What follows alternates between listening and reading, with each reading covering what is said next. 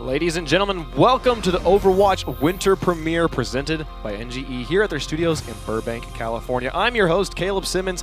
Joining me on this desk is Anthony Miserandino and David Williams, who will be taking you through the action all season long. Yesterday, we had our first winner in the qualifiers. It was Kingdom Esports, and they will be in our group stage.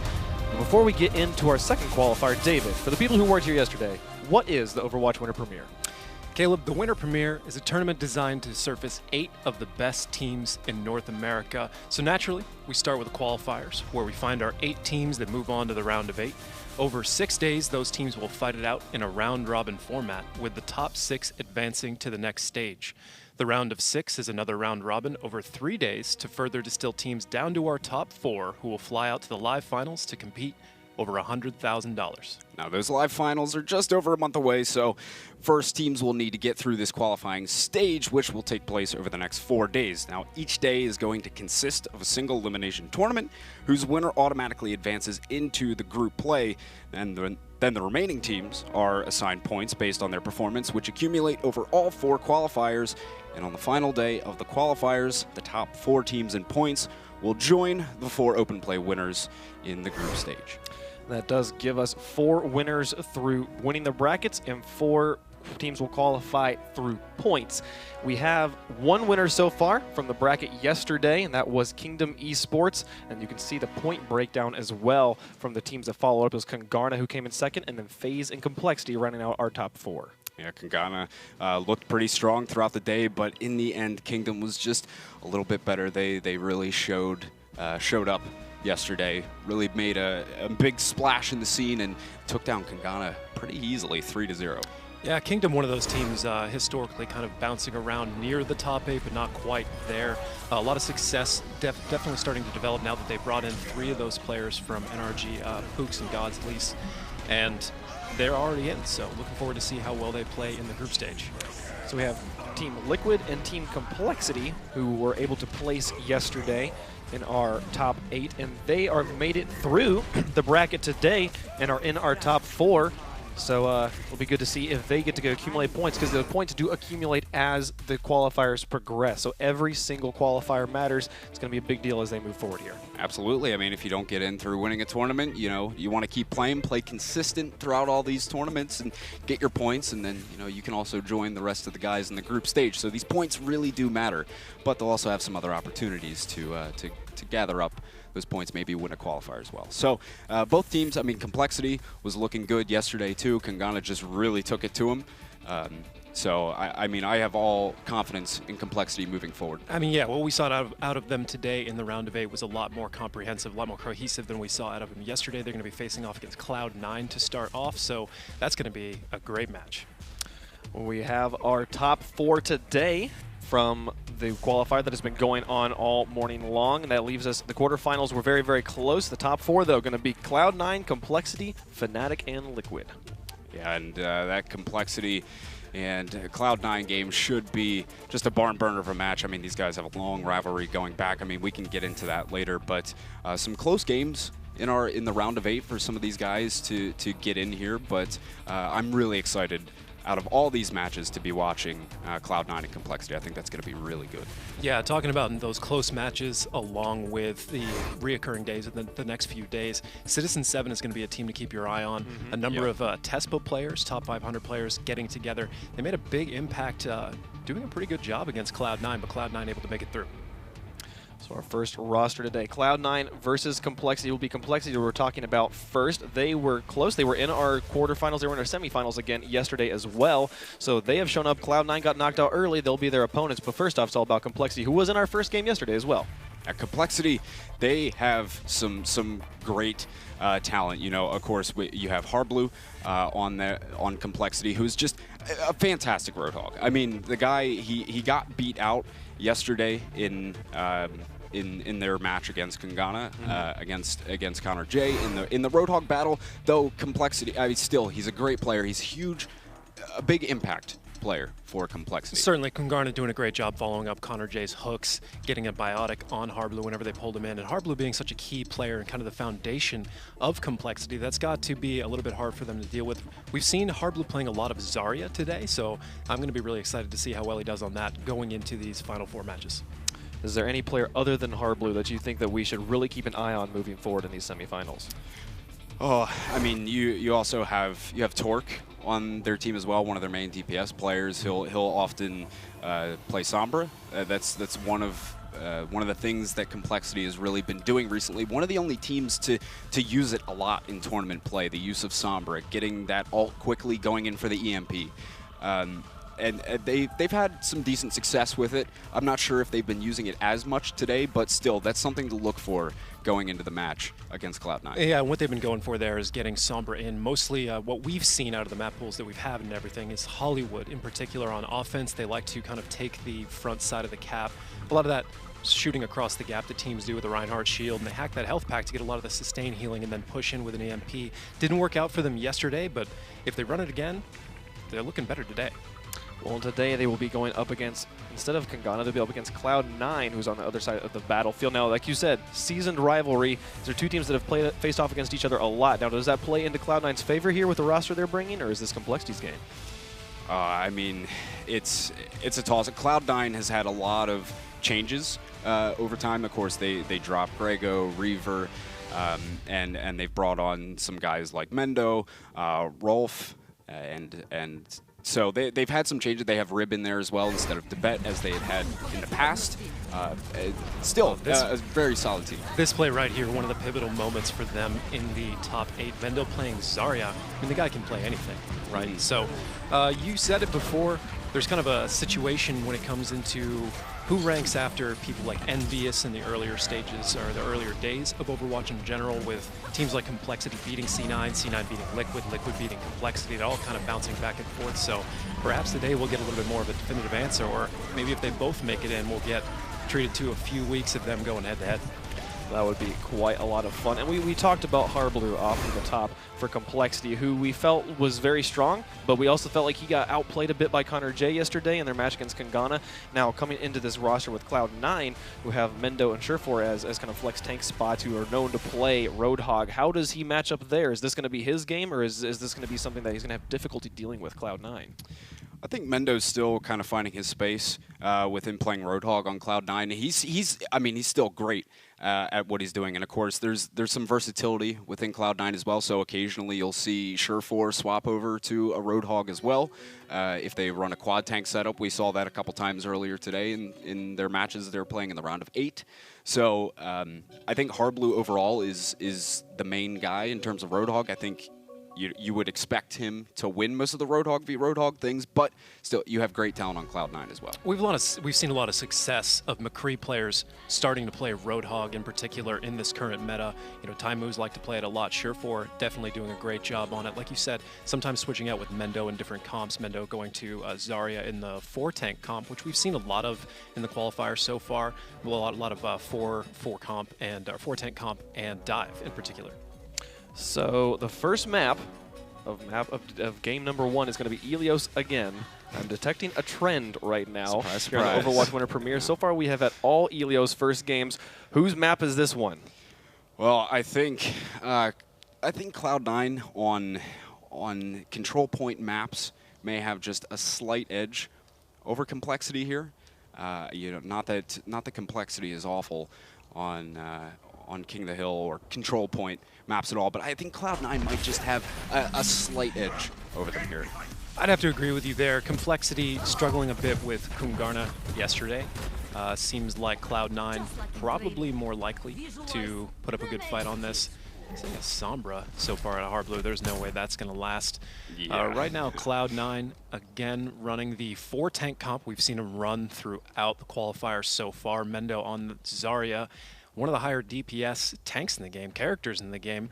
It's kind of an interesting thing with the tank busters switching around, Reaper kind of fading out of play, and the rise of Zarya and Roadhog in his place in a number of ways. And here we go, the first match kicking off. They got that Mei wall up. Rib is going to be trapped in. He's getting swung away up by JKW. Shake is the first victim here, though. Surefour was able to land the hook and take him down. That is a pivotal pick to start off this fight now as Cloud9 starts to make their way to the point. They have the man advantage. It's going to take Shake a while to get back to the point. JKW is going to fall there in the end to Surefour. So Cloud9 easily able to secure control of the point first here. That was definitive. Complexity realizing they had lost the upper hand, backing off to retain the integrity of their team. Some pretty strong ults being built here with JKW getting closer to Earth Shatter. Rolf already has his nano boost. Rolf being one of those supports to always keep an eye out. He's a fantastic player. Hook missed there by Surefour.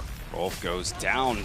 Speaking of the devil, and JKW is able to get that. A lot of picks going into Complexity's favor here. Harblue cleaning up on a couple himself, so an immediate retake back from Complexity. The tracking on that Harblue showing off exactly why he is such a heralded player, playing Zarya right now as opposed to the Roadhog we saw him a lot on yesterday.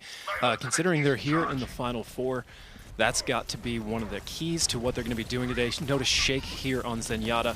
Lots to talk about in the picks again of either Zen or Ana, especially in current meta. But here comes a huge Graviton. Here we go. The wall is up there as well. JKW, Harblue, and Nicholas all going to pick up a few here.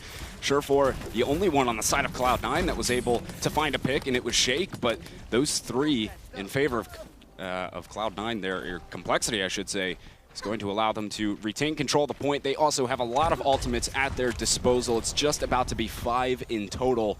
On the side of Cloud9, you have 3 with a Kai and Mendo ultimate building up as well. Cloud9's going to have to figure out how they want to take the upper hand there with those ultimates. They are building and do those comps with the nano boost. A self-destruct very close, a Graviton starting to get close as well. Probably going to surface here in the first fight. A huge nano boost coming out. We're going to see sound barriers on both sides. Surefour, who has switched over to the McCree, is able to pick up Torque, trying to shut him down on McCree, and the Transcendence comes out from Shake as well. A whole chorus of ultimates, including, oh, look at this, the Graviton into the Biotic Grenade, and then the Mech Bomb out from Kai. Is able to pick up 2 picks and a whole bunch of others as his team follows up on that damage. Cloud9, great coordination, a lot of ultimates used on both sides, but Cloud9 in the end will come out on top. Cloud9 Surefour back on McCree, character we've seen him play quite a bit of. Cloud9 holding on to the point, almost close to equalizing percentage points. Complexity trying to retake, pushing it from the side of High Noon coming out of Surefour. The wall's going to go up behind them. He wasn't able to find anything with a Deadeye, and Harblue is going to drop his Graviton Surge onto the point. Shake gets Rolf, and it is going to be trades back and forth here as Complexity looking to get the upper hand on this fight. The Graviton allowed Complexity to grab this point back here. Kai is the one remaining player. The Baby Diva on the point is actually able to finish off JKW, but in the end, Complexity gets the last laugh as they get this point back. But Cloud9 looking to quickly retake here as, oh, see you later, Surefour. Joe Meister getting the big boop off the map, and Surefour was able to pick up one pick onto Torque just before that, but it is a nano boost out on the point, not able to do too much with that. There was nobody home, really, and Cloud9 quickly retaking the point. It's a back and forth brawl here.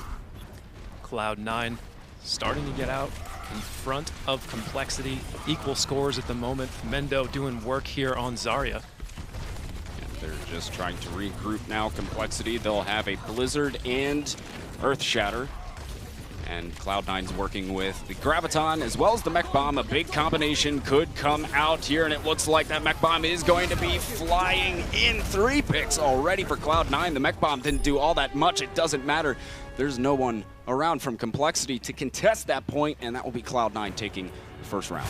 That's one of those things with overwhelming force. You already have the point. There's no need to hold on to those ults anymore. Just make sure they can't take it. Here is that fantastic Graviton we saw out of Cloud9, wiping almost the entirety of Complexity with only Nicholas escaping here on May. He'll fall. Actually, he does fall to the Diva Bomb. That came right out the side. I thought he got cover from that. Oh, there's so many ultimates used in that fight, too. Both teams literally used everything that they had, threw the kitchen sink at him. And in the end, Cloud9 coming out on top of it, that fight and the round. So we are now going to switch over to Ruins. It's stage 2 here on Ilios in this first map in the best of 3. One thing we're seeing already, Harblue switching, staying off that Roadhog that he was playing here yesterday with that amazing hook we saw on Ajax as he was surfing around the pillars. Nicholas staying on May, Shake staying on Zenyatta, Torque on Tracer. Not your standard comp right now, but it makes a lot of sense. Oh, there goes Reinhardt right off a cliff with a mischarge. Harblue engaging Diva. That's one of the better picks he can get. He'll be able to sit there and melt away at her, and he's just getting that charge up. He is fully charged, and he will be eating into Kai if he decides to come anywhere near him. You already have Adam on the point. He's just dipping and dodging around. Harblue is able to finally finish him off, though. That is pretty pivotal for them. 3 picks already in the favor of Complexity. They should look good to take this point here. Harblue is doing work, man, just melting people on Zarya. He was able to pick up 3 or 4 in that initial point fight. Complexity winning that fight from the low ground for the majority of it. That is not an easy thing to do, but here on Ruins, once you take the low ground away, there's only a few entrances. You put enough pressure on those, it does get hard to come through. Harblue holding onto a Graviton, that's going to be huge. A Pulse Bomb still alive on Torque.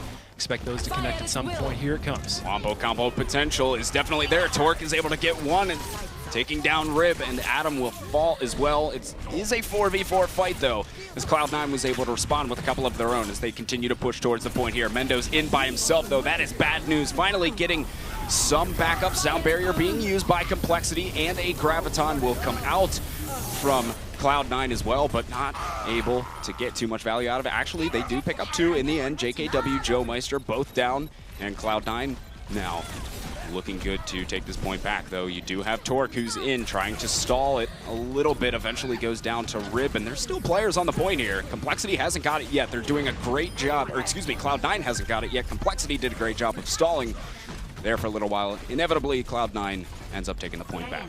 One of those frustrating situations whenever you're on offense trying to take the point back. The enemy still has it, barely holding on to one. They are generating percentage points the entire time they're on it, so every single second matters. Cloud9 has a long way to come back against Complexity. Complexity perhaps looking 1, 2, at a very stretched 3 controls back from taking this map away and tying things up. Surefour went in for the Pulse Bomb, couldn't find all that much with it. Sound barrier is coming out from Cloud9 as well, and here's the Blizzard from Nicholas as he tosses that one down. It will be a 1-for-1 trade. Nicholas able to get 2 of those for Complexity as they continue to scrap it out, but JKW is just cleaning house on the point here alongside of Hardblue. Adam is the last one in. He'll just have to stall for a little bit, get a few extra percentage points. No harm done, but Complexity does take a point back. Really like Complexity's use of Mei here. That is one of the stronger ults to area deny on top of just exchanging for a greater amount of kills than a number of other ults can. It can cancel ults out as well. You know, for a while, Mei was starting to pop up on defense a lot on maps like Hanamura. Teams started to switch to their own Mei because in general, when a Blizzard comes out, throwing another Blizzard on top, everyone's frozen in a huge Graviton. Earthshatter still in the bag. Goodness, Complexity destroying them. What a Graviton. That is going to allow them to go back and take the point here. Easy cap for them as they followed up greatly off of that. As you can see the replay here, JKW first charge in. That Graviton came out though, and he was just able to swing at will. Hardblue was melting faces off. He was That's quite huge for up. the economy of Complexity, only using one ultimate there, holding on to the Earth Shatter. Mendo looking for a high noon. Can't find his angle. Sitting in the back. Everybody was able to get to cover, and the sound barrier from Complexity will send them right back in here as JKW did go down. He has an Earth Shatter if he can get back up to the point. Nicholas is going to fall to Kai here, so things are looking pretty good for Complexity. The Earth Shatter coming out from Rip, finding absolutely nothing with that, though. He was so low on health, but he had to use it. A desperation attempt, and it is still scrapping out on the point here. Kai holding on for Cloud9 for now, but there are just so many bodies from Complexity sitting on that point. Graviton Surge comes out from Hardblue. Did suck up Mendo Kasai into that, and Complexity will strike back. We're all tied up here on Ilios. Whoever takes the next map, which will be well, of all things, is going to take the entirety of Ilios here. Here's that huge Blizzard from Nicholas picking up 2K off of one ult. That was great use there, allowed them to pick up a couple of picks. Cloud9, they did return with a couple of their own, but in the end, Complexity cleaned up on all the damage that they were able to put out during the fight and eventually win it. One of the few fights that they won to pick up that stage of Ilios, so it is well for our deciding map. Complexity staying with Mei, Tracer, and Zarya. Zarya very, very strong on King of the Hill, often starting to replace D.Va in that situation. One of the only maps where that really starts to happen a lot. That may be a continuing trend as Zarya is still very strong. D.Va strong as well. Torque getting a lot of work in here on Tracer. We'll talk about that a little bit more. One thing to note, neither team here running Cylinder 76. 4 tanks on the side of Cloud9.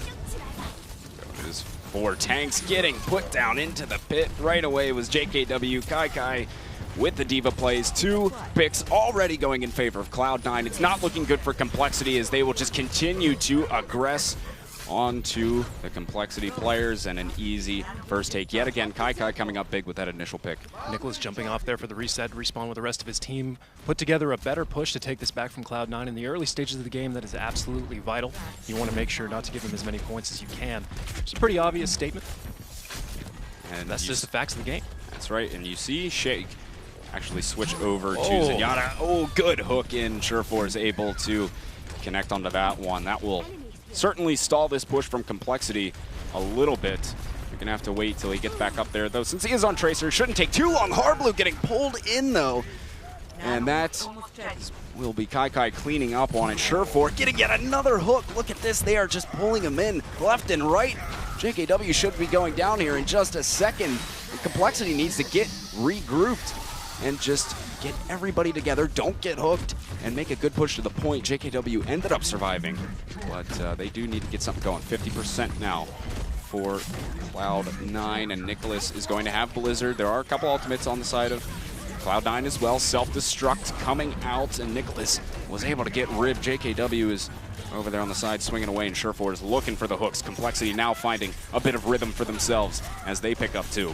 And still scrapping it out onto the point. Surefour goes down as well. Complexity now is going to be able to get themselves on the board. Meanwhile, on another side of the map, Torque giving a huge hassle to Cloud9, staying alive for far too long in an uneven battle. That is one of the characteristics of Tracer, though. Hard to catch, especially without a Roadhog. D.Va, a lot better than she used to be at handling that kind of thing. One of the only tanks that can actually get headshots. They can add up pretty quick on a Tracer. And now we see a full slate of ultimates for Complexity. It's going to be tough for Cloud9 to get themselves back in. They do have Rolf and Surefours right now, and they almost have a lot of other ultimates on top of that, but they're still charging. There are going to be it's Blizzard used. Cloud9 actually manages to find their way back in despite not having all of the ultimates that Complexity had. They were certainly down in the ult game, but doesn't matter because they were able to pick up the picks. And you still have Torque running around there just trying to stall it for a little bit, but he inevitably gets taken down by Mendo, so it is going to be Cloud9 back on the board. Adam with a very well-placed sound barrier, saving Rolf. Rolf, again, one of those characters to look out for. Likes to play a lot of Zenyatta lately, still sticking with Ana, while Shake sticking on Zenyatta. We'll talk a little bit more about that later. A huge Graviton coming out into the gate. Here we go. There is a Transcendence used as the Graviton came in. Good stuff from Shake to keep his team alive. Make sure they stayed nice and healthy as they trade back and forth now. One player advantage in favor of Cloud9, but that is actually another one as Torque ends up falling to his death. So it is going to be still a little bit back and forth on the point, but it's going to be looking like Cloud9 will come out on top, trying to get back to the point in time. JKW couldn't quite make it there. And there you have it, Cloud9 taking our first map. That last Graviton, not as big as it originally looked, but it was enough for Complexity to hold that map and take Helios. That was wait, was Complexity the one that last round? That was Cloud9? No, Cloud9. It was Cloud9, right? Yeah. Okay, cool. Yeah. You said Complexity there, and I was like, I swear I had this correct, yeah, right? no. And so we Yeah, saw that's fine. Complexity, or Cloud9 there, rather, on the third point, breaking out the 4-tank meta, which was, okay, the biggest thing to me was we had no Roadhog until round 3 when we saw Surefour break it out, who'd been playing McCree up until that point, which, first off, you had pointed out that we've talked a lot about how, like, Soldier 76 is kind of the key DPS right now, and instead he picks McCree at the beginning. What are your thoughts? Why would he pick McCree instead of Soldier? Well, especially in the beginning of the meta, Soldier 76 was just oppressive in general. So much damage, so much sustain, so much range. You try and chase him down with something like a Reaper, he can just run away, heal. The sustain of him in general is huge, but teams starting to become used to the impact that he has. His ult is fairly easy to shut down, even with a nano visor, as long as the shield game is still alive, right? On top of sound barrier, a number of other ways you can get around it. But right now, teams starting to develop other ways around it. We've seen a lot of Tracer instead. Looks like McCree as well. So starting to ease away from some of that Soldier 76. It looks like that's going to be a continuing trend throughout the qualifiers. Okay, so we had him on McCree, and that was meant he was not on Roadhog, and neither was Hardblue in this situation all the way up until round 3. Complexity drop in this one. Do you think it would have been different if Hardblue had been playing the Roadhog? Like, what was the situation here where we've seen no Roadhog in such a strong tank meta? It is quite interesting. I mean, Hardblue has the ability to play various heroes at a great level. I mean, his Zarya play is nothing to scoff at. I mean, he's great with it. I do find it interesting. There wasn't a lot of Roadhog play from him, but regardless, Complexity was making this composition work. They've been using this all day, using Hardblue on Zarya, and it's been working for them. I think they felt good with it coming in and wanted there are to keep other that elements going. to look at there as well. You know, have a Tracer on the map along with a Zen. That's a lot of power for tank busting. Zarya being one of the better tanks to try and counteract a D.Va and a Roadhog and get a lot of charge out of the Roadhog in particular. You can shoot straight through D.Va's defense matrix. So it's the whole team comp that really makes that work from what I can see. Zen being huge in a big tank meta like this. Discord is a very strong thing. You kind of bounce that back and forth between Ana, right? Ana's definitely got greater healing power. Biotic Grenade is huge. It's not as up as often as a Discord from Zenyatta. There's little characteristics back and forth, but when you have somebody like Tracer going forward, the shield there is just so valuable. It looks like all of that comp came together. Absolutely. So instead of having Roadhog, we had 2 Zaryas, one on each side, and a big play from Cloud9 was those Graviton surges that helped them get this win here on Helios. Did see some really big Gravitons throughout that. They, like I was saying yesterday, the Graviton can be a huge game-changing ultimate. I mean, it has so much wipe potential. You combine it right now since D.Va's so strong with the self-destructs, and it can change the course of a map, a fight, you know, a whole match, really. And you know, both teams using them quite effectively. And it can go back and forth, right? Against a D.Va, it's got a little bit of weakness, kind of, in the sense that shield matrix, whenever it's up, can pretty much swallow everything you fire into that angle. But teams finding additional ways of surrounding their gravitons. We saw Mangachu yesterday trying to do it from behind some sort of object as they step through, so he can get the damage in from behind, because a full power Zarya can certainly clear her own her own graviton in that situation. It really just comes down to how it all fits together in the end. So as we get on to map number 2, which will be King's Row, do you have an MVP from round number 1 and like maybe a player to watch moving forward into game number 2? Ooh, I don't know, man. That's a good question. I don't know if you have one, David. I think we saw. I liked a lot of the play out of Mendo. Mm-hmm. I think Mendo was doing quite well. I think Rib also had some great plays himself. So I don't know what your thoughts are on that, David, but I think all of Cloud9 was looking pretty solid. Saw a lot of Surefour and Mendo working together to really open up the plays that they were looking for, especially when they were rocking the 4-tank meta, which is a lot stronger on King of the Hill than it's been in the past. Going to start seeing a lot more Reinhardt here as we are on King's Row. Complexity running a very interesting lineup here if they stick with it.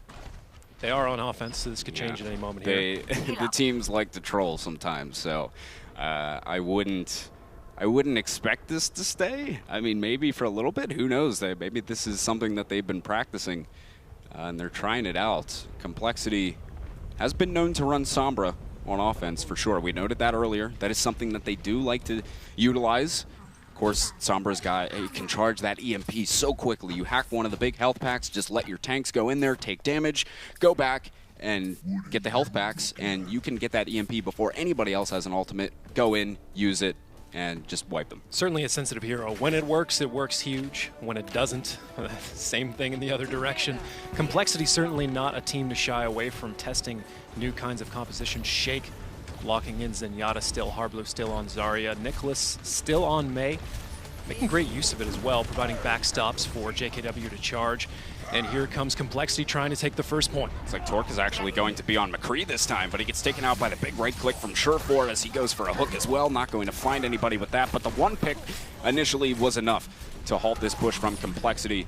And even in the end, they were able to pick up Joe Meister. So Cloud9's, excuse me, halt that push from Cloud9. They are going to, they'll have to regroup and get themselves squared away, but they do have that offensive Mei looking to go. Torque is now switching over to Tracer, as we saw him playing before, and he's going to go in and see if he can harass some of those guys in the back line, get maybe onto those supports, but Torque is actually able to pick up that initial pick onto JKW. Both Reinhardts are going to be out of it as Surefour picks up on one as well. The nano boost came out, but here we go. It is just Cloud9 holding. Kai getting completely shut down with a nano boosted D.Va. That did not last long at all. Complexity doing some interesting things here. Like we said before, the backstop for JKW put up directly behind Rib. JKW charged in, did not get the conversion they were looking for, but keep an eye on Nicholas to do a lot of zoning, walling in the right positions. And if they leave him alone, we all know what Mei can do when you freeze him. Charging in, Graviton is going to come out, and a Blizzard as well. It's a whole bunch of ultimates. Torque finding 3 with that Pulse Bomb, though. JKW cleans up onto Surefour. The Transcendence came out as well, but still just an absolute pounding from Complexity. Kai had used that self-destruct right at the end, was able to get Harblu. I'm not sure if it will be enough, though, because Complexity was able to dish a lot of pain out there. As you can see, this whole fight unfold yet again. The Pulse Bomb into that Graviton, a classic combination, working out beautifully for Complexity there, but they are going to come right back in as we see yet another Graviton. Oh, look at this, they find 3, the counter Graviton. They come right back onto the point, able to pick up 4 in total. Rib with 3 of those, in fact. And look at that, Cloud9 able to strike right back at them. An amazing play there by Rib. He got walled off. It looked like the writing was on the wall there for him. Through would look to be originally a questionable Earthshatter, but the rest of his team back right behind him, they were able to step onto that point and defend Complexity from taking it. Holding as long as possible on any of these hybrid maps is obviously one of the most ideal situations. The point from point 1 to 2 is often a pretty easy thing to do unless you're behind or unless you're ahead in the ultimate economy. JKW providing that cap pressure, Rib, Kai defending, Nicholas trying to isolate the tanks. Well, Nicholas started things off, took down Adam and Joe Meister.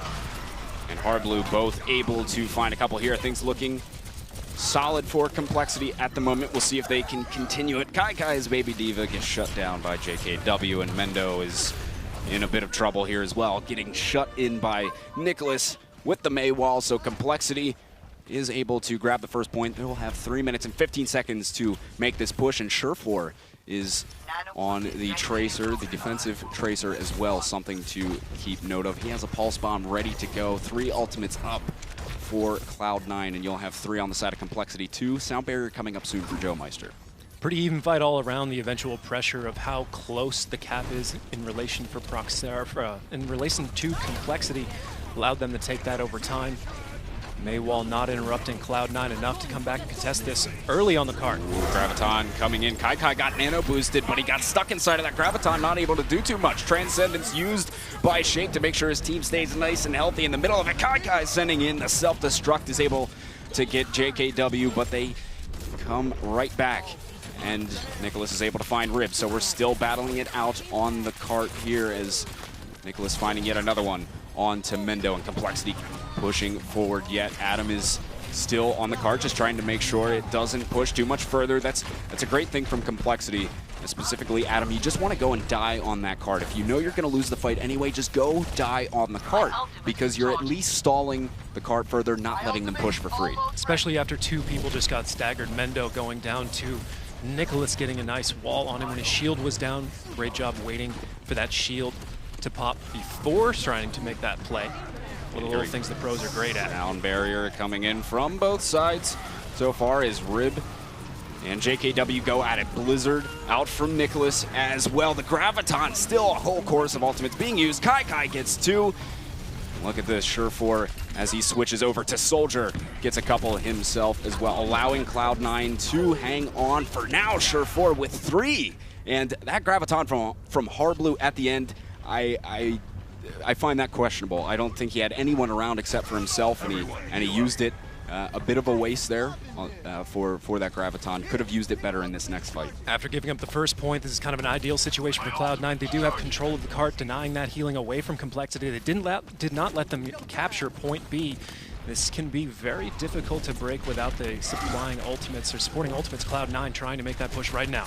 Rib going down early in the fight, so Complexity, look at Torque. He is just taking it to town. 3 for Torque, opening things up massively on this second point push. Surefour is one of the only guys left in from Cloud9. He will get taken out as Shake finds 2 himself. Really open that up for Complexity.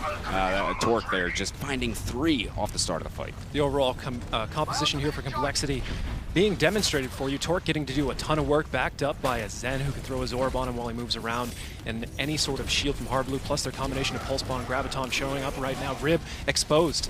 Well, here comes the mech bomb in. Nobody's going to die from that, but Mendo is able to get JKW as he took a lot of damage, and Mendo was able to clean up. It's a 1-for-1 trade thus far, and the Biotic Grenade comes in onto Torque. He is in dire straits here, able to get himself out of it. They are continuing to trade back and forth on the cart, but Cloud9 looking to come out on top of this one. In the end, they'll be looking good to hold here, and they have a lot of ultimates up for this next fight as well.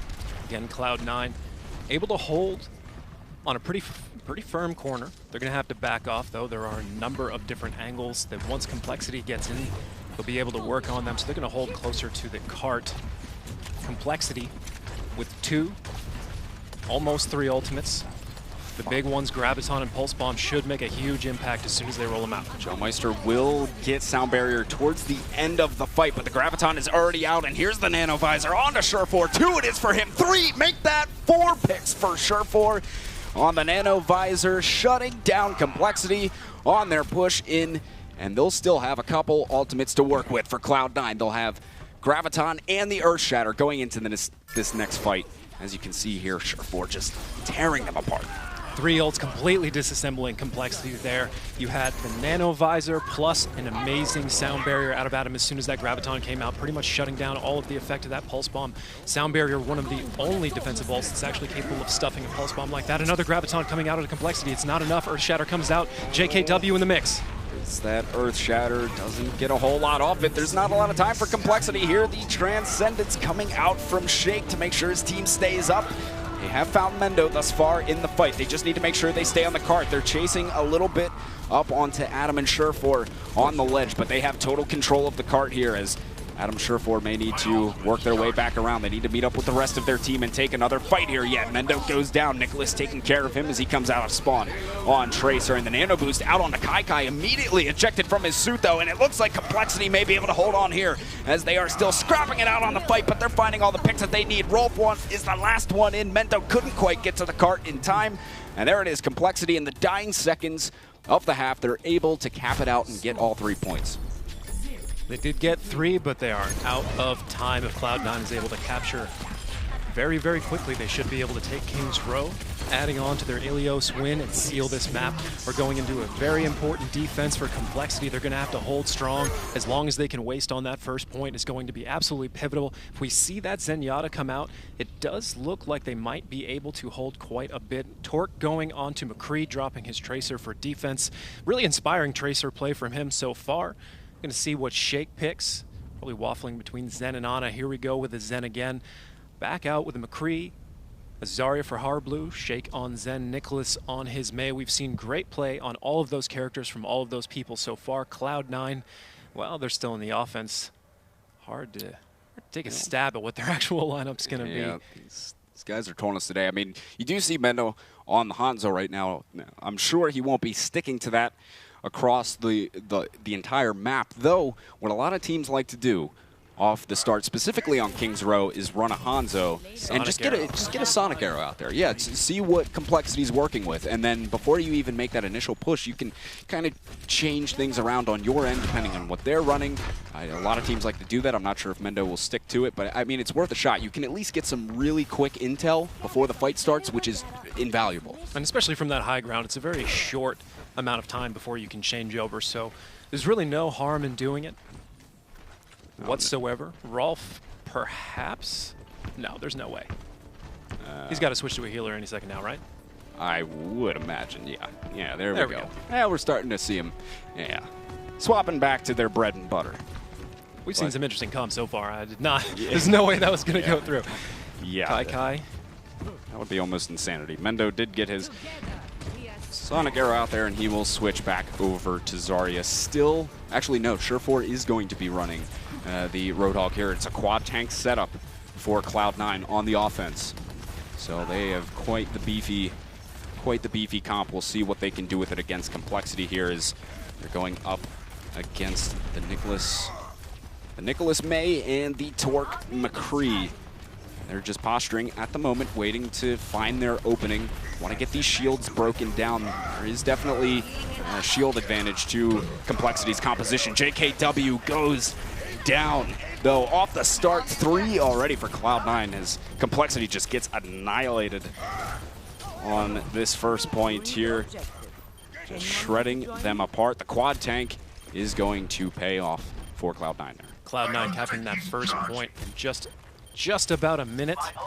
That's going to be a big problem for Complexity as they move into the second point. Cloud9 almost with a sound barrier, not too far away from an Earth Shatter and a self-destruct. Meanwhile, Complexity only, well, we got a Blizzard, Graviton, Transcendence. You got to string a lot of those things together. Certainly a Graviton and a Blizzard can get it done. It's a lot of CC for a long time if you stagger them correctly. Cloud9 pushing through that first choke into the second point. You make their way through. Graviton is going to come out with some assistance to that May, while there is a huge Earth Shatter. Blizzard out as well. They trade 1 for 1, but Complexity coming out on top here. 3 already for them. Both of the supports are amongst those picks, so there is absolutely no hope there for Cloud9. They have to go back to the drawing board, get everybody regrouped, and look to initiate. Complexity didn't have to use any support ultimates during that either. Joe Meister and Shake will both have it, and they'll have a Pulse Bomb to work with. Meanwhile, Adam had to use Sound Barrier. I mean, the only support ult they have is going to be this nano boost. And Surefour losing his tac visor. That's right, and they definitely have, at the moment, well now Kai and Mendo both going to be getting their ultimates now as we see another engage. Shake getting ribbed right off the start. The Graviton is in. Complexity's going to be all grouped up. The sound barrier came out though, didn't even use Transcendence with it. They were looking for that self-destruct to come through, so the sound barrier was the option they decided to go, but Shake is using that Transcendence to keep his team up. The one pick advantage in favor of Complexity here as Cloud9 is starting to back their way up through this choke, and Rib going down late as Shake is able to take care of him. Adam in the end is going to die, just staggering some of these deaths at the moment. Complexity looking to see maybe if they could get one more, but no, it was Shake in the end, taken down by Surefour, who was off to the side looking through the choke point. So Complexity hanging on, but they will have a Blizzard and almost Pulse Bomb, even Earth Shatter. Torque back on Tracer. A lot of nice synergy coming out of Nicholas and JKW, still working that shield, or that charge along with the Ice Wall. And Joe Meister absolutely killing it with perfectly timed sound barriers every time they get caught in that Graviton, really denying Cloud9 from getting a lot of effect out of each one of those Gravitons. They do exchange ults. There is something to that. Rib getting a charge on JKW in the back. Rib frozen though. Rib's going to go down. Blizzard did come out, and 2 picks for Complexity. Graviton is in. Cloud9 is able to get a couple here. Another Graviton, yet just back and forth. So many ultimates. 2 picks, 3 now for Complexity as Rolf, Mendo, and Kai all go down. And look at that. Complexity is still hanging on here. And even though they got destroyed on that first point, they've made a good Streets phase defense thus far. And look at what Cloud9 has switched to now. Throwback to some old meta here. Pharah. And the Mercy. Pharah can work here on King's Row. You don't see it as frequently, but with a Mercy, a Pharah Mercy combo, Surefour certainly one with the aim. This is going to be something to keep your eye on as we go forward. Pharah boosting after the team fights, trying to get those additional shots. If she can land them, it's going to be absolutely huge. Oh, Surefour is just pounding rockets into these guys. Forces Shake to use his Transcendence too, as he wanted to make sure he stayed up in the fight, but there wasn't a huge necessity other than to keep himself alive. Complexity also using Sound Barrier here as well, as Surefour is just free reigning on these guys. They really have nothing to contest him up in the skies. They have nothing hit scan, ranged hit scan that can really deal with him so far. So, I mean, he just can do whatever he wants up in the air, and it may just be enough for them to get through this second point as he continues to hammer away. Oh no, never mind, getting taken down, but the res comes out. Complexity gets 3, Torque with 2 of those, and Shake able to get some. Complexity in the end is going to fight back. They strike back here and hold on with 1:20 left for Cloud9 to get this second point. JKW only catching Rolf and his Mercy with that Earth Shatter there, but making him pay for it. Cloud9 coming back for what might be their last or second to last attempt here on the second point of King's Row. So far an epic hold on Complexity's part. A lot of beautiful play, a lot of beautiful synergy. Surefour, Adam still trying to make it work with the Pharah Mercy.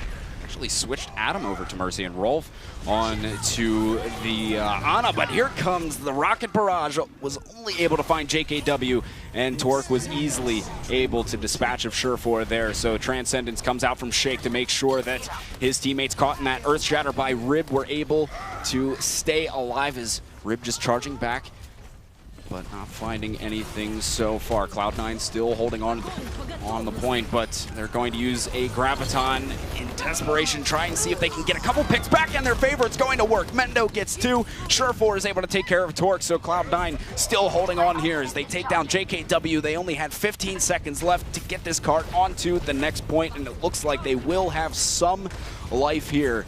They do need to push it all the way to the end.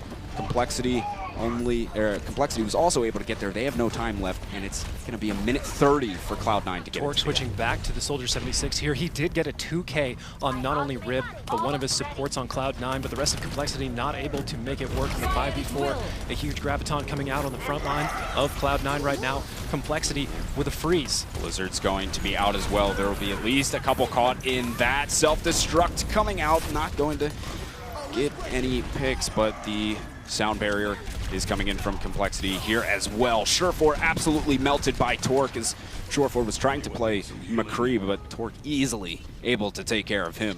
And Complexity holds on here. It's 50 seconds for Cloud9 to make this next push. Right now, the ultimate economy somewhat in Complexity's favor. They have an Earth Shatter. They have Transcendence. Cloud9 only with a Nano Boost. You do a lot with a Nano Boost, though.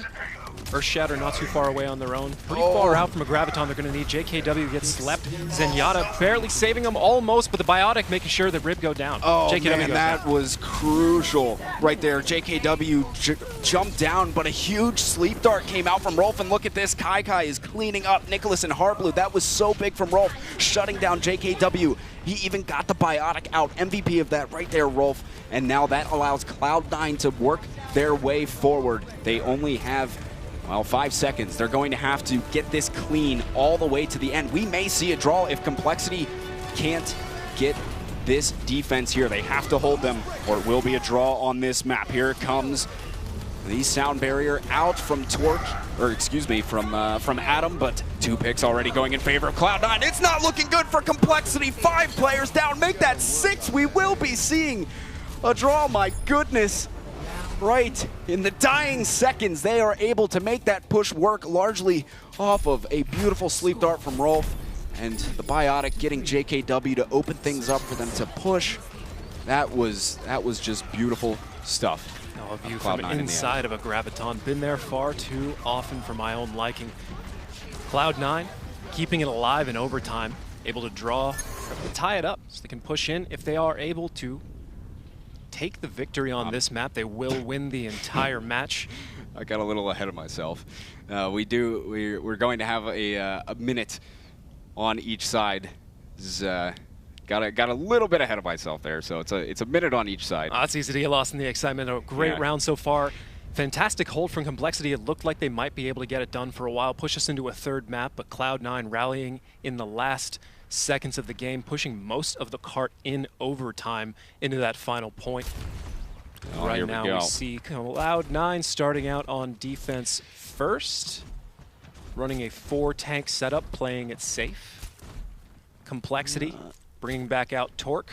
Nicholas again on May. We've seen them play this on offense already. They've done a fantastic job. Nicholas, again, always with very great walls, allowing JKW to get a charge onto the enemy tank. That can be a deciding factor on its own. But so far, Cloud9 mostly great at defending JKW, or sorry, defending Rib when that happens.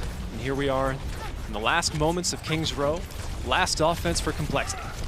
Our Blue staying on that Zarya. Nicholas takes a lot of damage off the start, so does Torque, but they're both getting themselves healed up, and they are just posturing behind these Reinhardt shields. Ribs is going to break first, though, as now Harblu works his way in through Hotel and will just be pounding away, but no hard initiation yet, just a lot of poke at the moment. No one going down. This time Harblu wants to add a bit of pressure on the Surefour as he forces him off to the side to heal up a little bit, and Mendo now just getting melted by Harblu in that focus fire.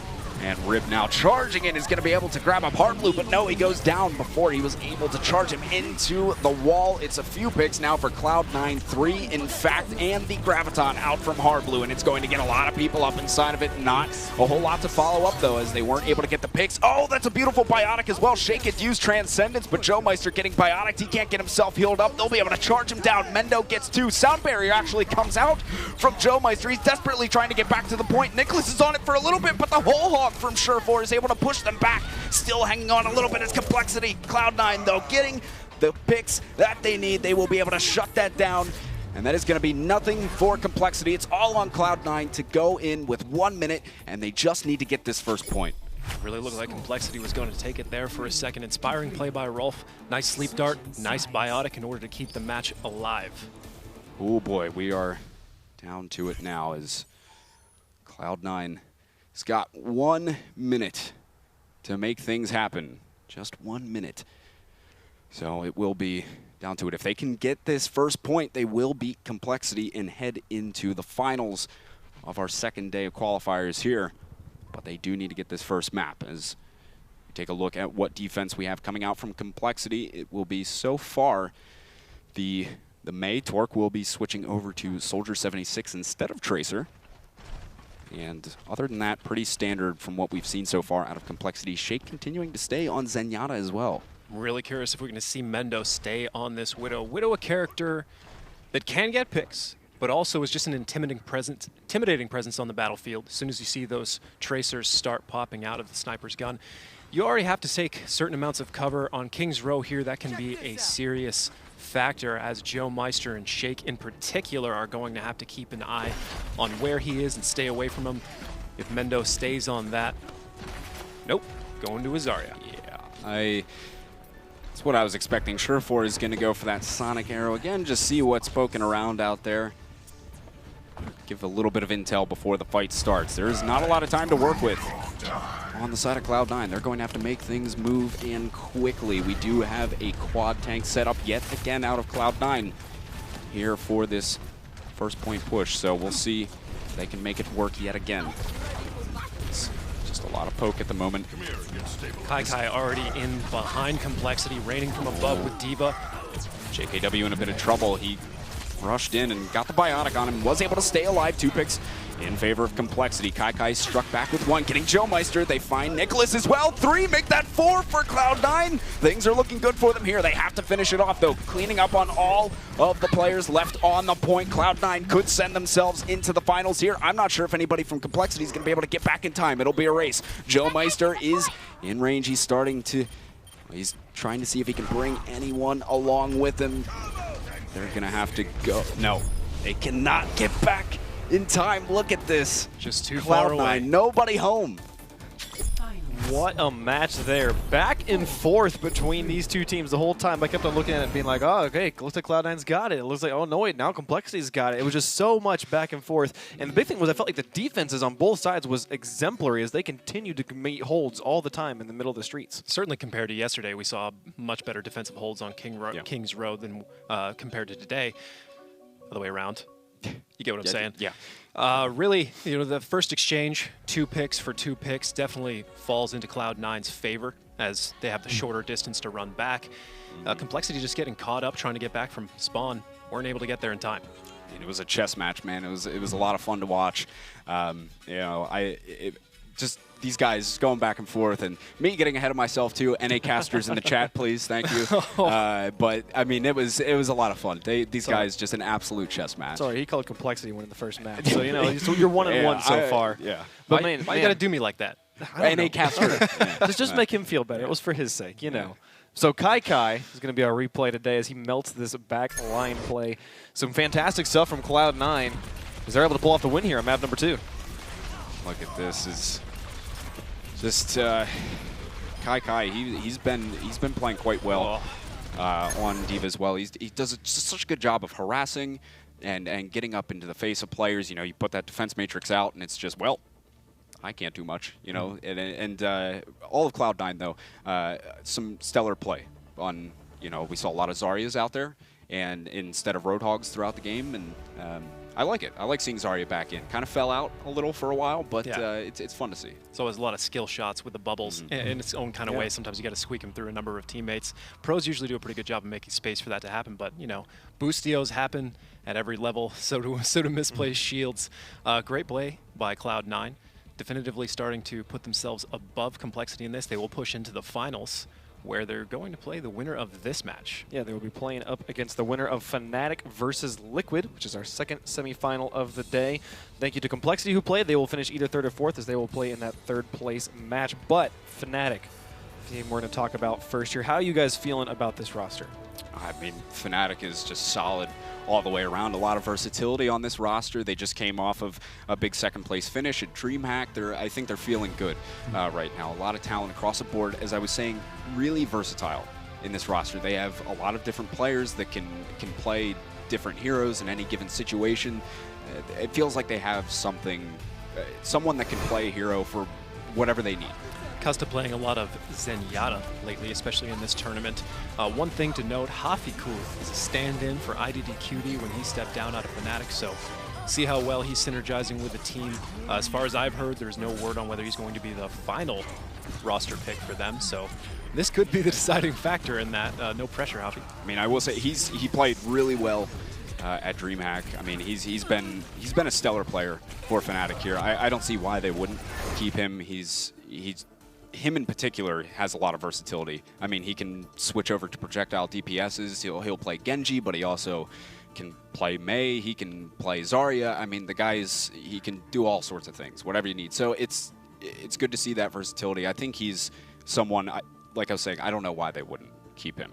Really great flex players that know how to synergize with the rest of the team, because those two things don't always go together, are always worth their weight in gold.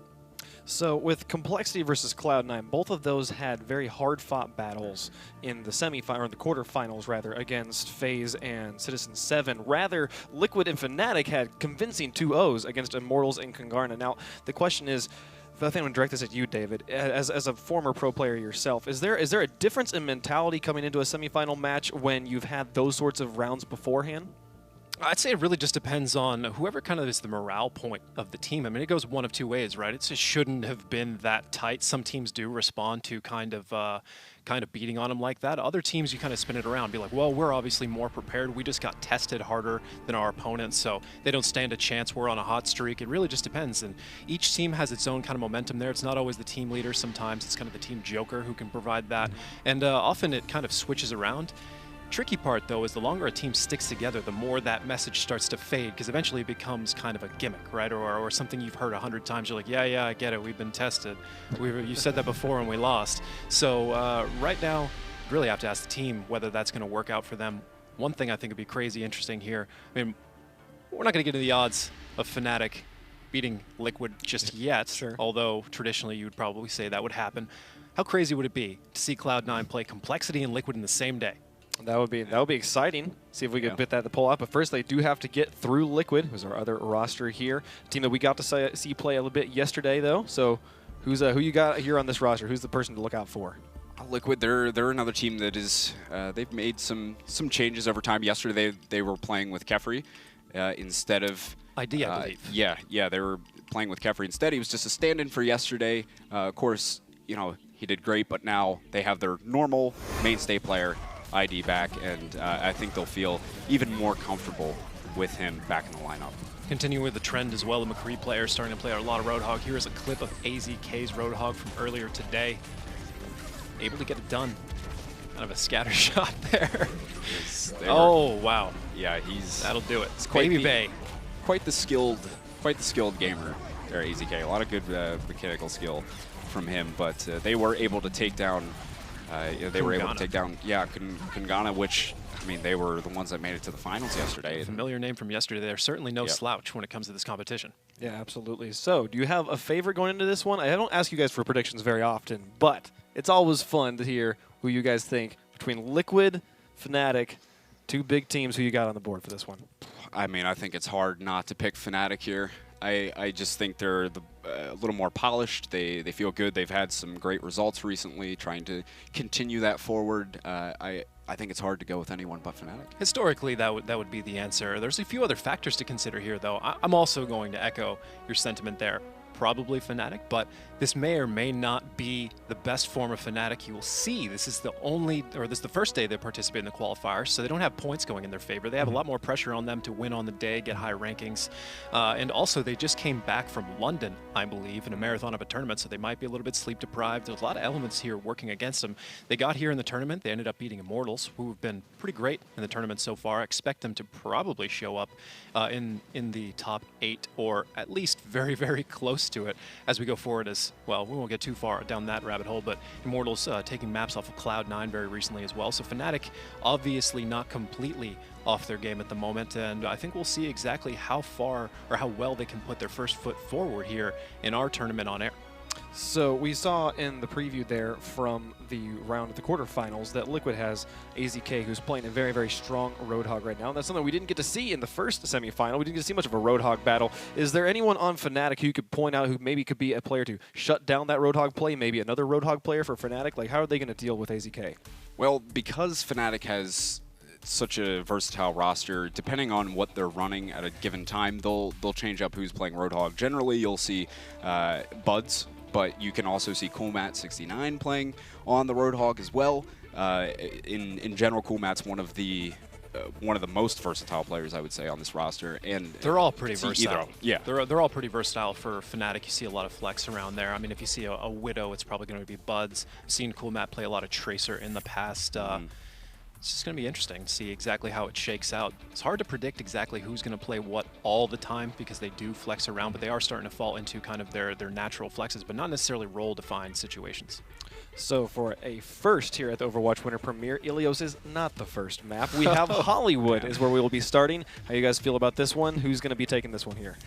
I still have to feel Fnatic on this, go with them, because I think earlier today we saw Happy Cool doing some stuff on Genji.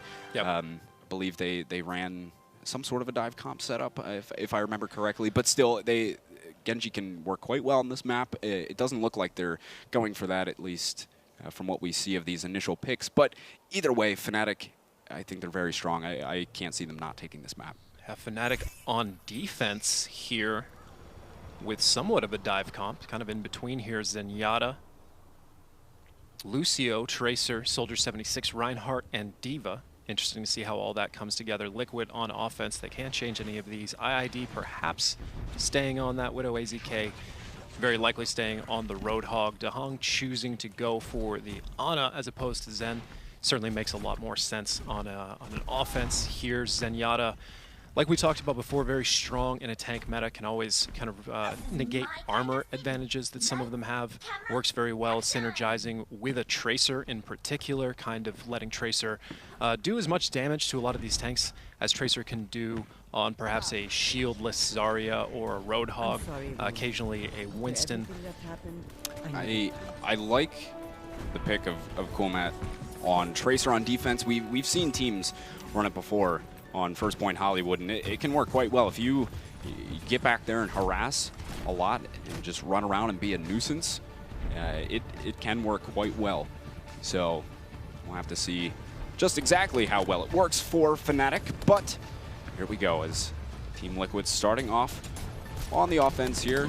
It will have a better capability to be breaking the Reinhardt shield, so that's something to keep an eye out for. Fnatic does not have any sort of a Roadhog on their side. Just a good set of DPS. So right away, Mezer's going to go down. Vonethil's able to take care of him, and Buds gets AZK. So Fnatic out of the gate will get 2 picks, completely halting this push for Liquid. Have to go back to the drawing board here and gear up for another one. Yeah, early.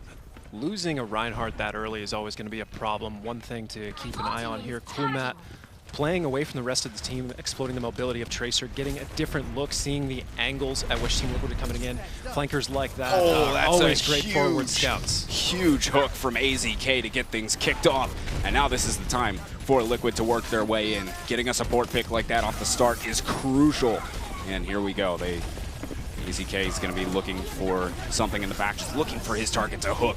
Stoop and Coolmat both able to find a couple here to strike back for Fnatic, and doesn't matter about that Lucio pick off the start because Fnatic is just striking back hard between Coolmat, Happy Cool, the whole team, great focus fire, and just able to shut Liquid down. The ultimate economy here on Fnatic, certainly overpowering compared to Team Liquid. Team Liquid going to have trouble attacking into a set of ultimates like that. No Zarya on the side of Fnatic, so Graviton won't be a concern. But an Earth Shatter, Attack Visor, and a Self-Destruct are nothing to scoff at. Certainly not. And it looks like the alley push is coming through from Liquid right now. As Mezer leads the charge, and AZK going for that hook, couldn't quite connect. A lot of the guys from Fnatic are just sitting back on the high ground inside of Cafe, now starting to drop their way onto the point to take this fight. Self-Destruct is going to come through, and Happy Cole finds 2 to hang, and Mezer both getting just crushed by that Self-Destruct, and Coolmat is just going to clean up on this damage. Such a good defense has been assembled thus far from Fnatic, and Team Liquid has only got 1:30 to find their way onto this first point. Bud's demonstrating his skill with hit scan characters there. Great tracking, great play in general. 4 ultimates on the side of Fnatic. Some of the building blocks, general strategy here in Overwatch. In case you're relatively new to the game, how many ultimates you have on your side we like to refer to as the ultimate economy. That's one of the hugest factors in the game as a whole. Shield game probably being arguably #1. Both of those very, very important. Attack Visor coming out.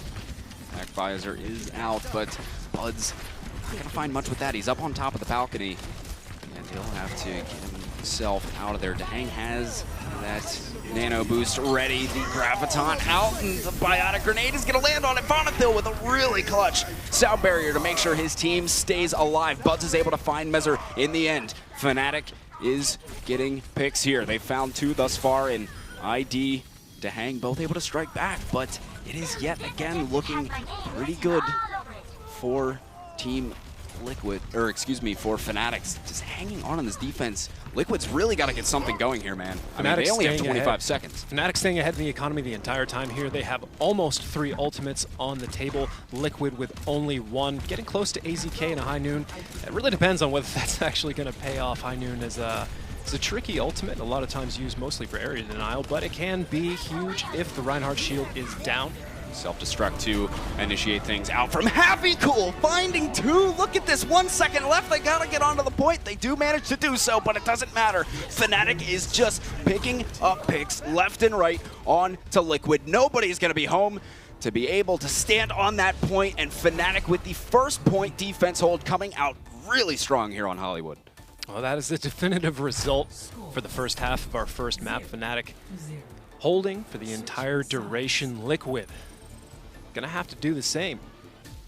Man, that's a tall order against a team like Fnatic. Absolutely, especially with the dive comps that they're able to run.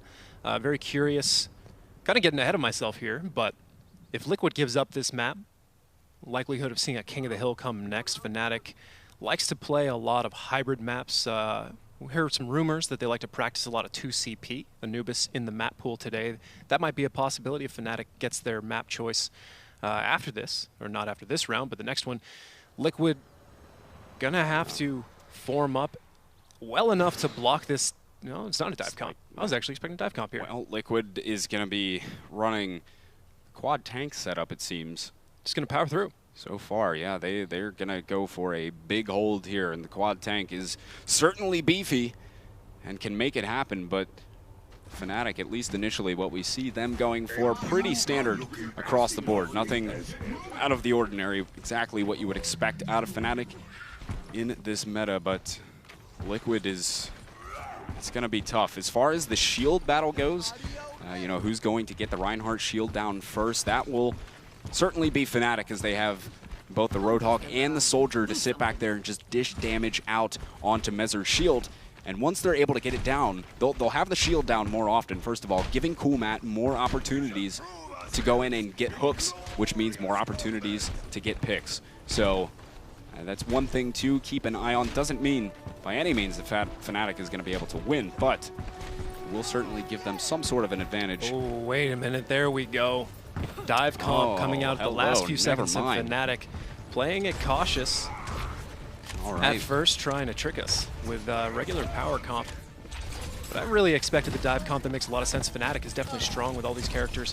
Puffy, great Genji play in the top 8. Buds, fantastic Tracer. Cool Matt, not on Tracer this time. Kind of swap around historically. Well, here we go. As they start to dive into these guys. Cool Matt starting it off, getting Mezzer, and will just start to poke their way onto this point.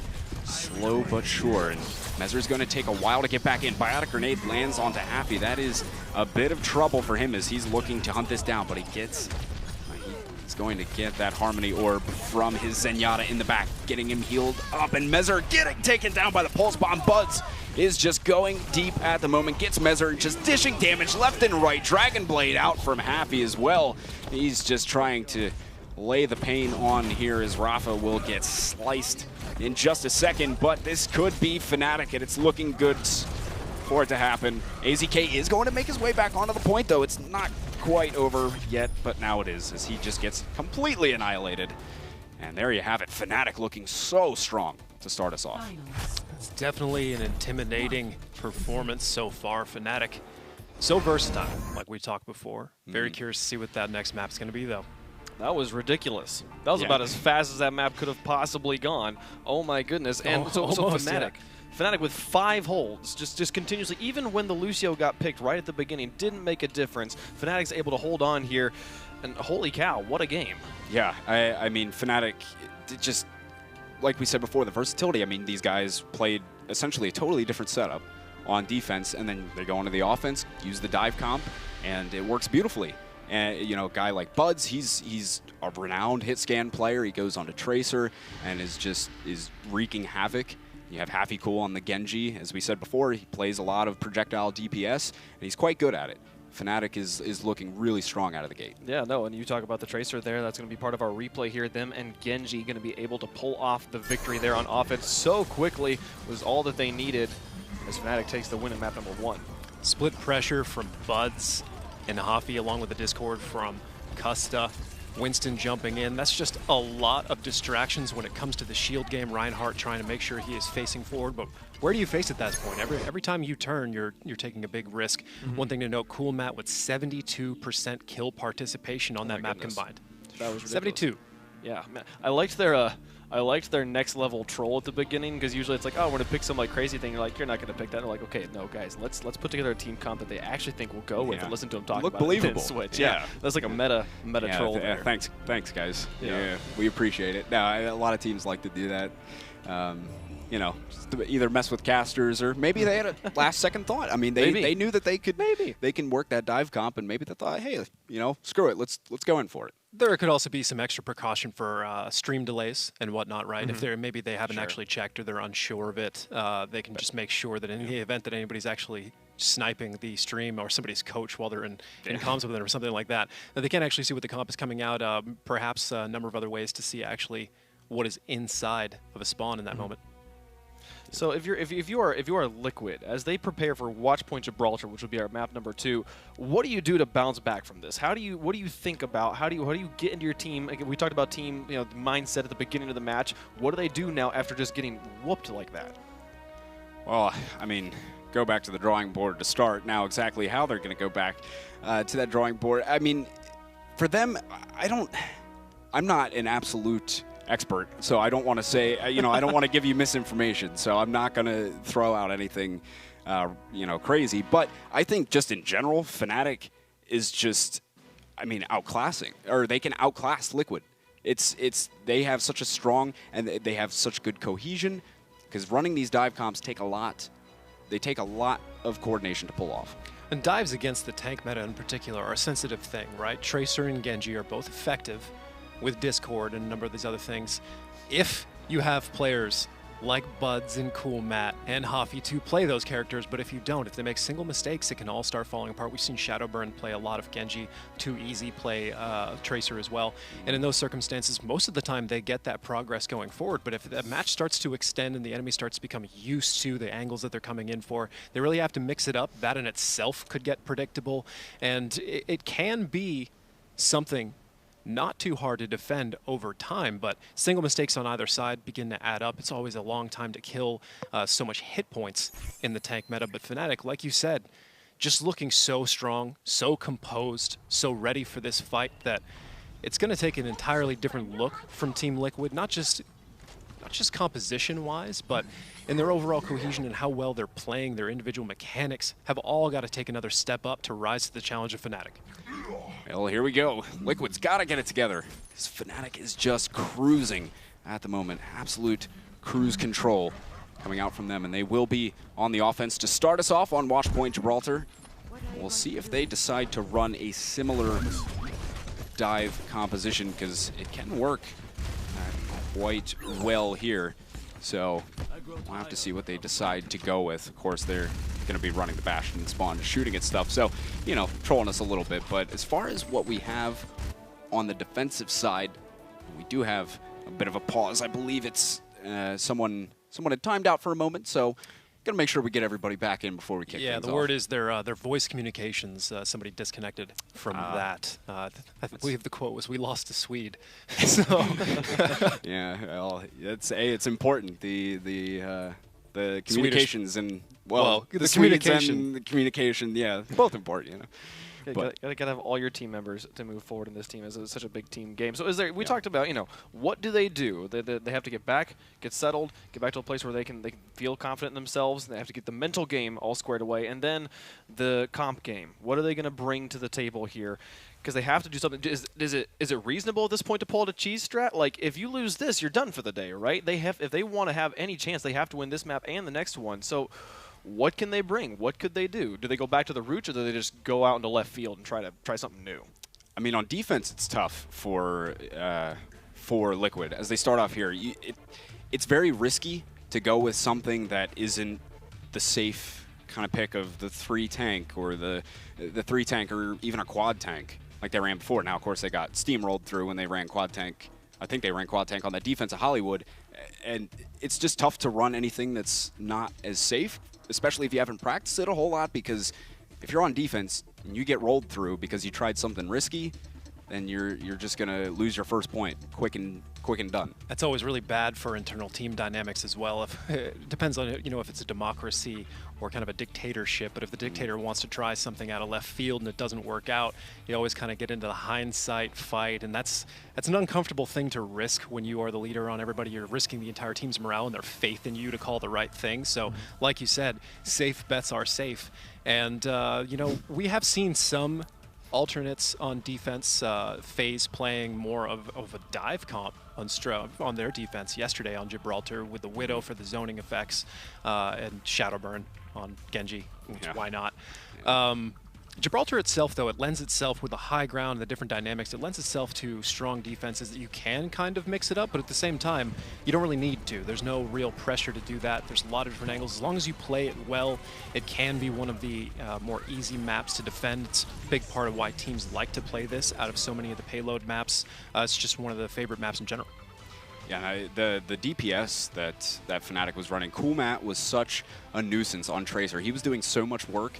The defensive Tracer on Hollywood, he was just, cleaning up on everything. He was dealing out the pain, and it didn't seem like Liquid really had much of an answer to deal with him. He was just able to kind of do whatever he wanted.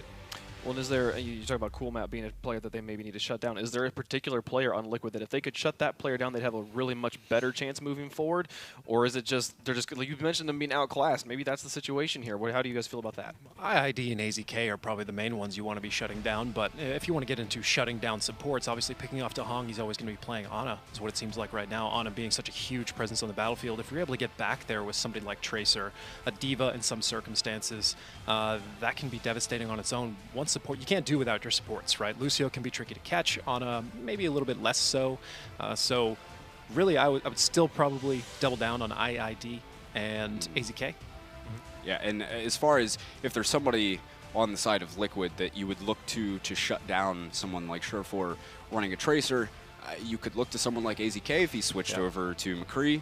Yeah, he's a great McCree player. He's also playing Roadhog, which, you get one, well, not necessarily one, but you get one really strong chance to shut down a Tracer, and then it's always kind of risky going with the right clicks, but pros typically very, very dialed in with the range of that can just one-shot a Tracer with the right placement.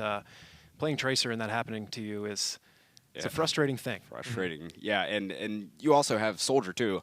A lot of people think of McCree as the default thing to shut down a Tracer. Soldier himself is great to shut down that Tracer. Now, if he's being a nuisance, Surefour all over these guys, if you just have your Soldier, you got to stick around whoever it is that he's trying to target. If it's your supports, just play safe with them and wait for him to come in onto your guys. But at the same time, you also want to give your Soldier good positioning. So it's kind of a, where do we want to put him? What's most important? Because Soldier, especially on a map like Gibraltar, if you're on defense, standing up top, yeah, it's great to have him sit up there up top and just heal yourself. Shoot down at people. You can heal yourself. You don't have to worry about.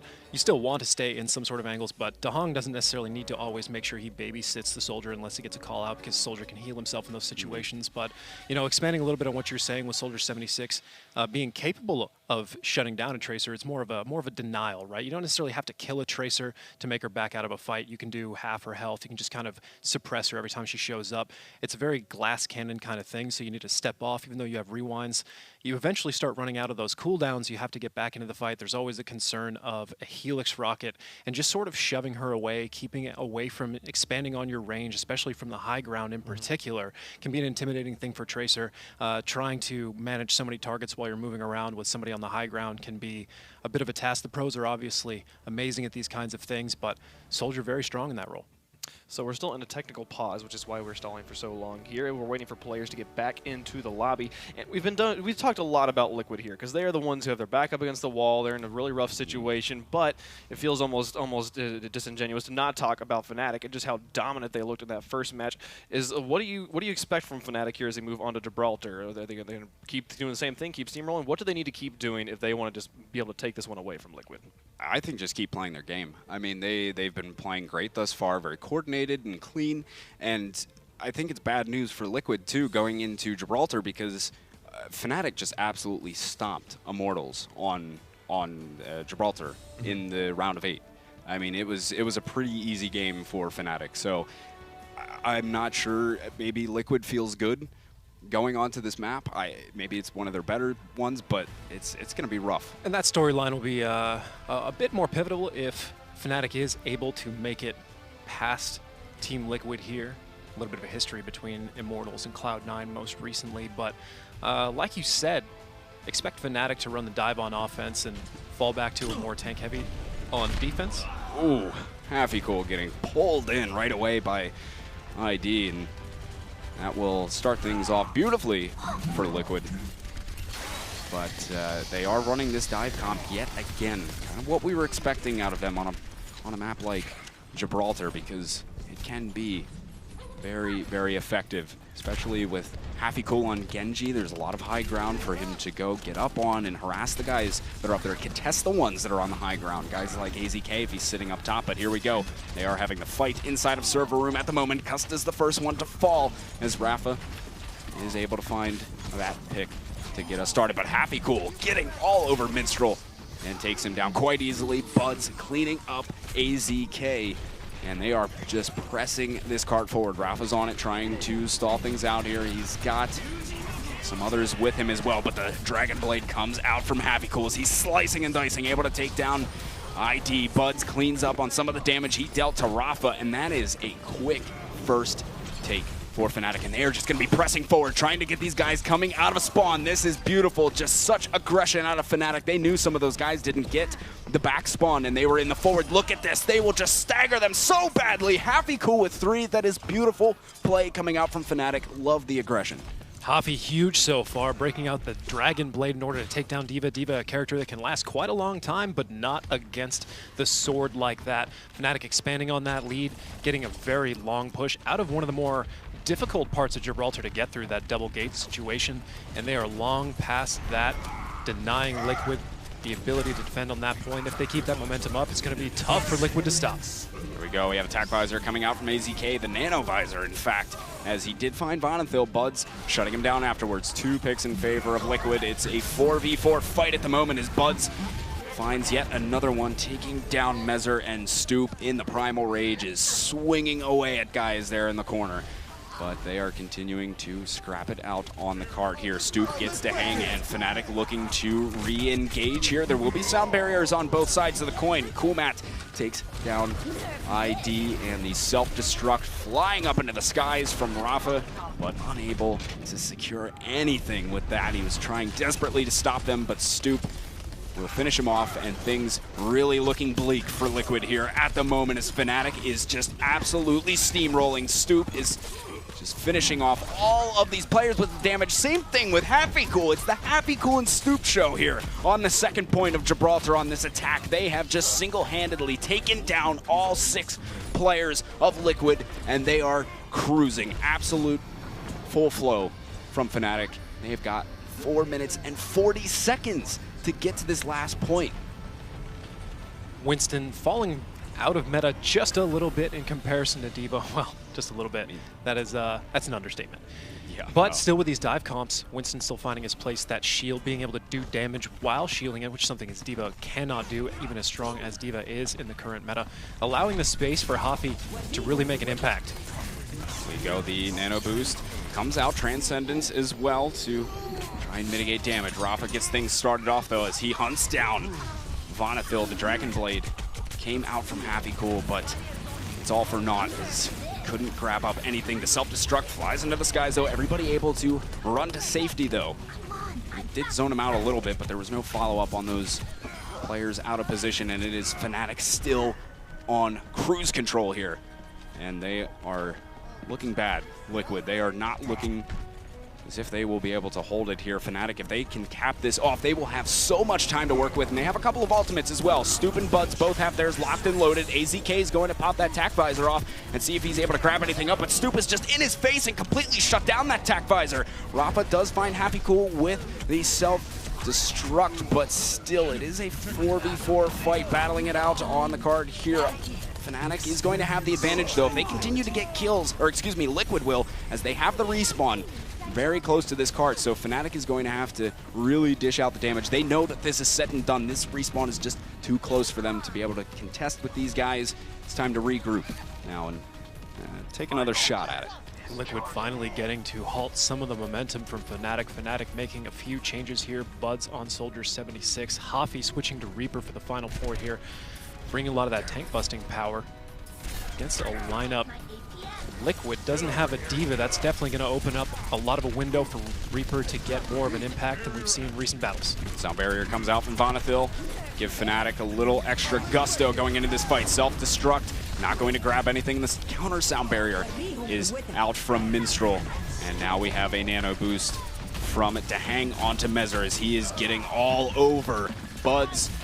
And he will try and continue into the back line, now popping his Primal Rage. Liquid is securing picks here. Happy Cool gets two though. AZK, Rafa both out of it. So they are still working at it on the point here, Fnatic, but they have a lot of work to do. There's just so many Liquid players around. They need to get a solid and clean wipe and get these guys completely out of the point for them to be able to cap this off, and they haven't done it so far. Still 2 minutes left. Gotta correct myself there. Liquid does have a D.Va after all, definitely shutting down Reaper, not directly per se, but Hafi making that change into D.Va.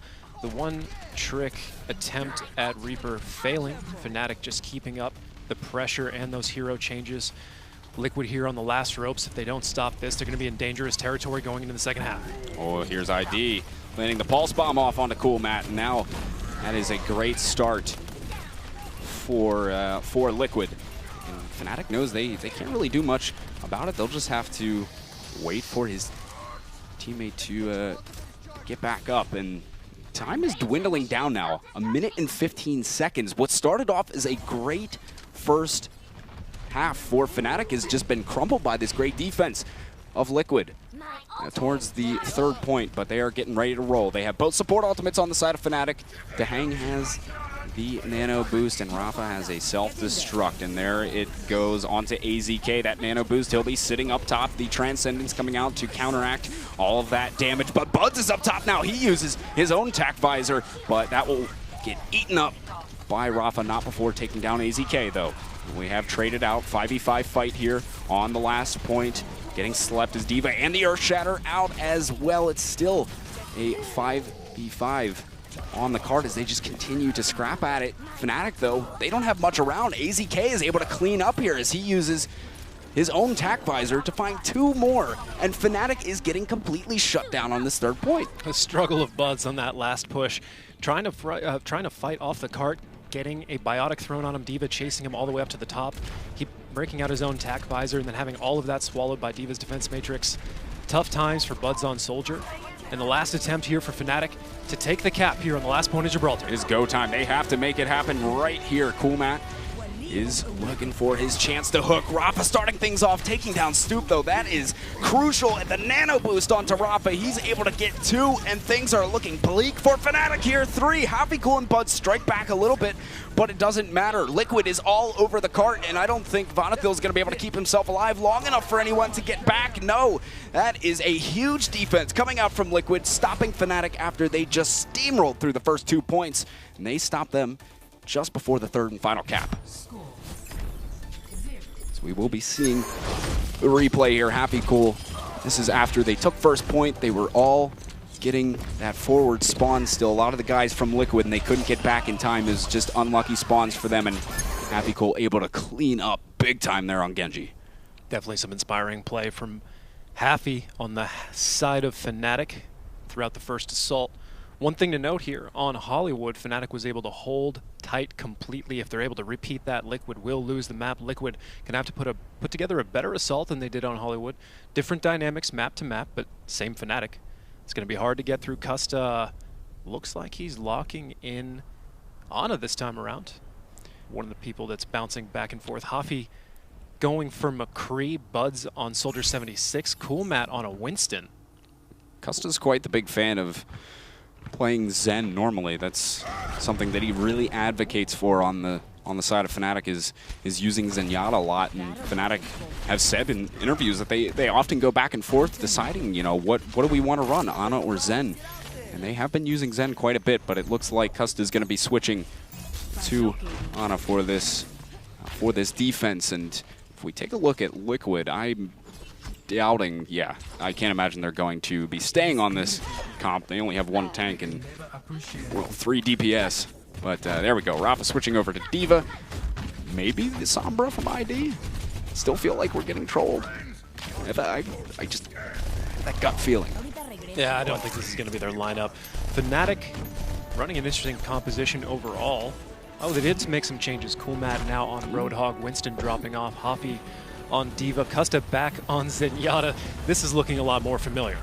It is indeed. Look at this. ID is going to be breaking out the Widowmaker to get us started. He wants to see maybe if he can get a little opening pick for Liquid. And look at that. In fact, he is. He's going to grab up Custa right away. And that's a big pick to get things started. Now they'll have quite an opening. They got to push that cart forward first is the only issue, but still, that'll allow ID and the rest of his team to get some good positioning. Zoning effects and Widow in particular strong on this part of Gibraltar in the right hands. IID certainly has the right hands for this portion for Team Liquid. They've already got a lot of progress. Onto the harder bend of the first point, out from underneath the bridge. Stoops falling back, getting pulled in the middle of Team Liquid, but he will escape with a biotic on him. He's going to need to stay alive. Rafa backing off as well. Hafi in the back line coming up forward. And Liquid looking like they are going to have to ease off this one as Rafa goes down. Hafi doing a great job getting in there. He's able to secure a couple, and Fnatic is going to hold strong here for now. ID switching back over to the Zarya, and we will be seeing the quad tank setup from Liquid as they try and assemble their offense here. Still 2 minutes and 45 seconds to work with. Plenty of time.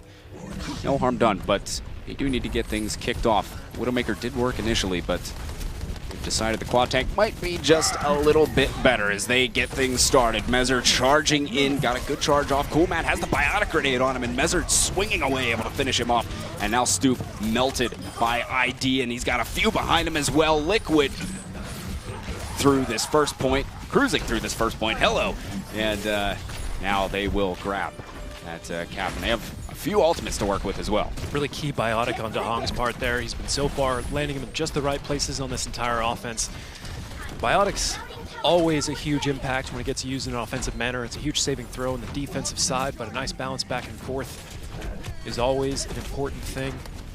Offensively, it's a big disconcerting thing for the people on defense. As soon as it lands, you just kind of know you're unsafe. Good high ground control from Fnatic initially. The self-destruct comes in from Happy Cool, starts it off and takes down Mezzer. AZK Minstrel follow him as well. Great push in from Fnatic, and they really didn't use a whole lot of ultimates on top of that. I think they used the tac visor out from Buds and the self-destruct from Happy Cool. Other than that, they didn't need anything, but Liquid hadn't used anything in their arsenal, and they'll have 3 to go, 3 to work with, so We'll have to see. Cool Matt will be up on his pulse bomb soon. It's almost a 4-4 situation in the ultimates. Fnatic with the high ground. Difficult thing to push through here. They will drop down on top of Liquid any moment now. Oh, look at this. They pinched Buds back into the corner. That was... I don't know if they're going to be able to clean up on him. No, he's got the rest of Fnatic to the rescue. Cool Matt is actually the one to fall in the end, and here's a self-destruct inside of the big health pack room, and the sound barrier is going to be used on the side of Fnatic as well. And a whole chorus of ultimates inside of that big health pack room are going to go off, including a sound barrier for Liquid, but still no picks. Just as I say that, finally, ID is able to find Vonethil inside of there, so they continue to scrap it out on the cart, and Fnatic has just been... Liquid has just been pushing this whole time here. Buds is just firing away up top, and he will use that tac visor. Oh no, Rafa coming straight in to shut that down. He had no chance. He's getting a bit of damage off the guys in the back line, but unable to secure any kills, and Buds is just still firing away. He's uncontested up top. Not that he's really doing all that much, though, so it's not as big of an issue. Liquid is getting themselves out of there. But Bud's unable to secure kills, still dealing damage, which is big. Just want to surprised Liquid was able to escape out of that Minstrel. On the fence there for a second, Cool Matt trying to pick him off. Mezzer came over, saved him, the speed boosted back out, reuniting their team for another push.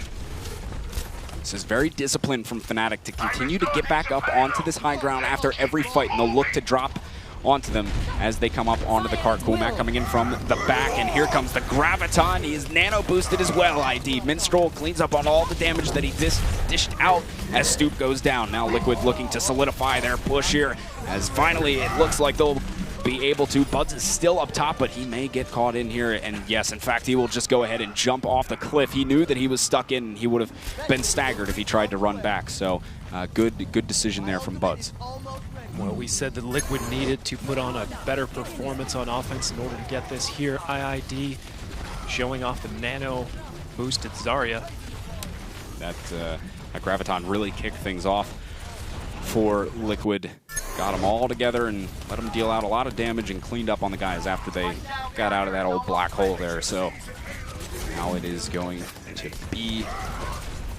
It's going to be Liquid working their way in as the sound barrier comes out. Big hook in from AZK. Cust is there with the Transcendence as well. Self-destruct, 2 picks already going in favor of Liquid, though. The charge comes through. There was an Earth Shatter. It is looking quite good for Liquid here as they pick up 3 kills already on this. And now Stoop is looking to make his way back out of spawn, and he uses an Earth Shatter. Nobody's home to clean up on it, though. That is disappointing for Stoop, and they are able to make it past Fnatic's point, and look at that. We will be seeing Liquid coming up big on the offense. Liquid able to keep it alive, pushing into the 3rd map here. Fnatic starting to pay for not getting that last final meters there. Liquid with a valiant hold and a much better offense than we saw on Hollywood. Very curious what this 3rd map's going to be. That was ridiculous, the way we saw Fnatic coming out after their dominating performance in map number 1. Just continue, the pause didn't affect anything. Just continue to have so much energy moving forward. They had like 5 minutes on every single checkpoint when they came through the door. And then meters from the end, we see Liquid start to hold, continue to hold, and that was the huge difference maker. That was not in any way how I thought that match was going to go, given the first 2 checkpoints. No, honestly, I felt really good about Fnatic. Yeah. They were just cruising, absolutely cruising. And I'm not sure what happened to them going into that 3rd and final checkpoint. Liquid really started to turn it on. They had a great defense there. Got to credit them. It wasn't just Fnatic falling apart. Sure. Certainly a great defense for Liquid, and that was huge because they supplemented that with a solid offense. Got to the end, and now we see a 3rd map. Fnatic actually able to get some good dividing pushes, self-destruct there on the last point, creating a big rift on the Team Liquid side. And Liquid actually able to hold it together in the chaos, which kind of summarized a lot of what I saw on Gibraltar there. Fnatic doing a great job dividing the team, causing trouble with that, and Liquid just not being phased, keeping it together, pushing through regardless. A lot of momentum coming out on their side. Perhaps Fnatic cooling off a little bit in the pause that they needed to take, but now it's back on their map pick, I believe. So I would not be surprised to see something obviously further in their favor, probably getting away from a hard payload. We do know that they like to flex on those maps like Hybrid and 2CP, so there's a good chance that they're going to be picking something that has a strong defensive hold to start out, and that's going to be a real test of whether Liquid can get through that, just like they, well, couldn't on Hollywood. Absolutely, and we'll take another look at that first hold from Liquid, that first checkpoint, as they were able to take it here, tying up our series. We go to game 3. They just looked really solid. Started off shaky at the beginning of this map, but really turned it on. I think they just felt so good after that defense. They were able to hold Fnatic, stop them from getting that final checkpoint. I just think they just felt good. So I mean, that's I don't know what else to say about it. They just felt coordinated. They felt solid moving forward, and they made some big plays there. I think the momentum's in their favor. Hey, you still can't discount the strength of the dive comp on Fnatic's part. If they'd actually pushed that offense all the way to completion, we might be looking at a tiebreaker overtime kind of situation. Fnatic's definitely going to have to complete that offense. That is certainly one of their strengths with that dive comp. Defensively, again, it's going to depend on the map that we see. Looks like it's going to be King's Row. That makes a lot of sense, kind of echoing that hybrid map philosophy. Interested to see what Fnatic breaks out here on defense, likely falling back on the tank meta that they did like they did before, and then going for dives on offense. Liquid going to be put to the ultimate test as map advantage starting to play a big factor here in this fight. Absolutely, and Liquid, it's all up to them in this situation, as they are going to have to play on Fnatic's map pick. But I don't know I've ever seen a situation when a team was able to turn around a momentum so severely as they were able to do at the end of this map push. And so I didn't think I'd be saying this after map number 1, but what does Fnatic need to do to take it to Liquid in this situation? I mean, I think Fnatic, for them, break out their dive comp again, because it was still working so well for them. I think maybe the last point of Gibraltar was just kind of a faux pas kind of thing, and Liquid really just turned it on, and it wasn't necessarily a fault of their own. I think the dive comp works well for them, and you know, we could be seeing it again. Of course, first they will be on the defense, but you know, when we go to the offensive side, I wouldn't be surprised if we saw it. The last point of Gibraltar is a difficult one to take, so yeah, it might actually be. I mean, it's hard to say whether Liquid is becoming used to the kind of dynamics of the dive comp, and that's why they were able to hold there on the last point after being pressed with it so long, or if it's just the nature of the map itself, or perhaps, you know, circumstances of just somebody getting the right pick at the right time. Definitely going to see Fnatic's defensive capabilities here as they are starting out on the defensive side of King's Row. Team Liquid starting out on offense. Fnatic right now looking like they have a Mei. Saw Complexity use that quite effectively earlier today on this map. Bud's playing Reaper, Stoop back on Reinhardt. Well, never really left Reinhardt. Well, yeah. Cool Mad on Roadhog. Yeah. Custa on Ana this time instead of Zenyatta. Interesting. Always interesting. Never mind. There we go. Right back to Zenyatta. Well, every single time I say it, it goes back to Zenyatta. Yeah, as we were saying before, he's really quite the fan of playing Zenyatta. I mean, he's done it pretty much all day today, if I'm not mistaken. Makes a lot of sense in the current meta with Roadhog and Soldier 76 being able to heal themselves. You can kind of make up that lack of healing from Ana, along with just, again, we've talked about it before, the strength. 4 tanks here on Team Liquid's side. Discord's going to come and play huge on this part of the map. Charges in right away, getting shut down by Coolmat, though. He had the bubble to boot, but no, Coolmat, look at this, 2 for him off the start, eventually being finished off by ID, but still, this guy came up with 2 pretty big picks for Fnatic here. But if Liquid can regroup quickly and work their way in, they might have a shot, because they do have that respawn advantage, and Coolmat's got a long way back. But Rafa going down very late there, staggered that, kind of freeing up Fnatic from that one problem they had with Coolmat being out. Vonethil going back to speed boost Coolmat back into the fight to make sure they got up there a little bit faster. Great Lucio play there, something you see somewhat often when time allows. Mezzer starting to push directly on the corner of this fight. Liquid looking for an angle in against Zenyatta. Ooh, here they go, pushing their way in. Halfy starts it off, takes down Mezzer, and now it is Fnatic getting 3 of their players shut down as AZK goes off on the Roadhog. And it is the Transcendence coming out from the side of Fnatic. Custa trying to have his team hang on to this point as long as possible. And now the Nano Boost from the Hang is going to go off there, and he has just taken Custa to town, landing all of those shots. And he is going to help Liquid get onto this point, get some time down. They at least have the first tick, and a good biotic grenade is going to land onto the players of Fnatic. Self-destruct out, and And Earth Shatter is going to put Vonathil onto the ground. Mezzer charging him into the wall. See you later. Liquid now picking up 3. There's no way Fnatic's going to be able to hold onto this one, I don't think, as Liquid looking pretty strong there, grabbing up this first point with 2 minutes. Vonathil getting charged to Hong, sleeping Coolmat's Roadhog, taking out 2 key players, key heroes on the first point, enabling them to take that. 4 minutes and 20 seconds left on the clock. Liquid looking strong so far. AZK almost with a whole hog. Zarya with Graviton. Minstrel very close to his sound barrier. And a fight coming out of the first choke point here after the first point on King's Row. Fnatic playing a little bit farther back than we saw in the complexity battle.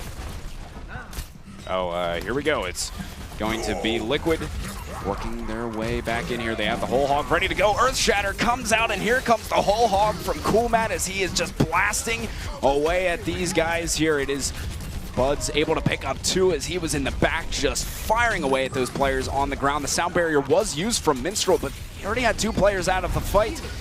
And it is Fnatic holding on here. And they are looking pretty solid, and they have 3 ultimates to their name as well. Vonathil, Custa both have it. Buds with Attack Visor. 2 big support ultimates at their disposal for when this nano boost comes in on the side of Liquid. Also with a Tranquility on Custa. Able to hold quite a bit as long as Biotic doesn't land on the members of his team inside that Tranquility. Being forced off the card here, Liquid starting to rebuild, and Tranquility coming out on the side of Fnatic. Stoop was pulled in, and he had, oh, look at that, finished off by Mezzer. Pulled in and got the Biotic Grenade on him. Beautiful combination. Mezzer getting nano boosted, charges Buds into the wall as well. That's 2 for him so far on this fight. AZK is taken out by Happy Cool, but that self-destruct is going to land right on top of the cart, forcing everybody out of the way. And Mezzer's still going to town back there as he's able to take care of Custis, so it is still Coolmat in by himself, but finished off quite quickly as Liquid able to get a pretty solid push off there, and they will continue to cruise. What are you up with ultimates at the moment? ID is slowly building his way towards a Graviton Surge, and Minstrel is going to have a sound barrier in a little while, probably not for this next fight. So far seeing a lot of the same dynamics from Gibraltar come out on the side of Team Liquid. They're getting a lot of ults dumped on them by Fnatic just now. Persisted anyways. Another fight coming out here. Shield game taking place. Stoops on the cart. Mezzer. Rafa getting pulled in, but he flies away with a shield on him. Just poking back and forth at each other. Stoop is, he was looking to work his way in. I did hear a hook come out from Coolmat, and now the charge. Buds finishing off Rafa as he was ejected from his suit, and Coolmat is in the thick of things. Graviton is going to come out, and Coolmat is trying to keep himself alive as long as he can. The nano boost as well will fly out there along with the sound barrier. Liquid using a lot of ultimates here, and AZK able to clean up on 2. Vonathil in the end crushed. That is Liquid. Solid push. And Happy Cool's still in there, but he will be staggered quite greatly. I mean, they pull him in here. They honestly, when that kind of thing happens, you can just leave him, just let him sit for an extra few seconds. Why not? You can stagger him further. You don't need to immediately kill him there. He's by himself. But they decide to take him out quite quickly. Regardless, he was staggered, so Fnatic is going to have to reposition for this fight. Happy Cool has joined them yet again, and here comes the whole hog in the back. A lot of that getting eaten up by Rafa. It's Coolmat. Couldn't really find all that much with it, but it doesn't matter. Fnatic is going to clean up on a couple. Buds, Custa among the players. Liquid has to back themselves up. They do still have 2 minutes and 15 seconds, folks, to work with. So a decent bit of time, and Fnatic actually playing very aggressive forward. But look how many ultimates that they have on the side of Fnatic. There's a lot for them to work with on this defense. 5 and Coolmat building his rather quickly. Given the rest of them, he'll probably be able to break out a whole hog in the middle of the next fight. Here we go. There is a Graviton Surge out. There was the self-destruct. Rafa, AZK able to find 2. Buds striking back on his own, though. 2 more picks. It is a one-man advantage for Fnatic, which is quickly negated by AZK, who finds 2 big ones there on the card, and he goes for the whole hog. Shut down. Oh, here comes the nano boost off onto AZK, though, as he starts wreaking havoc. Pulls Happy Cool as the baby diva, and he will just dispatch of him quite quickly. And it is Liquid rolling now. 1 minute and 25 left. Fnatic is getting their respawns to try and contest this card a little bit. Stoop wants to move on in there. 2 support ultimates up for Fnatic, so they have a lot of gusto to to keep themselves alive during this next fight. They just got to coordinate them properly. Pulling in Cool Man as AZK is on a tear right now. Just finding picks left and right. Stoop, Happy Cool, both combining 4 picks as the self-destruct comes in on the side of Fnatic, so they will hold Liquid off, force them to back up. And there is still Rafa on the point in there, but he will be taken care of. So Fnatic holding on for now, 50 seconds left for Liquid. Stu playing very far forward, 2 to 3 of the back line of Team Liquid. He will go down for his efforts, though. He needs to get up back in the fight very quickly as Liquid is approaching the final point, trying for the final push. 42 seconds left on the clock. If they are able to get this cap, they're going to put a lot of pressure. Fnatic perhaps taking the entire set off of them. Here we go. There is a sound barrier out. Bud's trying to come around on the backside to use that tack visor. Some of it being shut down by the D.Va. Can't really find a good position to use much of it, and there is a nano boost from Dahang out onto AZK, and here comes the savagery from Liquid, just picking apart Fnatic one by one. They're looking good to cap this off with just about 10 seconds left. You really want to get it before it goes into overtime. There's no one around for Fnatic to contest, and they will get it done with 8.1 seconds. They'll get a little bit of time back in their bank when they go for their second half, but getting it done in the end, that's what counts for Liquid. You see the replays here, that whole hog from AZK shoving Custa down into the pit. He was able to get Cool Mat, and a little assist with the hook as well to finish off Vonatil, but still, Liquid getting it done. We'll see what Fnatic decides to come out with on their offense. We were discussing a possibility of some sort of a dive comp. That is, they have it at their disposal. Off the start here, we see Happy on Pharah, and I wouldn't be too shocked if he decided to stay on this. Because, I mean, Happy is a great projectile DPS player, and I wouldn't be astonished if he stayed. We'll have to see. They may decide to switch it up in the end, but they certainly have the player to do it. We've already seen it today. We've talked a little bit about the shield game, back and forth. Reinhardt's making sure their barrier is up, trying to trick the other Reinhardt into dropping an Earth Shatter and block it back and forth. Now Pharah, pretty good impact on that kind of situation, finding angles, staying on the ground, just soaking the shield with rockets as long as they don't get absorbed by D.Va. D.Va causing a lot of problems for Pharah, even if D.Va doesn't intend to, can absorb a lot of the shots. That can always be a big problem, but as long as Pharah stays on the ground, looks to just soak with that clip, reloads when the team fight starts, boosts into the air, provide that same kind of effect that Tracer and Genji have, where you have to try and worry about all these different angles that are going on. You get shots in over your barrier, into your back line. If Pharah stays cool, there's just so many different angles coming out. Looks like Fnatic not going to pull the trigger on this being a lineup yet. A Winston, no Reinhardt whatsoever. Offie switching to Genji. Cool Mat switching to D.Va. Okay. Bud's coming out on Tracer. All right. Still running. We are going with a dive comp here. As expected from Fnatic, Liquid going to have to hold strong. Here we go. I like it. Let's see as they start to work their way in. Using this dive comp worked well for them on Hollywood, but 2 players going down already as Liquid hunt down the supports, and Happy Cool among the victims of Liquid. Crushing these guys, they attempt to push in. Look at this, they're staggering Cool Mat. This is what you want to do right here. So far, just letting him sit there, he's not doing any harm. Eventually kill him, but that's good. It buys you a few extra seconds. You pair that up and do it multiple times over the course of the game. It can add up in time and make a difference. Can definitely add up. Cool Mat just now respawning. Fnatic putting together their second push on the first point here on King's Row. In the second map of the semifinals, Fnatic versus Team Liquid. The winner of this moves on to the finals to face against Cloud9. This dive comp can be hard to do against Quad Tank, which Liquid is running, but so far they are making it work, at least on this push. And Minstrel, who got lit up by Buds, eventually finished off, so things really looking solid for Fnatic now. As they completely wipe them off of this point, they will get the first tick and inevitably get this full cap here as well. Liquid is going to have to go back into the streets phase and get set up, and Fnatic's got a decent bit of ultimates to work with here. Fnatic leaving 2 on the cap to take care of that, pushing 4 forward to press back on Team Liquid. Stoop getting pulled. Fnatic's going to have to back off.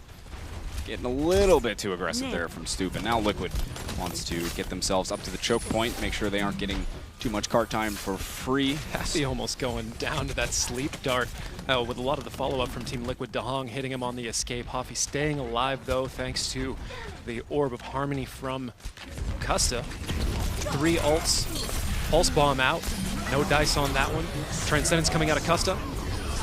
Here we go. They are battling it out on the card. Happy Cool Man both able to get some, and it is the sound barrier out from Vonethil as he is going to hunt down Mezzer to clean up. And that is Fnatic with a solid push here so far. 2 picks in their favor. Liquid is not going to be able to hold on here, and then eventually finishing off Minstrel. A well-coordinated push from Fnatic, working their way through the streets phase. 4 minutes for them to get to the second point. They're certainly doing pretty good in the time department here. Definitely. Along with the ultimate economy starting to tip back into Team Liquid's favor. 4, almost 5 on the side of Liquid. That's going to be a hard thing to get through even with a dive comp. AZK pressing the whole hog to push back. Fnatic getting prodded up into Graviton. Graviton ID throws that one out onto the field. Coolman, though, is able to negate most of the damage that was coming forward on his team, so they didn't find much. And in fact, he's able to get 2. AZK and Mezzer, he may finish those guys off as a baby diva as well. I'm not completely sure, but nonetheless, he picks up 2 picks. ID gets the nano boost as he's on the cart just trying to melt whoever he can, and he finds 2 at the right click. And that will allow Liquid to hold on here. Decent bit of ultimates invested. Oh, Vonethil gets finished off at the end too by Dahang. Decent bit of ultimates invested from both sides, but Liquid will have the Earth Shatter from Mezzer and the Self-Destruct for Rafa. As far as Fnatic goes, they'll soon be coming up on the Transcendence Dragon Blade, and they already have the Pulse Bomb ready to go as well. So Fnatic sticking tight on this dive comp. They slowly start to move that cart up through the streets phase. Liquid wants to make sure that they don't want to invest everything that they have to hold this card here necessarily. Look at this. Earth Shatter comes out, though. Mezzer able to get both of the supports. That is huge. I think he was hiding and was able to get that off. He was out in the alleyway, which is a massive play from Mezzer. And now Stoop and Cool Matt striking back. Stoop actually getting 2 here on Winston. And they are still scrapping on the cart, but Cool Matt is off by himself, getting back into his suit. He wants to finish off Mezzer, who gets the charge off onto him. Bud's helping his teammate out, though. It's a broment there.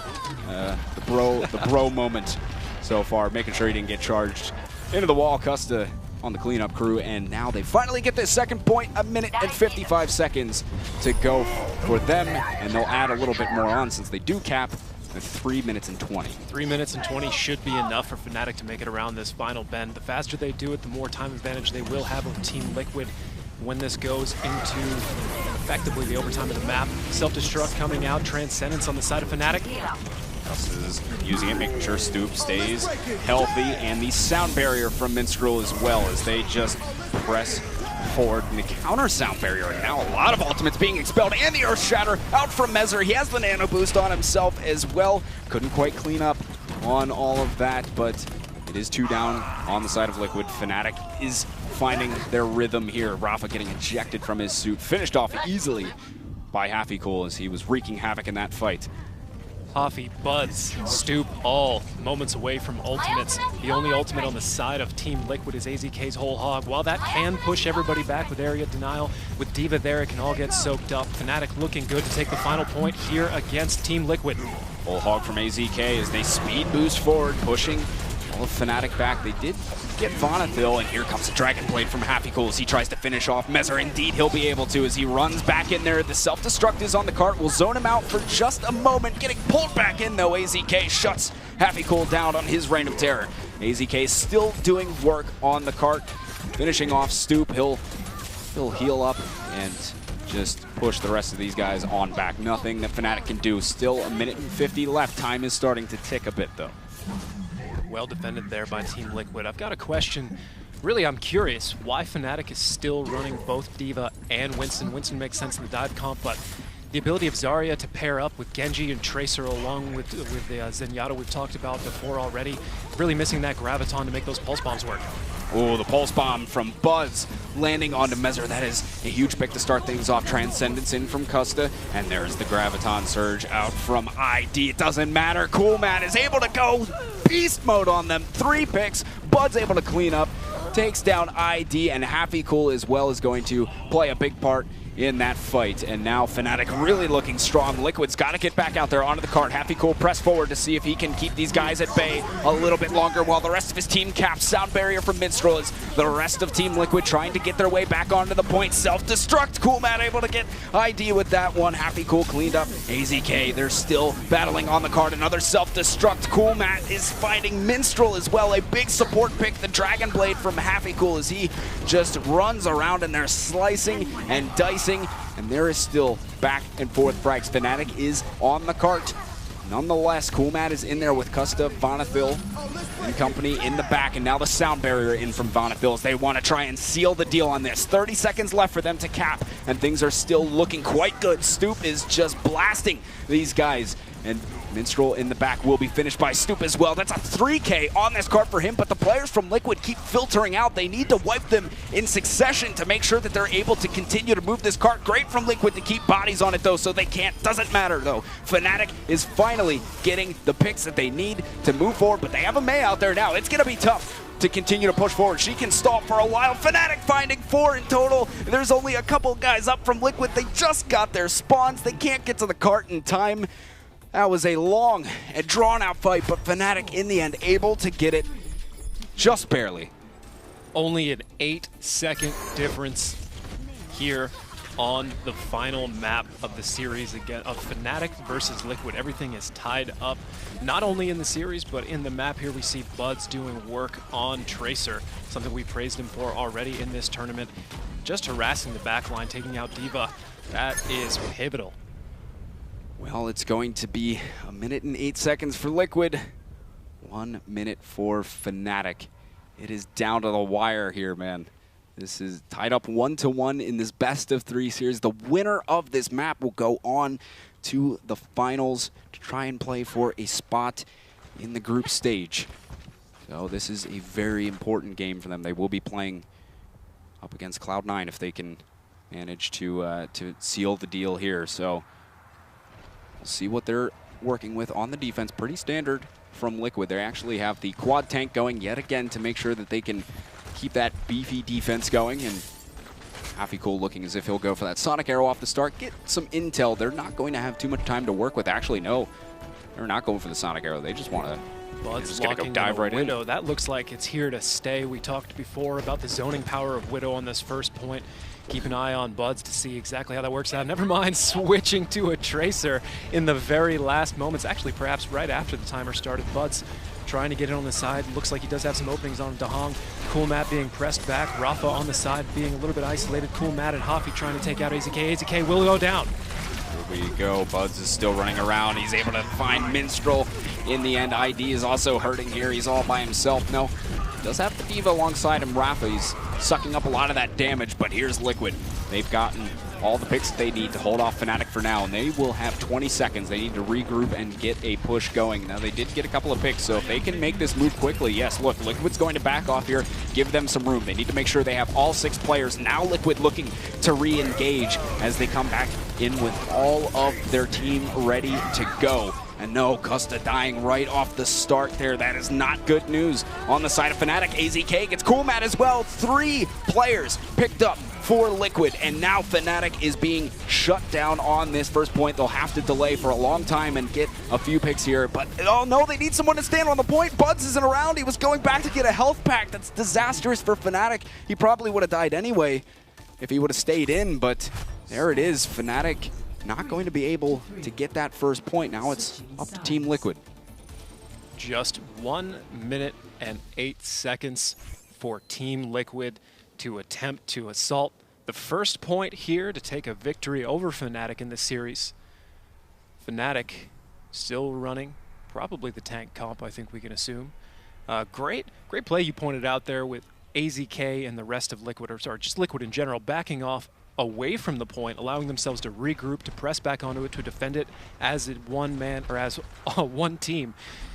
Fnatic still picking 2 of their heroes. When you get those picks on offense that Fnatic had, the respawn for Liquid is so far away, so they traded players around similar times, right? And then Fnatic they know that they have that respawn advantage. Liquid guys are going to be pretty far away, so when Fnatic gets those respawns, they want to push as quickly as possible. And Liquid knows that they have the respawn disadvantage, so they know that they got to back off through that choke point. It's exactly what you saw there. They re-engaged and took the fight with all 6 of their players and were able to stop it. So here it is. Team Liquid in control of their destiny right now. They have to win this first point in under a minute and 8 seconds, or with a minute 8 comp seconds. trying to hold against a 3-tank. Sorry, other way around. 4-tank comp trying to press into a 3-tank comp. They look like they want to go in through this hotel side. No, they're going to come straight back out from the statue side of the point. Rafa already in, just dishing damage out to Cool Matt. Rafa was slept, but he'll pick himself right back up. They're just poking a lot at the moment. Mezzer charging in, nobody around for him to take care of, and he actually got a biotic grenade put onto him. I'm not sure if he'll survive much longer. Mezzer ends up going down. They trade out with Cool Matt. At least the respawns from Liquid are starting to come through here, though, but Fnatic holding strong on the point. AZK's stuck out no man's land by himself. He's in a little bit of trouble here, just getting melted by Buds, landing all of those headshots, but Liquid 15 seconds to get back in now. They have the whole hog from AZK. Is going to get the nano boost as well, trying to just blast these guys back. He gets hooked in, takes down Stoop actually as he was in that nano boost. And now Liquid's got themselves onto the point at least. Fnatic's going to have to come right back out here strong. Cool Matt was finished in the middle of the fight. Self-destruct. AZK gets taken down by Happy Cool. Self-destruct. Fnatic really needs to come up big now. Another self-destruct will be out. They gotta hide. Buds goes down by Rafa, and that self-destruct still battling on the point here as Fnatic is getting their respawns in, and Liquid is looking a bit iffy. The sound barrier comes out now. The Graviton Surge as well. Not going to find all that much. Stoop is getting 2 though. Fnatic finally starting to come out on top of it. There's only 3 players up for Liquid. They need to get back onto the point, and quickly Minstrel goes down. Fnatic holding on here. It's just Mezzer on the point. He's delaying as long as he can. Oh, I thought he got back on. Not quite. Fnatic making a big defense there, and that will see us a draw. Which is, oh my goodness. That is what you call some wild stuff there. Big defenses, clutch defenses in the final moments. Whew. Yeah, man. What a close one there. This is... We've seen the complete progression of maps here, the way everything could go. We have a dominant map from Fnatic, then Liquid comes out with the amazing hold in the win, and now a draw, which means we go to another map to decide this one because it's still tied up.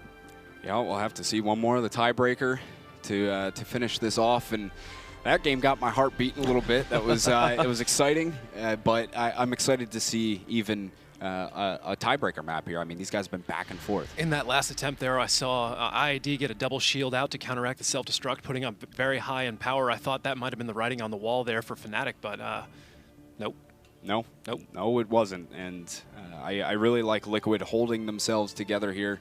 And Fnatic too, because it has been a chess match in this game. They've really been striking back and forth. One team will get some momentum, and then the other getting themselves right back into it. So it's been great to watch thus far. We'll see. They will be heading on to Ilios, I believe, as the tiebreaker map. I believe it is a point of Ilios. So it's going to come down to the wire, man. It's going to be some good stuff. We still have yet. That was why they had to go to the tiebreaker, right? Because we didn't play Ilios, and we have to play Ilios, right? Yeah. So we're this close. We'll take another look at a Winston play here as he's able to pick up 3 on the side of Fnatic, I believe it was, who was running the dive comp. Very impressive stuff from them as they're able to hold on just when they were on the brink. Yeah, Stoop was just really pulled off 3 or 4 kills here. He was just all over these guys.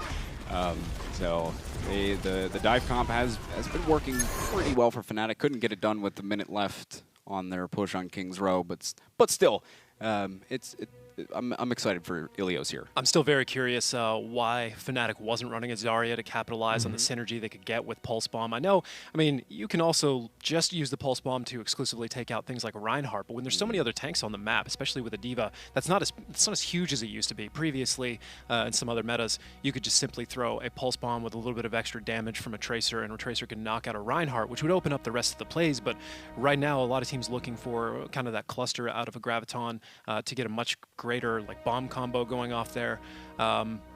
really curious, just in general, why Absolutely. both a D.Va and a Winston. Yeah. Both were playing well. We just question the synergy of it. Yeah, no, it was interesting to watch them pull out that dive comp and stick with it the entire way through. We've been seeing teams pull out dive comps for the first point, but usually after they get their first wipe or something, they'll go and switch back to something else. And they stuck with that dive comp the whole way through. And there's also the ability of Zarya to shield those forwards, like Tracer in that circumstance, which allows her to play so much more aggressively, knowing that somebody's got her back, along with Zenyatta throwing an orb on her. That's much tougher Tracer to deal with. Kind of harkens back to the days when Symmetra was just sort of around to buff the shields on characters like Tracer and Genji and let them go nuts. But those days are long since past. Going in here to Ilios. This is going to be a best of 3, folks, on Ilios. So we do have a full map to play. It is going to be an exciting one at that.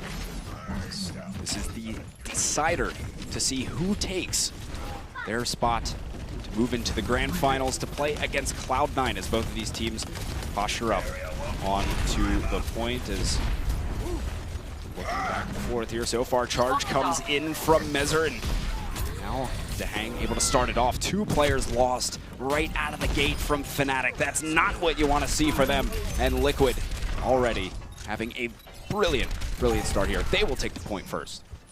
Fnatic, according to some people, I'm not going to throw people under the bus here, perhaps weaker on King of the Hill. They at least like to practice maps with firm control. The result of this in particular is definitely going to kind of bring to light exactly how well these teams will match up against Cloud9, as Cloud9 did take Ilios in their previous match. Expect to see them play it again. Here we go, Earth Shatter out from Mezzer as he's swinging away at guys on the ground here, and Vonnevil's taken out as the Nano Boost is going to come out onto Mezzer. He is just swinging away at guys out onto the point, and 2 picks, actually 4 in total, going the way of Liquid. So they are having a tough time, Fnatic. Get themselves back on it. 40% and counting on our first stage of Ilios here. Bud's sticking to the Reaper right now, trying to go up against the 4-tank combo from Team Liquid. The tank busting power is effective if you can get in there, with D.Va being able to shut him down so well. Looking to see if he's going to change off that anytime soon. We do see a Zarya come out of Cool Mat to reinitiate this next fight. Fnatic trying to take it to Team Liquid right now. Stoop taken down right away. Happy Cool gets slapped, and it will be Buds just slashing away with those Hellfire shotguns, taking down AZK. Now Mezzer is trying to take on Cool Mat, and will be a self-destruct out. Buds has the Nano Boost as well. He doesn't really have much room to work himself in there. There is a Graviton. Vonnevill actually picking up 2 picks of his own. It's the Lucio show here. Minstrel yet finding one, and it is Buds easily able to take care of Rafa outside of his suit. And Fnatic getting themselves on the board here. Liquid with a great hold on the first point, though, 88% in their favor. Hoffy. Have to regroup, though. One thing to note about King of the Hill is if you, or control point, excuse me. One thing to note about it, though, if you don't get the point first, it is very hard to get back into it. Some of those ultimates can snowball. Oh, Reinhardt's. Especially on Lighthouse out of Album. Yeah, and now it is 2 picks in favor of Fnatic. This time they're having an easier time with the hold, and there goes Rafa flying off the cliff. And Fnatic continues to hold on. They also have 4 ultimates to their name, which is going to pay dividends for them, but Liquid also switching ID over to the Pharah. One of the dynamics here of Ilios, Lighthouse in particular, huge choke points coming out. It can be very difficult to retake. Sound barrier coming out of Fnatic's side. Rafi in the back lines. So far, teams keeping up with the shield game. Mezzer's going to go in with a Nano Boost. Flying in, and now is going to be the beat drop as well. Oh! And, oh goodness, hello Happy Cool. That is a big self-destruct there, my friend. That is 3 big self-destruct indeed, and now Fnatic is continuing to hang on. They're swinging this right back around in their favor, man. Liquid started off strong. Now Fnatic is having a brilliant hold themselves. They had a lot of ultimates, and they used quite a few. Cool Mat still with the Graviton Surge.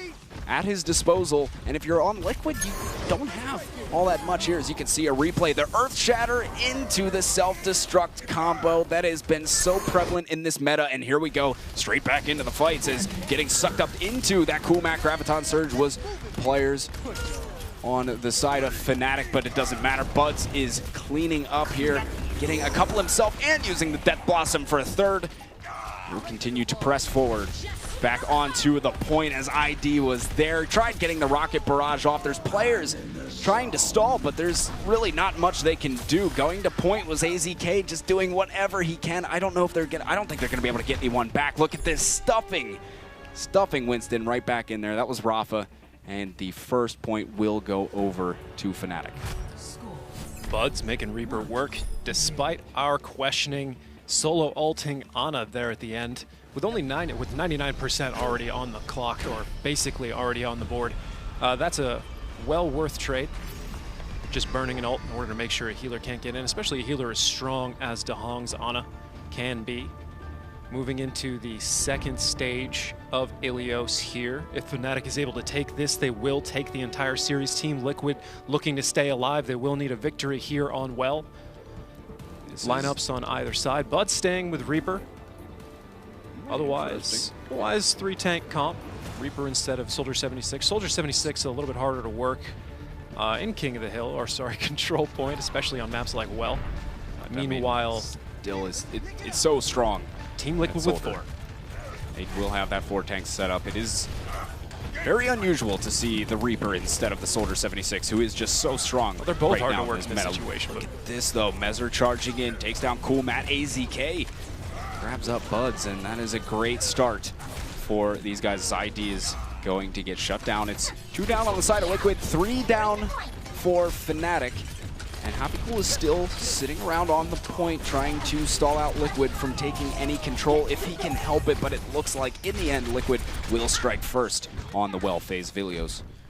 DeHong with a long-range biotic there, opening up the kill on Bonnethil. Rafa chasing it down. Hafi front-lining for Fnatic. Fnatic waiting for the rest of their team to catch up. Bonnethil on his way in. They will push in here momentarily. Mezzer stepping up.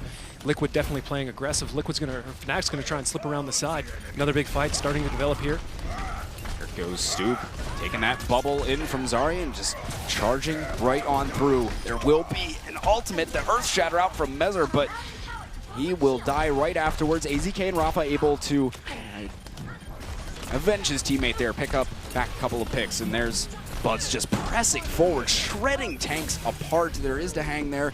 He's quite hurt. We'll have to use Wraith form to get out of the way, but time is still just ticking away for Liquid, and there will be a nano boost out from DeHong, as that will fall off onto ID as he just goes into full face melting mode. And Liquid holding tight. Buds does have a Death Blossom, but Liquid with the Graviton and self-destruct. Nano boosted IAD managing to set back D.Va, causing Fnatic to waste even more time to try and retake this point. 62% on Liquid side, looking good to hold Well. There we go, Graviton in from ID, and Custo was able to get Rafa at least. The self-destruct from Rafa finds 3. That is big-time plays, a beautiful combination. Yet again, we've seen it day in and day out. And Liquid continuing to hold it here. Fnatic is going to have a few ultimates to come back onto this point with. In fact, it'll be support ultimates as well as Stoop's Earth Shatter. They're going to have to move quick, though.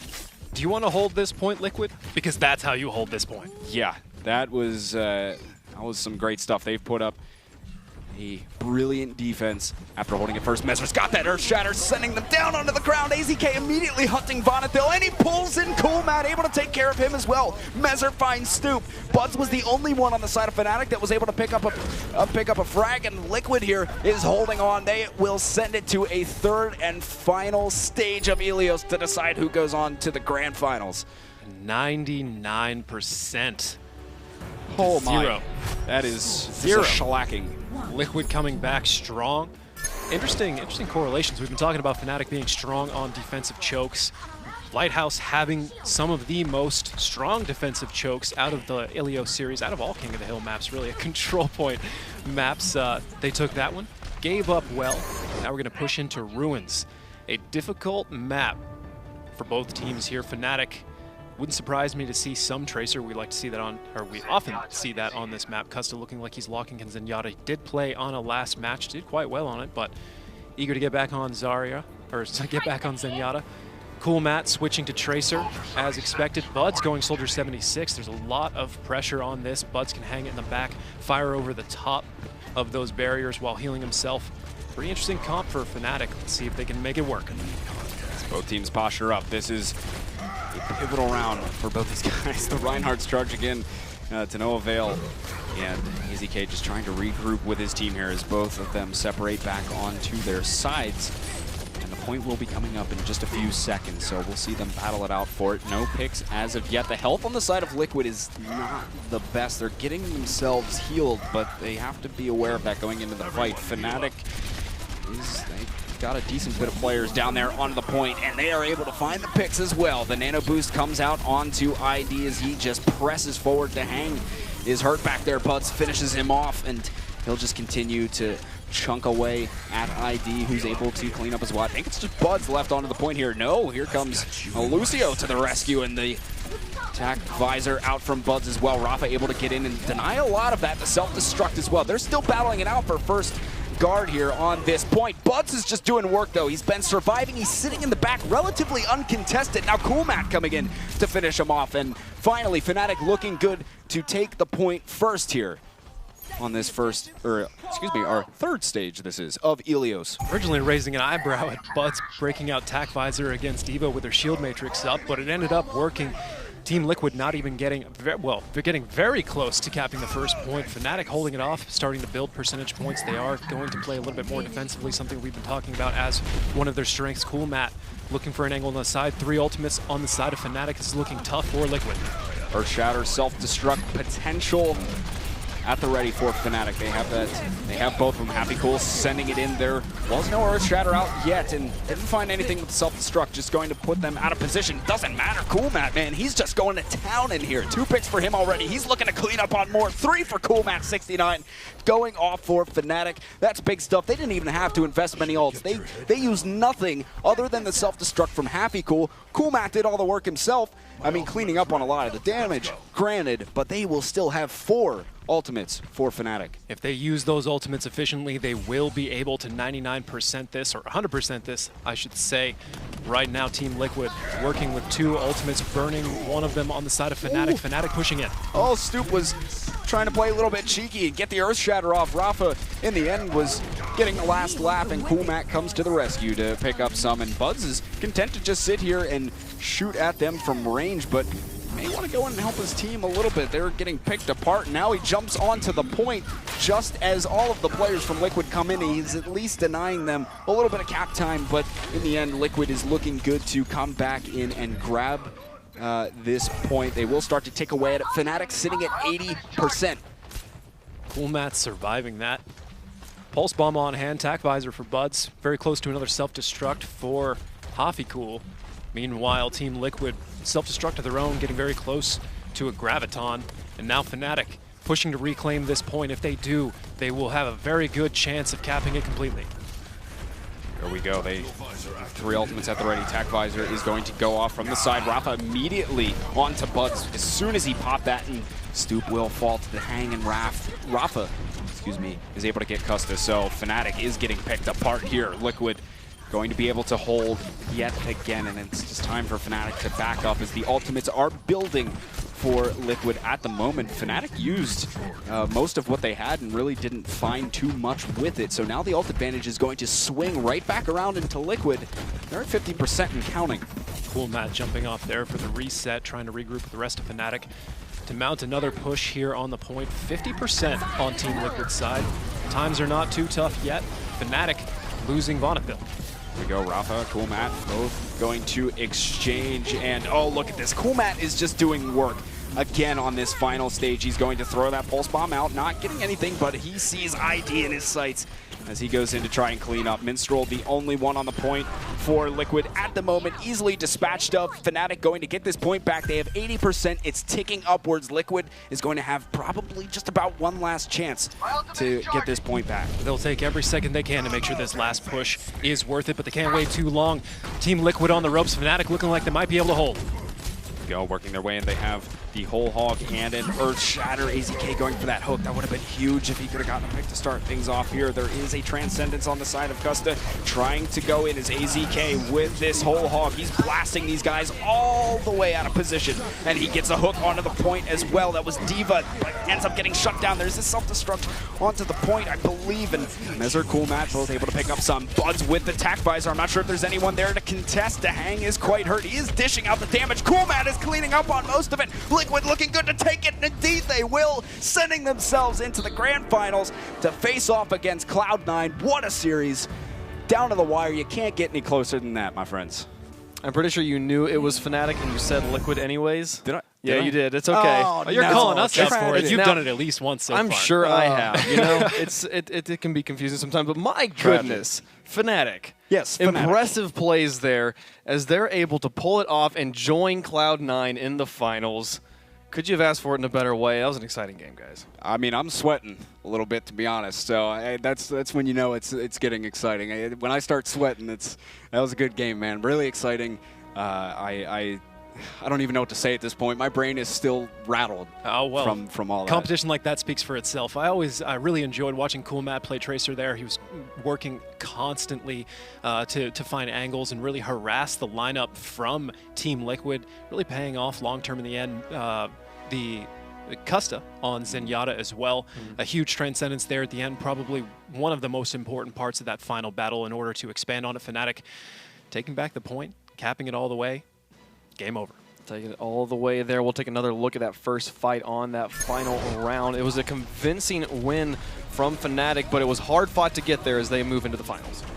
Oh, can't leave out Buds here either in this situation. This is the position we were talking about before, playing Soldier 76 from behind that barrier, and there's Cool Matt doing work. The two of them combining to absolutely provided a dominant force. I mean, it's hard to say that. I mean, we want to use colorful language like that, right? Dominant, impressive, but at the same time, Team Liquid put together a great fight. Look forward to seeing them tomorrow. That will be their next chance, so be sure to tune in to see them play again. Yeah, man, Liquid, it's been rough for them so far. They've been able to get up into that top 8 and get into where they're earning points, but have not been able to get into that finals to have a chance to auto-qualify. Yeah, well, the first day they had a sub. ID came back, so definitely, given the progress, doing even better this time around. Expect to see him again tomorrow for sure. Absolutely. They will be playing Complexity in that third place game. We'll keep you posted on how that game goes. But Cloud9 versus Fnatic are your finals for day number 2 of our qualifiers. We're going to start on talking about Cloud9. They had a great game. We're able to take it 2-0 over the top of Complexity. So how do you feel about this guys going in against Fnatic, who looked strong but then had to really work for their win here? I mean, they had to work, but I still think Fnatic is a fantastic team. But Cloud9 they've been playing well today. All things considered, I mean, we had talked about some of the changes in roster over the past couple months. That doesn't matter, man. They seem to have been playing quite well. They have their form going, and I think going up against Fnatic, it can be tight. We're also questioning their ability to play control point, right? Our insider sources there perhaps taking us for a ride, because I did not see a whole lot of struggling on Fnatic's side on Ilios. And if Cloud9 wants to take him to that, I'd be more than willing to watch that battle. Absolutely. Is there anything that you're thinking that Cloud9 is bringing to this table that Fnatic is really going to have to look out for as they move forward? I'm watching out for Surefour. Surefour and Mendo, yeah, those guys were really making some big plays. You saw in the highlight reels there. I mean, they were really shining throughout the quarters and the semis. So there'll be some guys to look for. So we talked about Cloud9 now. Fnatic. We just watched them play 4 games in a best of 3 to be able to take the win there, as they had to work so hard for that one. They're going to be very warmed up, maybe tired. How do you feel? How do you feel about this one? I mean, I would be tired if I was those guys. That was an all-out brawl. I don't know how long it took exactly. I'm sure we could get a timer on it. But regardless, these guys are used to playing some long hours and grinding it out, and they have a lot of talent here. So I expect they should be just fine moving in here. Custa apparently trolling our admins and responding with a Hanzo and a Symmetra as his most played. Hey, he likes Hanzo and Symmetra. I mean, Custa said he likes to play Bastion. You saw him right there. Having some fun early on. Yeah, but you know, you have so much talent on the Fnatic side. We've talked about how flexible they are in their team compositions. I think that's going to be one of their big strengths moving forward. You've seen these guys all play different heroes and play them well. throughout the course of the games, just to make sure that it gets done. You know, they have a lot of grit. They get in there, and I think, I don't know who I would take in a match against Cloud9. That's tough, but you know I'm going to ask you, right? Yeah, I know you're going to ask me. I'm going to go ahead. I'm just going to go ahead and preempt that. I mean, there's a few factors working against Fnatic here. You could say that they're warmed up, but they are coming back from international travel. They did just play a long series. There's a potential for this to go long as well. But if we want to kind of take a step back and look at prior tournament results and a number of other things, Cloud9's recently lost some maps, given up some maps to teams like Immortals. Fnatic beat Immortals to come into this. Fnatic just beat Team Liquid, something a team we've talked about historically has kind of gone back and forth with teams like Complexity and Cloud9. So if we're just leveraging off past results and what we've seen so far today, Fnatic looks like they're on fire. Fnatic has the kind of that record to back them up, but nothing's going to be a better decider than what we're about to see. Absolutely not. You know, and Cloud9 has had some time to sit and to watch Fnatic play and to kind of see what they do, but also some time to get some cooler hands, you know, so they're not going to be maybe as warmed up moving into this final. So I think you both said Fnatic. We're going to be starting on Ilios, I believe, because this is the Overwatch Winter Premiere, and we love Ilios here. So we'll be playing that one again. And then so far it's held true that if you want Ilios, you win the series. That's held true today so far. Wasn't true in our finals yesterday. It only happened once yesterday, right? And that was the final game? Yeah, that's right. So it's only once not been true. So I mean, Fnatic. We'll just call it a fluke. Yeah, Ilios is the decider. It's fine. You can just do away the entire rest of the map pool. We'll just play Ilios all day for the rest of the season. No problem.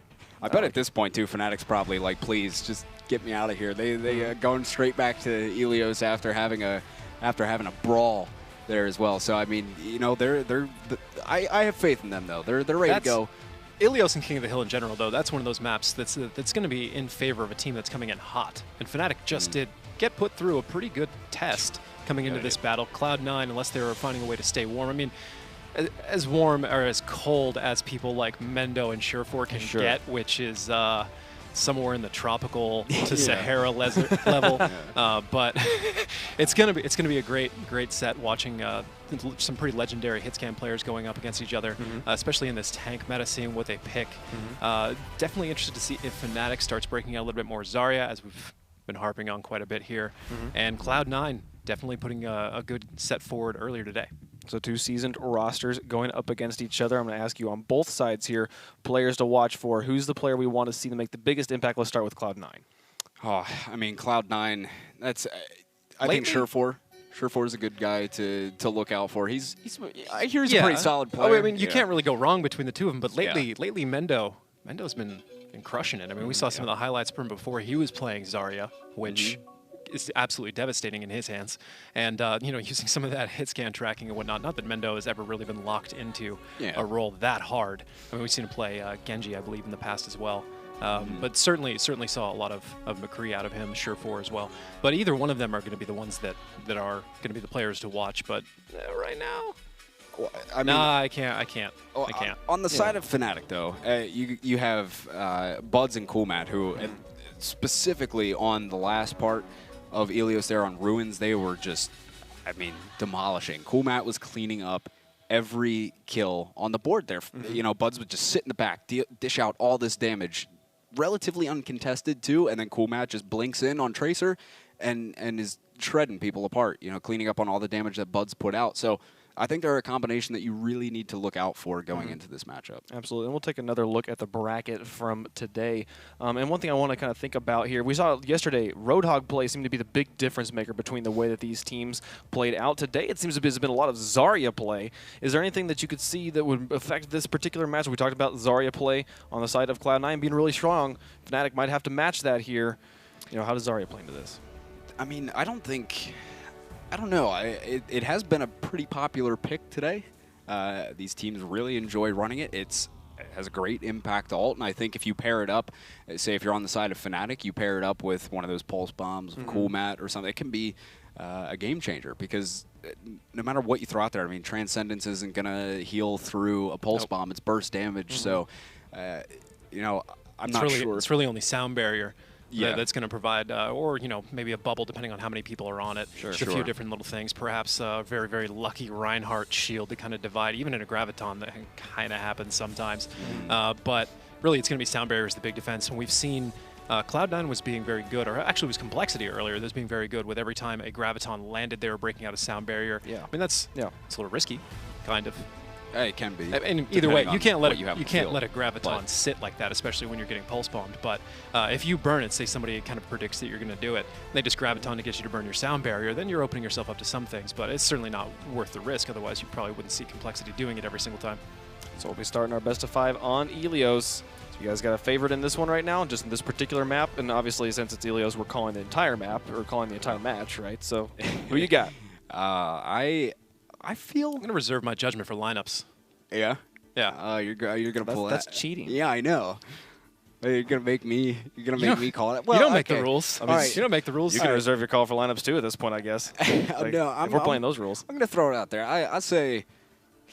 Actually, I don't know, man. That's tough. That's so tough. I feel Cloud9. I feel them. I feel them on this. I think they're gonna come out strong. They've had a little bit of time to chill out and rest too. Maybe not as warmed up, but they've had a little bit of time to maybe go get something to eat. Who knows? Someone on Fnatic, these guys could be starving. They've been battling it out all day long, but we'll have to see. And it should be an exciting one. Keep in mind, too, this is a best of 5. So there's still a potential for a best of 5 in total in maps, I should say. It's best of 3 for Ilios. Given the context of Control Point, Yes. that is a distinction to make. Best of 3 for the first map here at Ilios. Best of 5 for the overall series. So unless there's a tiebreaker, we won't be sealing Ilios again after this moment. Let's head into it, folks. As it will be Fnatic and Cloud9. Both of these teams trying to land a spot into the group stage of the Overwatch Winter Premiere. Right away, a hook going to come in. Surefour gets annihilated by Buds as he is once again just sitting back there on Soldier 76 and pumping the damage into the opposing team. Now charging in his Rib, and he's looking to possibly get melted quickly. No, actually, a Biotic Grenade lands on him. Will get him healed up nice and well, and was able to get some picks before then as well. Coolmat is still in on Tracer at the moment. He really wanted to hunt down Adam, who was low on health, and Coolmat gets taken down behind enemy lines. So Cloud9 striking first, getting the time onto the point. Fnatic will have to regroup. Cloud9 getting an early pick on Bonnethil, virtually assuring that they were going to take the first point on Well here. The only point on Well. Take the point first. We'll get there. And meanwhile, Fnatic trying to work in from the side. Pulse Bomb is up and ready to go for Coolmat, as he is going to come and strike with it, but it's negated by a bubble, I believe that was. So we'll be able to hang on there, and there's attack visor at the ready for Bud sitting in the back. Gotta wait for that shield to go down first. It'd be nice if D.Va was taken out of the mix as well. Coolmat is headhunting onto Surefour there, and that's the opening pick that Fnatic needs. Cloud9 can't even really contest too much. There is a sound barrier coming out. They still have shields up, and the nano boost is used out of Rolf. The Transcendence is going to try and negate most of that damage. Indeed it will. Surefour is going to switch over to Tracer himself and wins the Tracer v Tracer battle, taking down Coolmat. And they are still battling it out on this point, folks, as it is going to be inevitably almost Fnatic that capped it out, but Cloud9 hanging on just barely as they were just a little notch away, Fnatic. With they're at 70%. Surefour dropping off of Roadhog, there won't be any more Roadhog in this battle. Zarya on the side of Cloud9. Meanwhile, Fnatic running only 2 tanks, 2 DPS, 2 healers. Been a while since we've seen that, certainly not in this tournament. Meanwhile, Cloud9 doesn't have all that much to... I guess we saw it with Fnatic's previous count. Cloud9 doesn't have, in terms of ultimates at this moment, they don't have all that much to work with. Happy Cool off that self-destruct is going to initiate Stoop, and Coolmat are combining for some excellent picks. 4 already going up the way of Fnatic, and it's just Surefour left alive. Coolmat will take care of that one. Thank you very much, and Fnatic gets the point back, though. Cloud9 has a lot of time on it, 98%. Fnatic's going to have to hold quite a long time here. Cloud9 has just over a minute to mount their attack to take this back from Fnatic. As soon as they do that, the cap should boil down virtually instantaneously. Cloud9 coming in from the side, trying to work around this gigantic hole here in the middle. Kai in the front line with his nano boost, moving in on top of the back of the tanks. Reinhardt trying to get away. Big Earth Shatter, and Fnatic using the sound barrier just for good measure to make sure they stay healthy in this fight. And Coolmat, once again, is just wreaking havoc on Tracer. Picking up frags left and right. Surefour may go down late in this fight here, too. He's got to be careful. He's trying to get himself back to meet up with his teammates, but that was a big Earth Shatter out of Stoop and able to land Fnatic a lot of kills. Hold on to this point.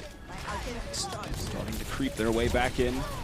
Surefour's got the Pulse Bomb at the ready, and he will actually get taken down by Buds, though. That's tragic for Cloud9. Pulse Bomb taking out Rip. Well, so now Fnatic is still holding on to this point, and they are just continuing to lay the hurt, and this is great stagger that they have here with Kai as well. He came out of his mech suit, eventually jumps into the pit, but Fnatic working back in.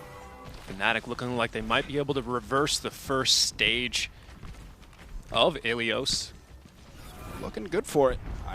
Remember, whoever wins this battle moves on into the finals to play Cloud9.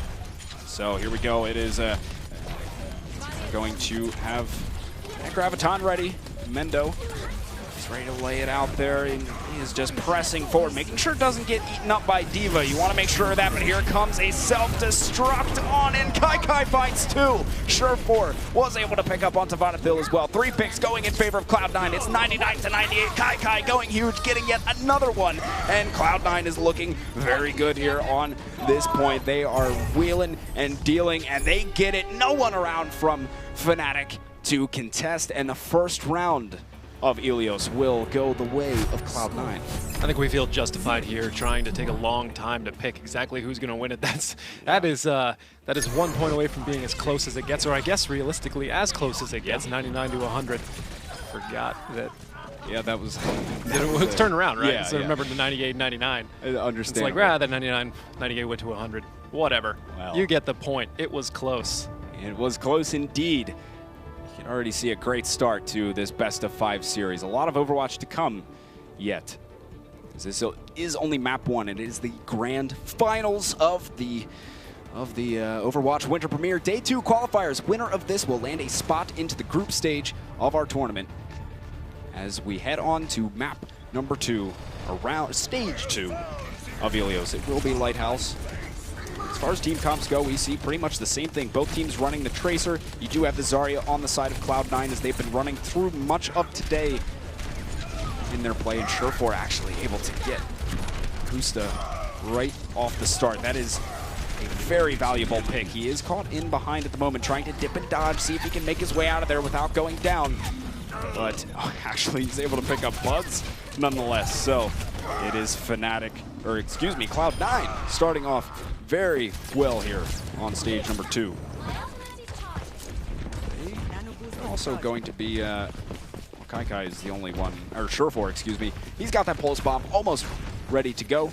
Fnatic is still building up, but it is so tough sometimes to retake. If you don't get that point first, you have to keep in mind it can be very tough to reinitiate. So Surefour looking to come in here. He does have that Pulse Bomb, hunting down Custa yet again, man. He's just, look at him. He's doing exactly what Coolmat was doing previously. He's just all over all of these squishy heroes, the squishiest ones anyway, on the side of Fnatic. And Surefour really making some impact plays here on this second stage. And here we go. He's got Pulse Bomb, a lot of ultimates up. 3, in fact, for Cloud9. Almost have Sound Barrier as well. Correct something I said before, getting lost in the Ilios back-to-back. This is the finals against Cloud9. What I meant to say is whoever wins this will move on to the group stage, play against, so far, the only team is Kingdom, but we will see the second one be locked in here shortly. And Surefour is going to be continuing his reign of terror. Rib gets 2. There was a self-destruct on the point, and Kai will find one with it. Cloud9 is having no issues here. Just an absolute steamroll so far on the second stage. If they are able to hold on, they will take map 1 in the best of 5. Fnatic, though, they've done this before. You saw previously on Well. They went down 98% at the beginning, and they worked their way back. Didn't win in the end, but They did work their way back in. They don't have any ultimates to work with, though, at the moment. No, Cloud9 definitely look like they will take the second stage of Ilios here and wrap up map 1. The ultimate advantage is on their side. They do hold the point 99. We are now in overtime. Oh, just as we say it, though, Fnatic getting a couple back in their favor. Kai putting out that self-destruct. Stoop goes down, and he will continue to hammer away at them on the point as the sound barrier comes out from Vonethil. Kai, as his mini diva, will be shut down. So things, they do have a couple picks onto Cloud9, actually. Fnatic, thanks to HappyCool, who has been doing work on diva. No, the Earth Shatter, though, actually Rib getting put to sleep. That's actually a huge sleep dart coming out from Custa, and that should allow them to grab this point finally. We're at 99% from Cloud9, but Fnatic will have a few ultimates to re-engage with, and almost 4 as Buds is coming up on that whole hog. We're seeing a pattern here, that's for sure. Yeah. Fnatic is doing a good job of working back in to these rounds, but they need to seal the deal on one of them. Ideally, not even put yourself into this position to begin with. But here comes the self-destruct to kind of zone and initiate onto this fight. Stoop is going to have that nano boost as he just hammers away, goes in for the Earth Shatter. He's going to get a lockdown, and that one is the follow-up there, though. That's the question. HappyCool gets 2 to start it off and make that 3, in fact, as HappyCool doing a great job of securing all these kills on the side of Cloud9. There is a self-destruct. I don't think anybody's going to be home to take the damage from that one. So Fnatic getting themselves in here, just doing a great job of holding on to this point, and they're just kind of scattered in this fight. At least Kai, he should be going down shortly, and they're staggering pretty well on the side of Fnatic. Stoop himself going off with a 3K right at the end.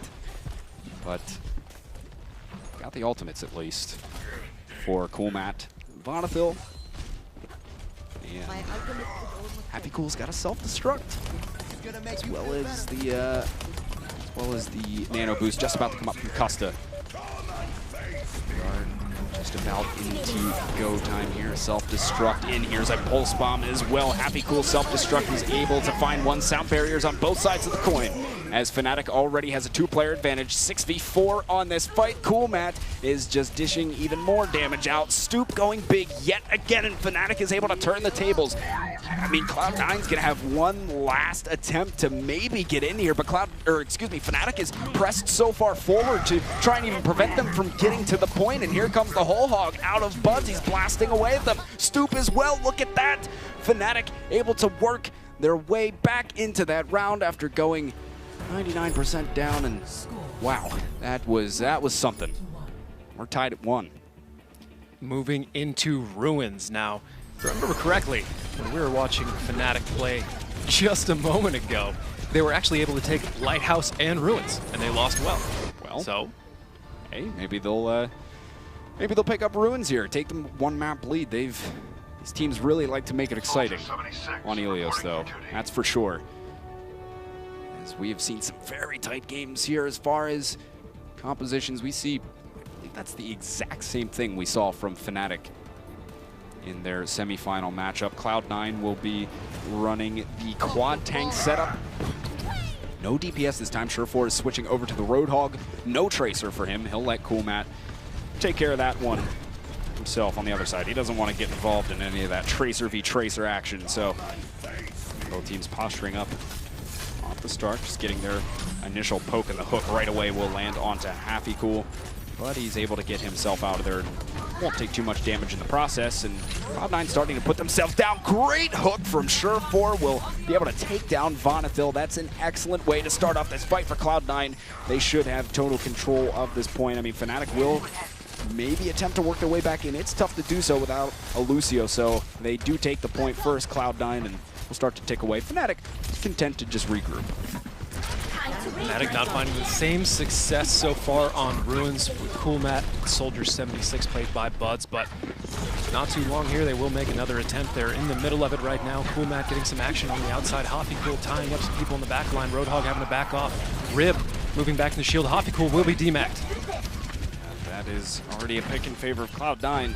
Stoop and Coolmat both going down. HappyCool as well. Everybody's just falling down here. Reset time. And yes, that will be the reset.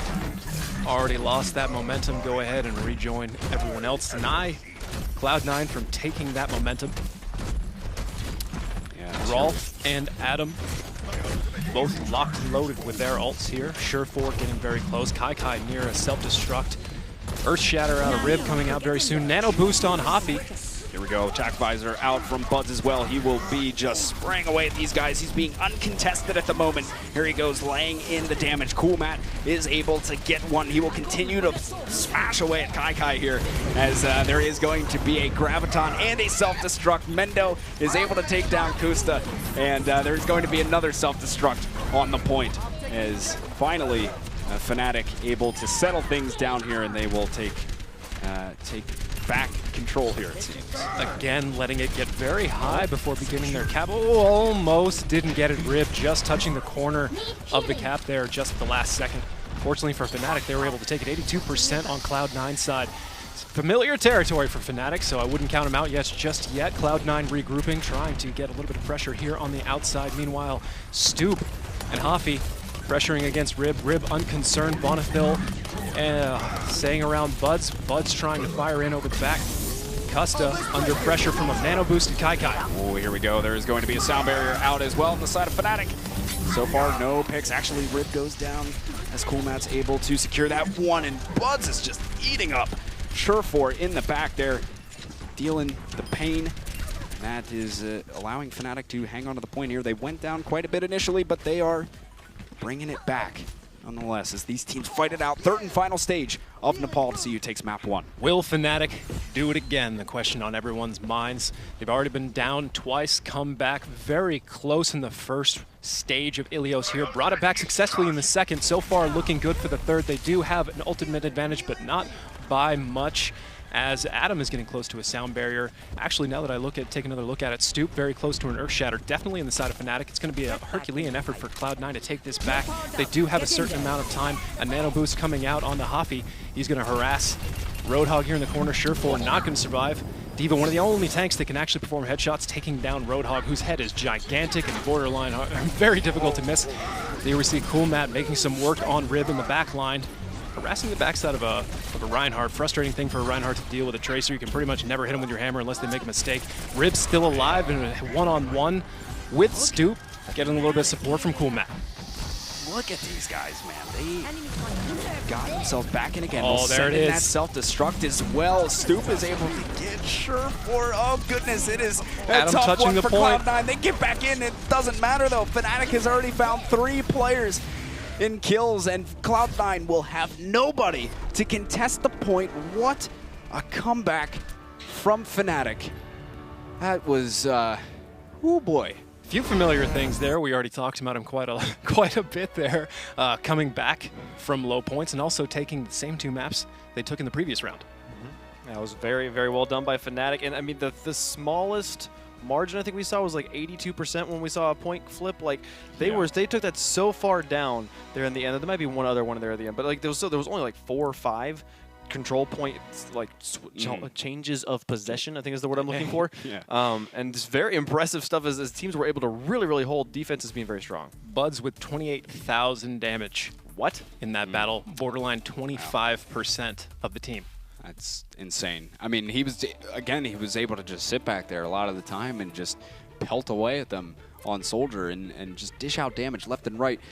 Really looked strong again. Cool Matt was doing a lot of cleanup, but Fnatic is the comeback crew, man. It went down big in each of those so far. In each stage, yeah, so far. I think we can. Don't want to give him the caster's curse. I think we can put to rest this info we've been given that Fnatic is somehow not good at King of the Hill, unless that strong. Unless that info, yeah, that maybe that's the exact phrase, right? Not as strong. Well, in comparison to everything else, but still strong. We'll take another look at them being able to stuff Cloud9 inside the house here. As they're able to take this first game, they got to take 2 more to qualify.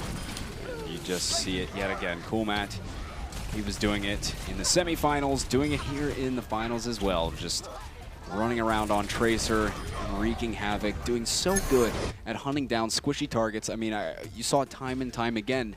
And he was definitely a big impact player for them amongst some others. But really like watching the duo of hitscan DPS in that situation. Tracer, played by Cool Matt, and Buds on Soldier 76. We have seen Buds play Tracer a little bit today, if I remember correctly, earlier on Hollywood, I believe. I have to go back and check that. But either way, just the way they're both working together on Ilios, in particular on Ruins, has been pretty impressive so far. Both series. It did appear that Half Cool on Tracer was making an enormous impact as far as the way that Fnatic was able to play here. So is there anyone else that you could point out that was really the big difference maker for Fnatic on this first map? Well, Cool Matt, or Cool Matt, Buds. I think the team as a whole was just playing quite well. I'm trying. Happy Cool himself. He also, I think, a few times had some excellent plays on D.Va. I mean, the guy is right up there with the best of them. It can be easy to forget players like Stoop on Reinhardt. Sure. You're not able to get those openings if you don't have somebody playing that game very well. Vonathil on Lucio. Everybody fits into that overall, but Custa, I was noticing a lot of nice play coming out of him on Zenyatta. And what does Liquid need to do now? Not Liquid. The team names have been just all over the place. Cloud9 is our other team. What do they need to do is moving forward into this one? They were so close on so many of those points, and Fnatic's able to turn it around on them. So as we move forward in this match, mindset, mentality. We've talked about it a number of times. How do they need to approach this map number 2? I mean, Cloud9, they've been really tight with them thus far with Fnatic. I don't think there needs to be major adjustments. I mean, they've been hanging right in there with them. It's just a matter of they start off great. I mean, at least they were on Ilios on all of the control points. They start off great, and then it was just, you know, Fnatic comes back in and rolls it. In terms of the kind of pep talk situation, if there even are some, I mean, every team works differently. Some are just like, it's in the past, let's focus on the future. But there's also the message of, it was close, we made little mistakes here and there. If we didn't do that, we would have had it. Don't sweat it, we'll get it together in the next map. But, you know, the only kind of situation in which that message doesn't really land is if the person that's making the mistakes has made that mistake frequently in the past, and then it's like, well, yeah, if this person gets it together. But I don't think that's the case in this situation. Certainly don't have the perspective and the insight into that team and their dynamics more recently in order to make that call myself. For sure, yeah. I'll ask them. Gotcha. Yeah. That's what interviews are for. Map number 2 will be Kings Row. Both of these teams played Kings Row in their semifinal matches, and they were very, very defensive maps at that. So this is going to be a very exciting, hard-fought battle again. Maybe we'll have another draw, maybe not. Who knows? At this point, anything can happen. We've seen a lot of stuff today, but it is map number 2, Kings Row. Fnatic versus Cloud9. This is the grand finals of the Winter Premiere, day 2 of the qualifiers. Winner of this will join Kingdom in the group stage, as they were able to win yesterday. And now one of these teams looking to grab one of those spots as well. And so far on Cloud9, well, they have, I wonder if that's going to stick. They have Adam on Sombra. That's interesting. You don't see it quite as often, at least currently, on the defense. A lot more so on offense, but let's see what. No, both he and I was so confused they're hanging out there still in spawn. Can only fall prey to their shenanigans so many times before we start looking in spawn. Getting wise, I'm used to teams leaving defense pretty early, but with the timing knowledge they have, they know exactly how long they need. It looks like, look at this again, dive comp for Fnatic. They want to come out strong here. Surefour is going to be running Tracer on Cloud9 as well, so take a look. Fnatic has been running this dive comp quite a bit today on the hybrid maps. Decent success. It's been enough for them to get to the finals anyway, so right away they're going to dive in. Surefour hanging on by 7 health. Gets his rewind done just in time though to keep alive and Stoop. Surefour able to take down Custa as well after Mendo got Stoop. Surefour in the back line causing problems for Fnatic as they're trying to mount their attack here. He will escape. Oh, just as I say that, Hafikul takes down Surefour. He will be getting back very quickly, so Fnatic has a very limited window in order to try to expand on that. Kumat going down to Kai. That window is disappearing. Never mind, Stoop is going to go in on Winston. Hafikul's a sniper apparently, man. That one's nasty. And here we go. Buds is going to initiate, takes down Rip. Pulse Bomb is off. The shield was up though, as Mendo is grabbing up 2 picks already, and he's ready for more. Look at this. He's just shredding Buds apart. Surefour was able to finish off the kill, but Surefour continuing his reign of terror, takes down Custa as well. These squishies just can't deal with him, man. There's nothing to go up against Surefour. He is just pelting them with headshots. Look at the economy here. Cloud9 with 4 in the bank. Fnatic barely touching a Transcendence. That's going to be difficult to get through for Fnatic on offense. They have just under 2.5 minutes to mount it. They do have the time to balance it out and come back, but right now with the way Cloud9's looking. Here Graviton comes out, blocked by Stoop with a D.Va bomb coming in, picking up. Oh, baby, there it is. The pulse bomb in from Tracer.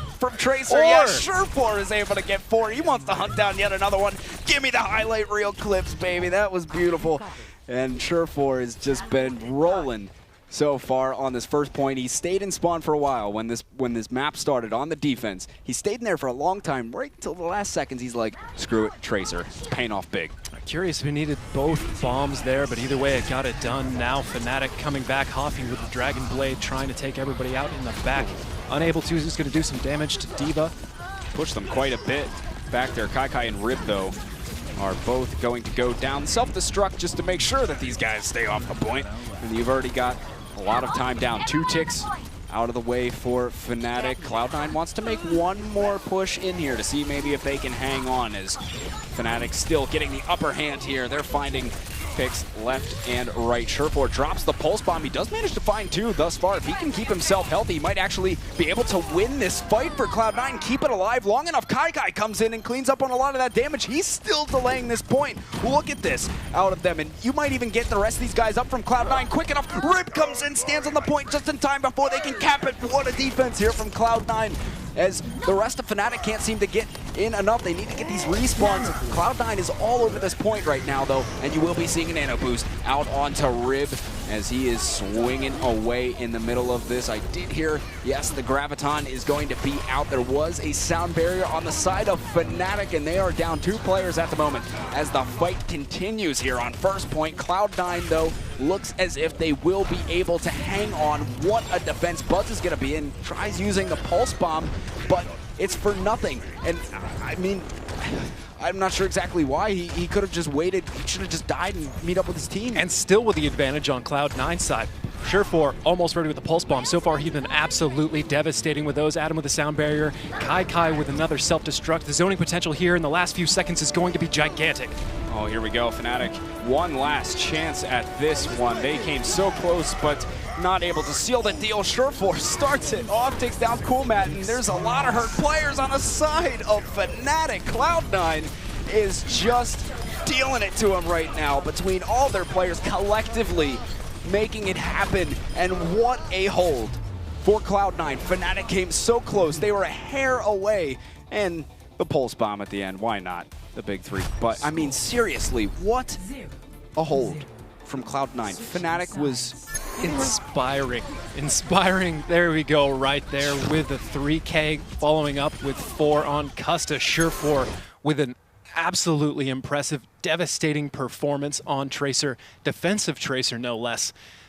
Pretty much putting to rest that conversation we were having earlier, who to keep your eye on. Mendo, certainly huge part of that defense as well, putting the shields on in the right place. But if there's anybody to keep your eye on as we go forward, it's clearly Surefour right now. Just dominating. I mean, Coolmat couldn't contest with the guy. It was just, Surefour was just the better Tracer, at least on that point specifically. I wish we could see the cards right now. That would have to be like, what, 80% kill participation or higher? Yeah, it's got to be something like that, because he was seriously wheeling and dealing, man. But here we go. Well, Fnatic has got a tall order ahead of them here, folks. This is map number 2. The second half is Cloud9 was just stunning defense there on King's Row. So Fnatic will have to really pull out the big guns to try and stop this. In terms of composition, they will have triple tank and running the Buds Soldier 76. As far as Cloud9, well, I'm not even going to talk about their roster until I'm not even going to talk about it until we get it, until those gates open up. Could make it a meme where we're always suckered in by it just for the entire tournament. Yeah, right off the bat. We never learned. Like, oh, No. shucks. No. Not us again. Well, Meanwhile, okay, Fnatic. What we can definitely see locked in here, Stoop on Reinhardt, Vodathil on Lucio. No surprises there. Top of class heroes, especially on maps like this. Hoppy Cool on D.Va has been great so far. Cool Matt on Roadhog. Bud's back on Soldier 76. Meanwhile, Cloud9 coming out with 4 tank tops. trying to work their way around the statue here. It is 4 tanks indeed for Cloud9. They want to end this right here. Oh, Adam. Right now, Adam getting rocked by Cool Matt, who is put to sleep right now. They're trying to, oh no, couldn't convert onto him there. That would have been a big one for Cloud9. Couldn't quite seal it though. As Surefour now just starting to get himself onto the point. There it is, finally taking down Cool Matt. Just took him a second hook to do so. But Rolf with a reaction time to almost save Adam there. The distance that Sleep Dart had to travel was just too far. Did put him down immediately after Adam went down. Mendo finding Custa in the back. That's going to be a problem for Fnatic as Cloud9 is starting to attack. Custa being gone, that's one of their supports. Mendo in the back harassing Reinhardt. Kai joining in. oh, Mendo and Surefour starting it off. Well, there was a nano boost used. That's it. But, I mean, couldn't. That's it right there. Surefour with a 2K. There we go, baby. Look at that. Cloud9. That is just a brilliant defense, and they had, you know, no pressure really on the offense there. They just, I mean, they had to play their game and get that first point. And that was just easy. I mean, well done from Cloud9. That defense, the fact that they were able to get back after, you know, after losing so many, being able to hold on to the point. The Surefour Kai stall, the combination of the two of them, that was ridiculous. That was clearly the most intense part of that game. And just, you saw it right as Kai gets down, in comes the Reinhardt stepping onto the point. And we're like, we're back to square one here. That was incredible. Yeah, that was crazy. I didn't know if Rib was going to get there in time because he came out of the mech, and you got a baby D.Va. And you know, it's kind of tough to survive long there. You know, you can get shredded very quickly. Rib made it to the point, I mean, just in the nick of time, because that point was so close to being capped. There's our answer. By the end of it, Surefour with a 68% kill participation, obviously diminishing after the defense. You just switched off Tracer and everything, where your spray is catching a lot of things. But he pretty much put down most of those targets with pulse bombs. Grand total of at least 6 that I saw, pretty much back-to-back. Just stellar play. It's one of the tips and tricks to playing something like Tracer. Be soon, be sure for. Oh, that's all. That's all. 2 easies up there. Step 1, pick Tracer. Step 2, be sure for. Yeah. 3? Wow. If only it were that Profit. easy, right? There we go. Profit, absolutely. Yeah. So we'll take another look at Mendo here as we see Cloud9 doing to Fnatic what Fnatic did to Liquid on Hollywood earlier. That's right. And Mendo was just a huge factor for Cloud9 as well. And this is right after he picked up Custa to even open up all of this, taking out that support and then harassing that Reinhardt, pretty much pivotal for taking that first attack. Surefour and Mendo back-to-back. Very, very important plays there. And I think this is the first time we've seen the dive comp not successfully cap that first point out of the entire Overwatch Winter Premiere. We've been seeing teams pull it out. We've been talking about how it's a hard thing to pull off, but consistently teams have been pulling it off. Finally, we see Cloud9 able to shut it down on the defense. Well, with the dive comp, you don't necessarily have as much of that meatiness, as much of that overall resistance to Tracer when Surefour is playing him in general, but when they're coming in behind, they're causing this split in the shield game. That's just a huge problem. Do you face forward, or do you let Surefour, you know, really take it? Like, no good options. Yeah. So the teams are going through their picks now. I'm excited to see yet another one. We're tied up at 1 man, so I think I don't know. If you're in the situation of I believe it is now Fnatic who has a map pick, what would you feel like they would want to lean towards? Because they can't go to Ilios. They've already played. I think they're going to go to either Hollywood or Gibraltar. Those are the 2 map picks we saw out of them last time. Hollywood seemed to be their favorite. I believe they were the high seats, so they did get it. I would not be surprised at all to see Hollywood again, unless there's some sort of dynamic between them and Cloud9 where they just don't want to go there. But I don't think that's going to be the case. And I know these guys are they're having some intense battles here, trying to figure out what the map is going to be. These guys they're thinking hard about it, which understandably so. I mean, you're tied up in a grueling best of 5. These guys have been playing for a lot of the day, so it looks like they have decide to pick. It does look like David called it correctly. They will go to Hollywood, where they were able to just completely sound out Liquid, just completely shut them down. So maybe they'll have maybe we'll see the exact same thing. See Cloud9 getting just the 1-cap win on the hybrid, and now maybe Fnatic will pull it out again. I have a feeling though this one's going to be a little bit more drawn out.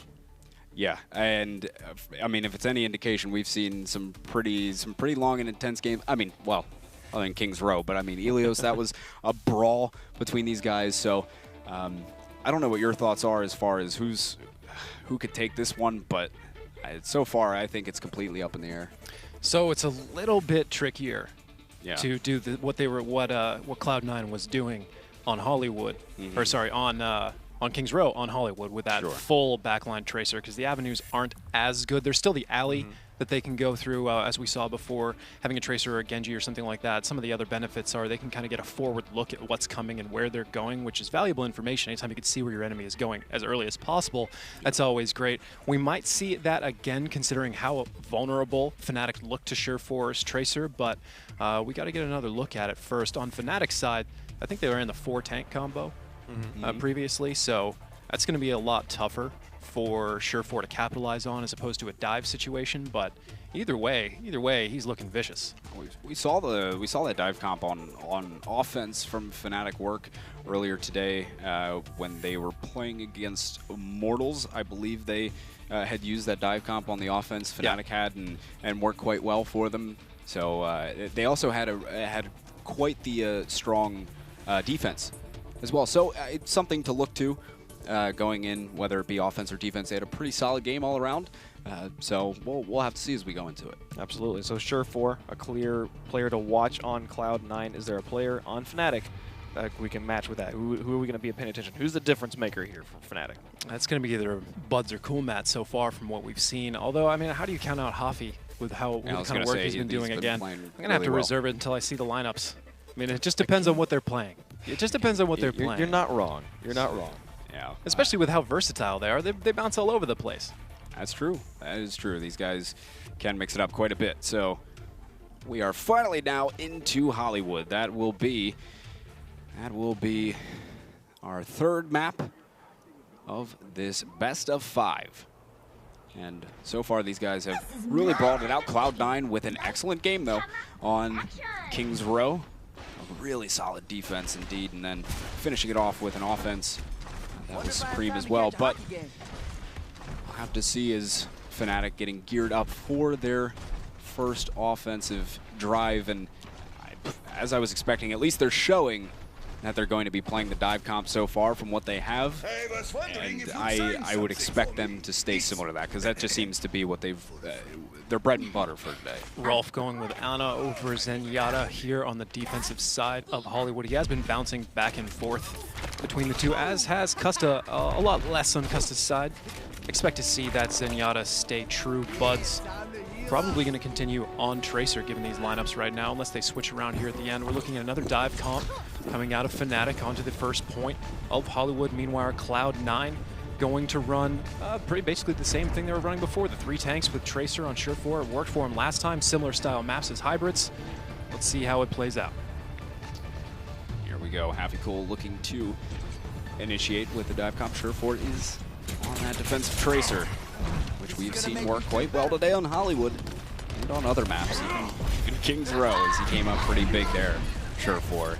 So already putting a lot of pressure onto the guys over at Cafe, and they push them back in there. Custa, though, the first victim to fall to Kai, and that's pretty rough if you're on the side of Fnatic, as he's a pretty pivotal player. Custa and Coolmat's going to fall as well. Kai is just doing work on D.Va right now. Cloud9 with an easy hold on the guys from Fnatic coming in to the point, and they will have to regroup. So far, Fnatic having a harder time with their attack than the last time we saw. Yeah. Definitely not a harder time than the last time we saw them on a hybrid map just a moment ago. Look very similar so far. Surefour almost ready with his pulse bomb there. Kai with a self-destruct. Rolf almost to a nano boost. Coming back in with some speed here. He's trying to play the Ryan games at the moment. Self-destruct will come through from Kai, landing right outside of the point, and Custa is the victim there. There will be a nano boost out as well from Rolf as he tries to keep Cloud9 in this fight, giving it off to Kai, and he is just dishing the pain left and right as Bud's able to find the pick onto Surefour. That's not much of a matter, though. Surefour can get back to the point rather quickly. I'm not sure as though Fnatic is quite yet in a position to make the push onto the point. They're gearing up for it, and they will be ready in a moment. But they're starting it off as Coolmat does use the whole hog into them. D.Va, they're ready, willing, and able to just eat that whole thing up. Doesn't matter, as now, oh, here comes the Earth Shatter. A couple people will get caught up in that. There is a Biotic Grenade, and it's not going to let Coolmat heal up. There was a great sound barrier from Vonethil to try and keep his Biotic Grenade teammates alive, but it doesn't matter, though. Look at this, Cloud9, the Graviton Surge sucking up all the guys that were on the point, and they will get completely mulched. Another great defense so far from Cloud9. Devastating effects of Mendo's Gravitons in combination with the rest of Cloud9. Something to be afraid of. Surefour, in case you missed it, off Tracer, now on to Soldier 76. Almost 90%, getting very close to Tac Charge, or Tac Visor here, along with a Nano Boost from Rolf. That can be devastating, especially from the side. Meanwhile, Fnatic, they have one Tac Visor getting very close to a self-destruct. They are going to make another attempt here on the point. They're pushing up. Rolf is that Nano Boost for him. He's just hanging out on top here. Self-destruct. He's going to come out. Kai getting a touchdown. Able to grab Vonethil, Custa, Surefour with the Nano Visor. Grabs a couple more on top of that. Fnatic going in. They didn't really use all that much themselves, and they should have an ult advantage going into this next fight. They only have 40 seconds to do it, but they will at least have more ultimates. God, I mean, the self-destruct, you have the Earth Shatter as well, and the Tac Visor. It is starting to balance out a little bit back into Fnatic's favor. There is an Earth Shatter, though. That could be enough in the right circumstances to bring it all to a halt. Go, Tac Visor in the back. Happy Cool's going to send that self-destruct in, zoning them back, and here we go. Fnatic finally getting there, grounding his stoop. Actually doesn't use the Earth Shatter, just starts swinging away. He doesn't need an Earth Shatter. That guy the hammer will do in this situation. And Bud's giving Kai a smack to the face with his rifle for good measure. And again, dying seconds, Fnatic is able to cap this time. Cloud9 not going to be able to make it back to point to defend, I don't think. But ooh, very close. Ooh, that getting was denied by much a closer than I thought it was going to be. It might not have gotten it anyways. That was right on the line.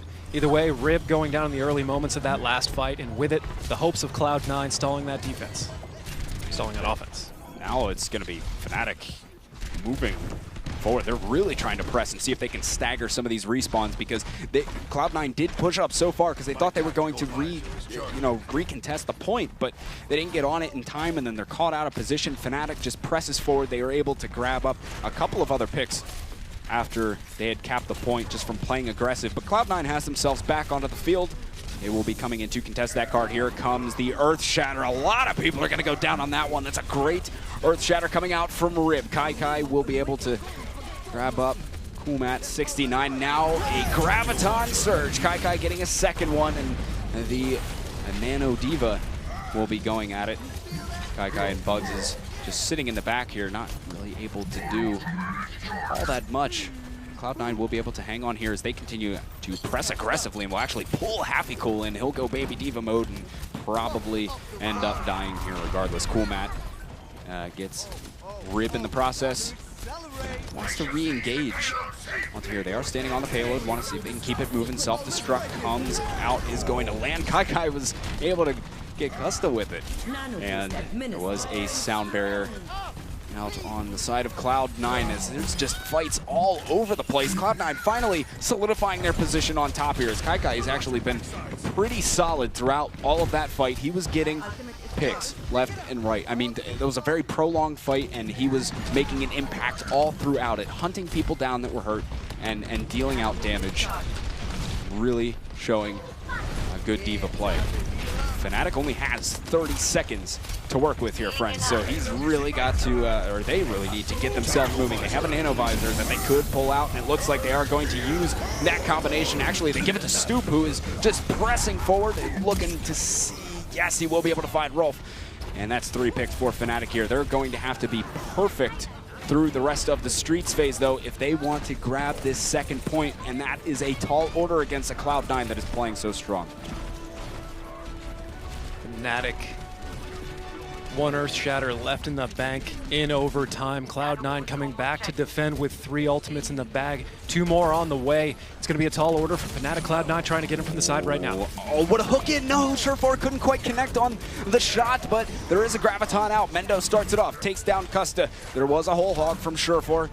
Wasn't able to secure any picks off of it. The sound barrier out from Vonathil as well. Surefour gets taken down, so it is a 5v5 fight. Self-destructs all over the place. Kai finds 2 with his, and that will allow Cloud9 to make the hold happen right there. Absolutely beautiful. Rib with a gigantic Earth Shatter there at the end, taking down 4 players from Fnatic. Allowing Kai to pick up 2 with his self-destruct. Here we see Kai doing work. Aiming for that head. Oh, along with a Biotic, he's going to take down Roadhog and Lucio. Early parts of that defense, you see all the different pieces coming together, why Cloud9 was able to hold for so long. Kai was really playing well throughout that entire duration there. During that whole defense, he was really making some big impact plays. Whether it be with some self-destructs like he had right at the end, able to pick up 2 with it, and let alone his self-destruct zoned everyone off the point. Really, they couldn't, it was tough for them to stick around to contest the cart, which they had to stay on. Picks up 2 with that, even throughout the Streets phase and the defense. He's just hunting people down that were hurt, getting into guys that were in the back line, and just picking up kills for Cloud9. And now it's going to be them moving on to the offense. All they need to do is just beat 109 meters, and they will grab up another map here. They need to get the first point and some. They got to cap the first point as well. Yeah. And if the last match is any indication, they should be able to do that. But all maps are different. That's true. That is true. Even indeed. if they are in many ways the same when it comes to hybrid maps. Well, but the terrain on this one, it's a lot easier. Well, which one do you think is easier to assault in general? Kings Row, Hollywood? I think it depends on your team, really. I mean, depending on what your strengths and weaknesses are. For Cloud9, I think they're going to have, I would say, they both have a few different angles. I think there's probably more reliable pathways on Kings Row. I'm not going to get too far into it.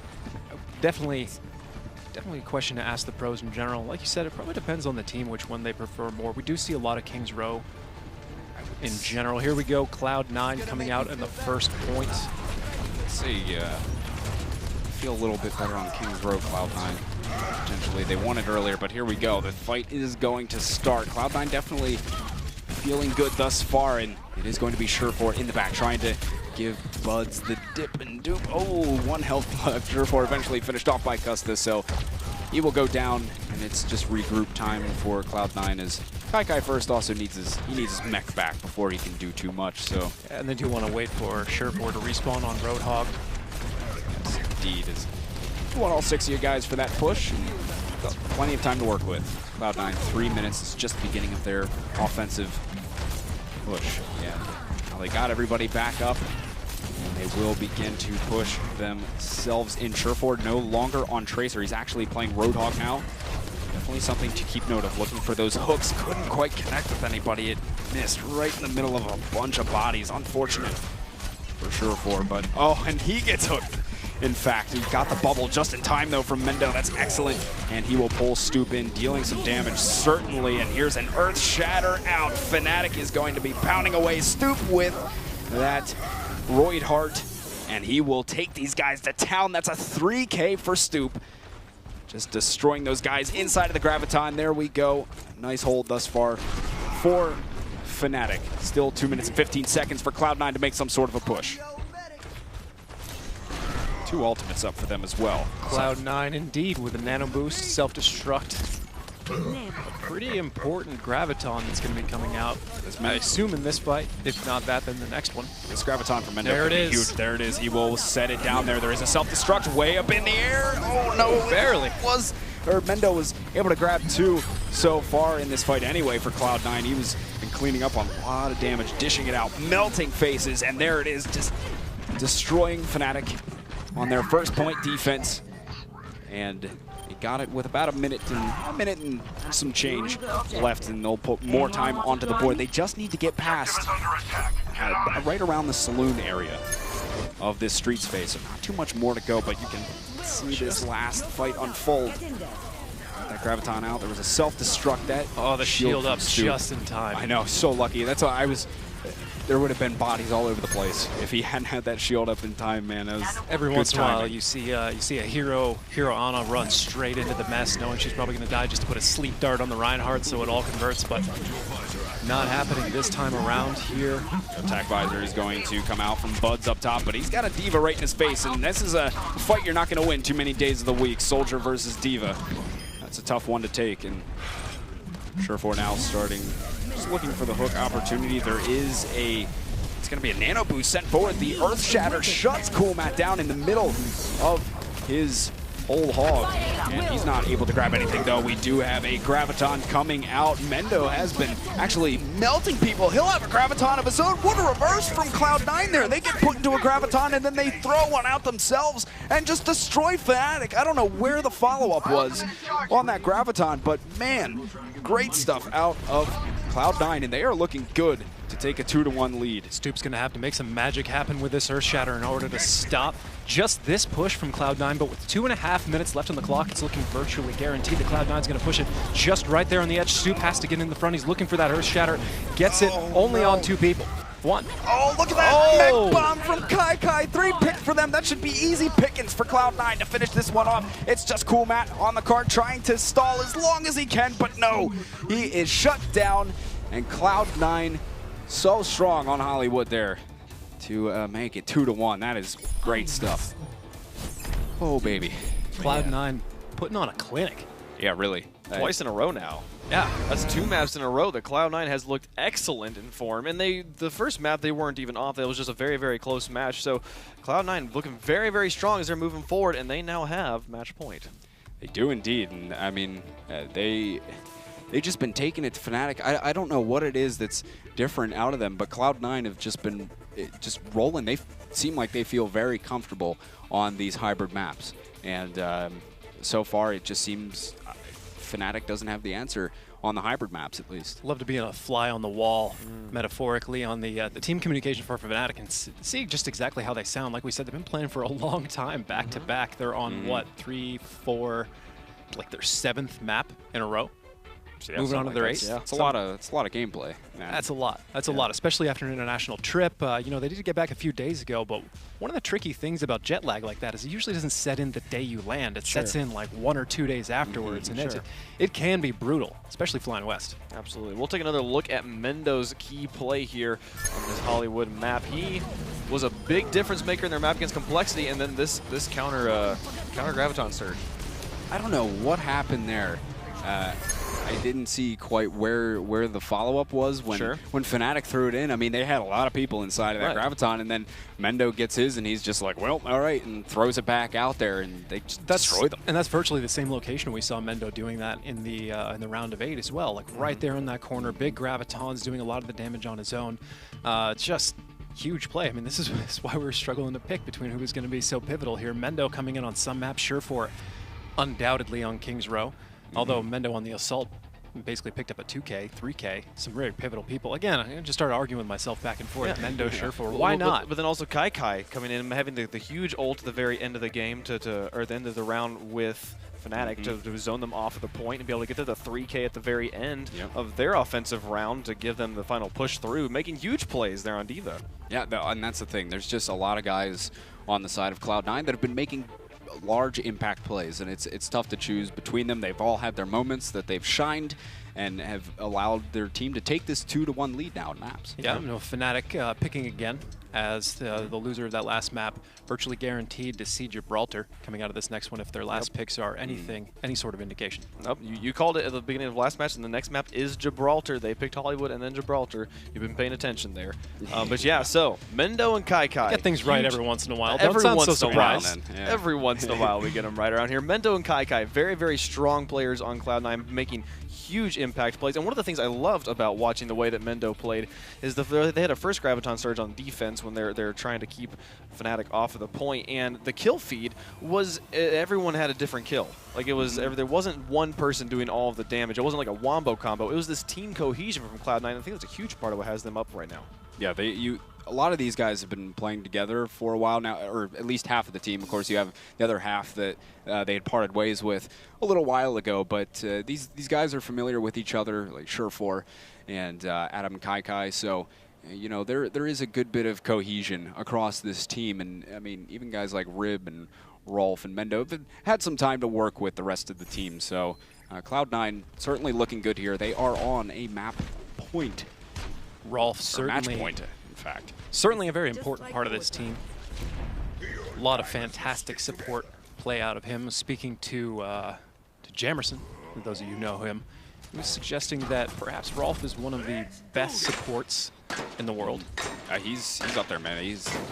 I'd say a lot of people don't look to supports as, you know, impact players. A lot of people don't talk about them. But they can make a huge difference in the game. Well, they all can. I mean, Lucio may not necessarily put together the fireworks that you're used to seeing, those big impact plays with a really visual effect. But I mean, a lot of the speed boosts are what set that up. The sound barriers can be absolutely timing huge. of all those things too. The timing of all those things, and finding players, going back and pulling them from spawn just to get them back in time can be huge. Meanwhile, you know, the discords from Zenyatta, especially the sleep dart and biotics from Ana, are just insane. So we'll have to see. Eventually we'll get some replays from one of them. Yeah, right. Well, we'll see Fnatic here starting on the offense. Cloud9 chose to go defense off the start. You have the happy cool Hanzo. Surefour again with a defensive tracer. They have been making it work, Cloud9 for sure, so I'm not too surprised to see that, though. I am quite surprised. Look at that scatter arrow from Happy Cool to start things off. The salt will flow through Surefour, I'm sure, for a little bit. Is that? Who doesn't get salty after a Shadow Arrow, though, honestly? Yeah. I mean, I certainly do. I'm just a salty I know person. you do. Yeah, I'm just salty in general. But here we go. Cloud9, they have been struggling this far. I mean, you have Happy Cool, who's been making the Hanzo work decently well. Only one pick, but a decent bit of damage, and I'll actually get slept by Rolf. But you have Adam to the rescue there, or excuse me, Vonnegut to the rescue. Overextending. But they are all grouped up inside of server room at the moment. Cloud9 looking to engage back onto them as they're sitting in there, and we are almost up on some ultimates. Happy Cool has the Dragon Strike. Surefour is able to exchange on one of these frags. Here comes the Dragon Strike out of Happy Cool. He's able to grab one. That's Adam. The rest of them able to get out in time, but still, that's a big pick onto him. So here we go. The Graviton Surge is out, and they will all be caught up inside of that one. But not a lot of follow-up. The Cloud9 is... Sure, there is follow-up, excuse me. There we go. They just completely demolished Fnatic there. Kai working in tandem with Rib and company, and they are able to slam through. Really saving themselves from the possibility of Rolf's kind of side play there right after we praise him playing forward and getting picked off. Managed to make it work anyways. Cloud9 doing something interesting here. You see, whenever the server room gets taken away from a team at this point, sometimes teams back off, and that becomes just kind of a dominant position, and a number of angles start popping in, and defense has to drop back and back and back. Cloud9 stepped directly into the server room, defended themselves from the sides as well, and were able to hold another Graviton coming out on the side of Fnatic. Looks like Cloud9's going to survive most of it, but an Earth Shatter coming out on Stoop with his Nano Boost. So many ultimates, they're all just clumped inside a server room. It's a 4v4 fight for the time being, at least. The Surefour is going to be chased down by Custa, and Cool Matt, he does have his Lucio friend Adam to try and help him out, but Fnatic so far having a good hold. This is historically a pretty solid map for them, Watchpoint Gibraltar, so they're pressing forward, I should say. They're on the attack.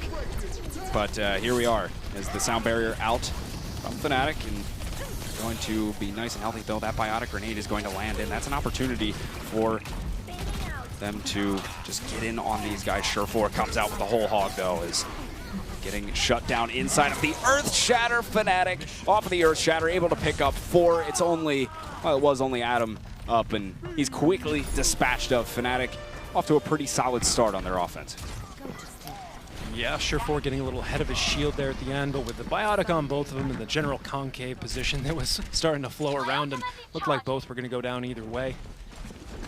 Meanwhile, Fnatic holding on to attack visor from Buds. Hoffy getting very close to a pulse bomb. Cool Matt. Fnatic starting to flex with Zarya more. We were talking about that in the previous match. They could get that combination together, and that would be devastating on Cloud9. Ooh, pulled in this Stoop. Surefour takes care of him nice and quickly, and Custa in the back is just dishing out those heals, and he'll be pulled in, but beautiful play by Vonethil to get the boot back onto the Roadhog. Make sure that doesn't connect, and look at this Fnatic yet again. They will send off that nano boost onto Cool Matt as he is just melting people with Zarya.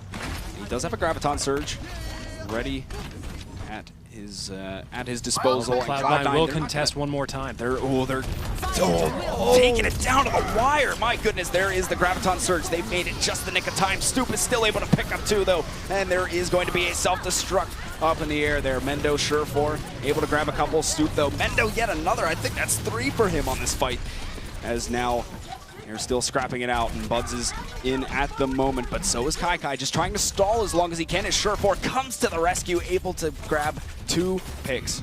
And now Buds will have to back himself up, regroup with Fnatic. Cloud9 taking that one down to the wire. Cloud9 bringing Fnatic's momentum to a halt just at the last minute, a hair's breadth away from a cap on the second point of Gibraltar.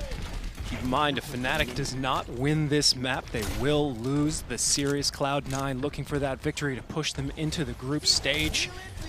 Got another half to go after this, but right now Cloud9 putting up a great defense overall. They are getting a little bit of territory, but with Fnatic getting so much momentum on this in the past, whiffing Earth Shatters. Both Earth Shatters are going to be whiffed from the Reinhardts, and Buds tried to get his tack visor off, but he was just melted by Kai, and now getting charged into the wall. It is a 1-pick advantage for Cloud9 at the moment. But Cool Matt will be going down shortly as Kai is able to hunt that one down, still making impact plays. And look at this yet again, man. Cloud9's defense has been on point. There's only 45 seconds left now for Fnatic to make this happen. And Cloud9, again, you saw them in the dying seconds, right as they're about to cap second. They came out, they stopped it, and now they're doing almost a full hold here on the second point. Fnatic looked like they had a lot of momentum. Perhaps we're not expecting Cloud9 to jump in from the top rope slash there at the second. Took him by surprise, threw him off. Hard to see exactly without being in their team comms. A big Graviton coming out and a mech bomb coming in behind it. That's going to take out Cool Matt. Oh, see you later, Cool Matt. Kai's mech bomb doing a little bit of work, but Fnatic in the end is coming out on the better side of all of these kills that are coming back and forth. Buds will play a large part in 2 of those, and it looks like Fnatic, yes, will be able to get this in the end. Will Kai go in and try and stall? Yes, he will land on it, trying to stall just in time. I think he'll be able to get his teammates back onto the cart. Surefour there, what a hook onto Custa. Couldn't quite finish off the kill, but they will get them back onto the point at least. Great stall, and he does have that Roid Heart as he's going through. Oh, just missing that fire strike, and Bud's now striking as he takes 2 down. He's almost up on attack visor as well. Fnatic coming out on top of the picks. It was a valiant effort by Cloud9, but Fnatic will get the second point finally, but they're only going to have 1 minute and 25 seconds to go and get this 3rd point. What a hold. Fnatic doing a great job waiting out that nano-boosted Reinhardt, the Roid Heart. Always loved that name. Roid Heart. Always loved it. He's really did some work there, man. It's a shame Kai really laid it out there to try and make that defense happen. They stalled some more time, but it is now just 1 minute left for Fnatic, and they have 2 ultimates, 3 up for Cloud9. There's the Earth Shatter, but that shield was still up from Stoop. He won't find anybody inside of that. Buds with attack visor in the back. It's a double sound barrier here, 1 out from each team, and Happy Cool is dispatched by Mendo. So Fnatic is down 1 at the moment, but Buds will be able to, Buds striking back here, taking down Surefour. The spawn is closer for Cloud9. There's only just about 30 seconds left for Fnatic to make this happen. Kai and Rip both pick up 1. Happy Cool takes care of Mendo, and you have Buds, who's just sitting up top there on the high ground, which he does so well and just dishes damage, but he still needs the rest of his team with it. 15 seconds it is. There is a self-destruct ready for Kai. Kai and Cool Matt absolutely harassing Rib there at the end. He's trying to get his shield in both locations. They're bouncing him side to side. Rib getting a hold. Ooh, here we go. Right He's going to initiate with that self-destruct. Rib is going to charge in. Kai to get Spawn and Bill with the self-destruct. That's a big pick onto Lucio. They need him in the middle of that kind of fight. There is going to be a Graviton, though. See maybe what they can get off the back of this. Not a lot of follow-up. There's the Earth Shatter as well. Stoop is going to be swinging away. Surefour, Coolmat both able to trade out on some picks. Surefour in the end, though, gets 2 on his Roadhog. And Rib charging through, getting Coolmat as well. Cloud9 looking to make the hold here as Fnatic is getting blasted back. Buds can't get onto the point in time. And another great hold coming out of Cloud9 on Watchpoint Gibraltar. Similar feelings for Fnatic. Ooh, baby. Select replay here is Surefour. Getting charged in. This was one of the last fights we actually just saw. Surefour came up with 2 pretty big picks in this fight. As you can see, 3 in total, actually. One of the star players of that fight. It's actually Surefour that finished off Stoop. I believe that's what I was talking about before with Kai and actually it was Mendo. And Mendo. Bouncing back and forth Stoops on either side. Now, taking a look at composition-wise for Cloud9 as they head over to the offense, they're showing a dive comp thus far. That's what we're seeing at least. So that's that'll make things interesting. We've seen this out of them earlier today, actually, in their quarterfinal games. They had done this same kind of thing. I forget what map it was on. I want to say on Kings Row, potentially. I think it was Kings Row. They pulled out one of these dive comps, and even Ilios, where they put Mendo on Genji. We've seen it, so well, pull it off. Rolf on Zen, Mendo on Genji, Surefour on Tracer. Why not? Those all sound like good prospects to me. You got guys that can play it and play it quite well at that. So meanwhile, full confidence in them. Back to the 2-2-2 for Fnatic. Look at this. Lucio, Zen, Custa, loving the Zen play. Buds and Hafi, Soldier 76 and McCree respectively if they stick with this. Coolmat and Stoop on the tanks. Coolmat on Diva, Reinhardt, played by Stoop. Gonna have to stick with it. That's interesting too. A lot of the times Coolmat may switch over to hit scan DPS. Him and Buds generally are the ones that will take care of those, but this time we have Happy. He's going to be playing McCree, so someone to look out for. You did say that Hafi can flex. Yeah, hey, yeah, he can. He's a, as I've said many times today, Happy is quite the versatile player, but they are going to be pushing up the hill as Fnatic is going to have to come out big on defense here, and Cloud9 just needs to make it a little bit past, a little bit before the first. High ground. They go all the way in through. Be taking high ground. They're just gonna basically swap sides for the time being. And I don't think that's how defense works. This is interesting. I mean, you've seen this before out of teams on defense, certainly, and the offense just wrapping all the way around, and these guys will swap sides. And Surefour finally starts the initiation, is able to hunt down Custa, which whenever you can get a support, pretty happy with that. And Rolf gets the final blow onto Stoop as well. Meanwhile, Surefour is just hammering away, able to finish Bonnethill, so it is going to be Cloud9 with a couple of picks. They're on the card still.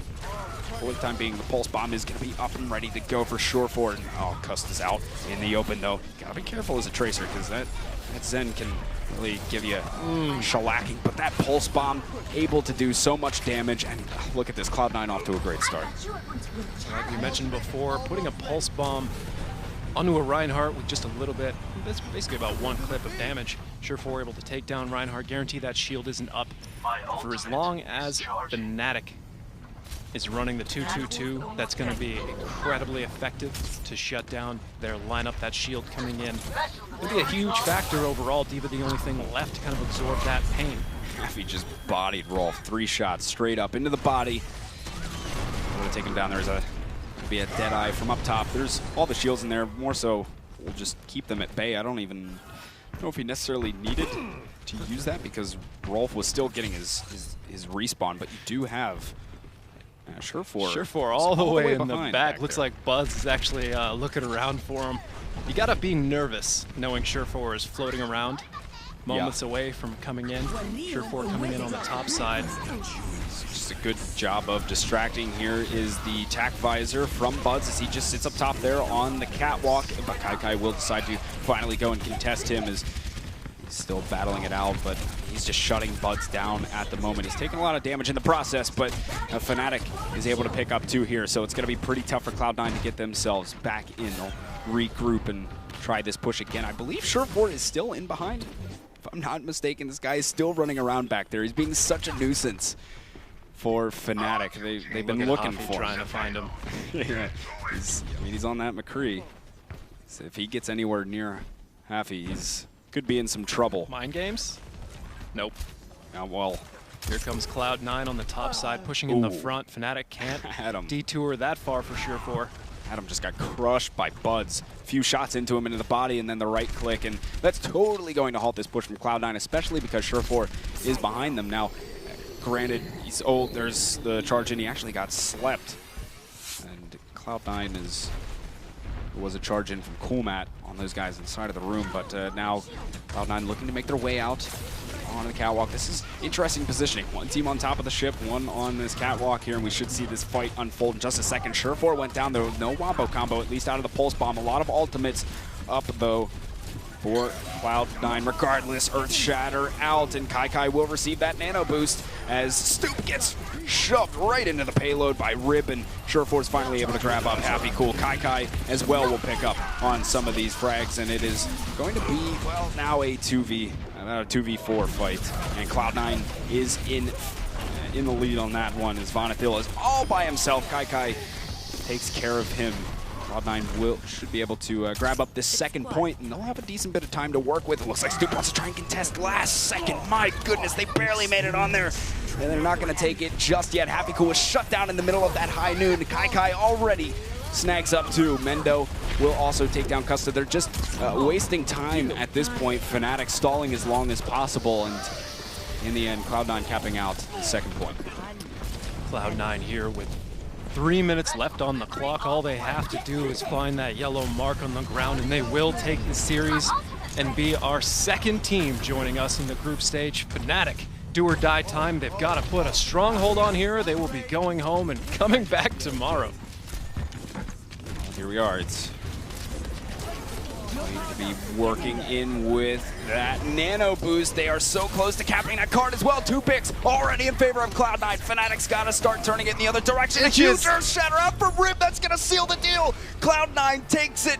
Huge plays right at the end, including that Earth Shatter from Rib. And Cloud9 finishing off the series 3-1, showing up big there on Watchpoint Gibraltar. Oh my goodness. Cloud9, after dropping the first map just barely, comes back 3 maps in a row, handily putting Fnatic out and putting them into second place and securing that second spot in our top 8.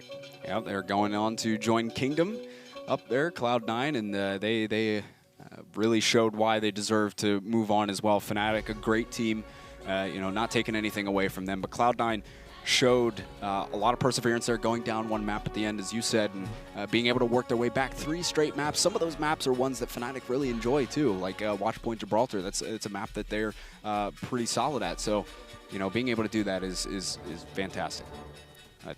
Yeah, absolutely. And Kai, a big part of this Cloud9 roster, a big reason why they were able to push through here. He'll be our replay here for the final match. So he gets boosted up there, able to really help finish off this last point.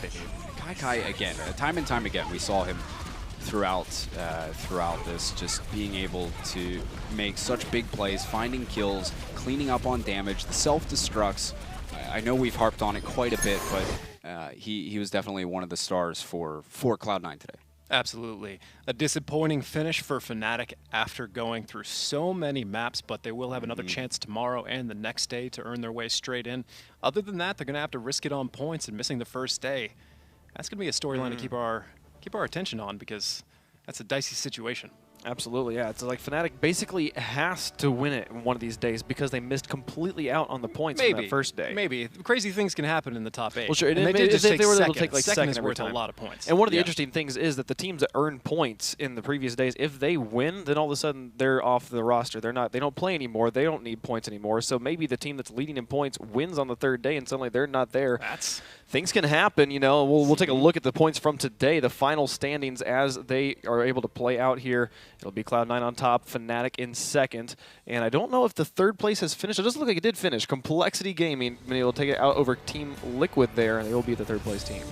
Citizen 7 showing up. We did mention that as the Tespa team. Looking forward to seeing them come back tomorrow. Perhaps they played against Cloud9 today. It was a close series. Perhaps part of the reason Cloud9 was so prepared for today. But all teams having some pretty tough battles from what we were able to see. It was good to see Cloud9 actually, Cloud9, Citizen 7 come in. We were watching some of that game, and they really were just able to take it to Cloud9. I mean, it was a pretty it was a close game. It went 3 maps, so it's good to see Citizen 7 up there. Not a team you hear too much about all that often, so we'll see him again. Yeah, we'll see him again I would sure. expect to. Absolutely. And so after 2 full days of the qualifiers, we have 2 finalists in our overall standings, and then we have some leaders on the points as well. It's going to be Kangara right now out on top with 120, and Fnatic right there at second.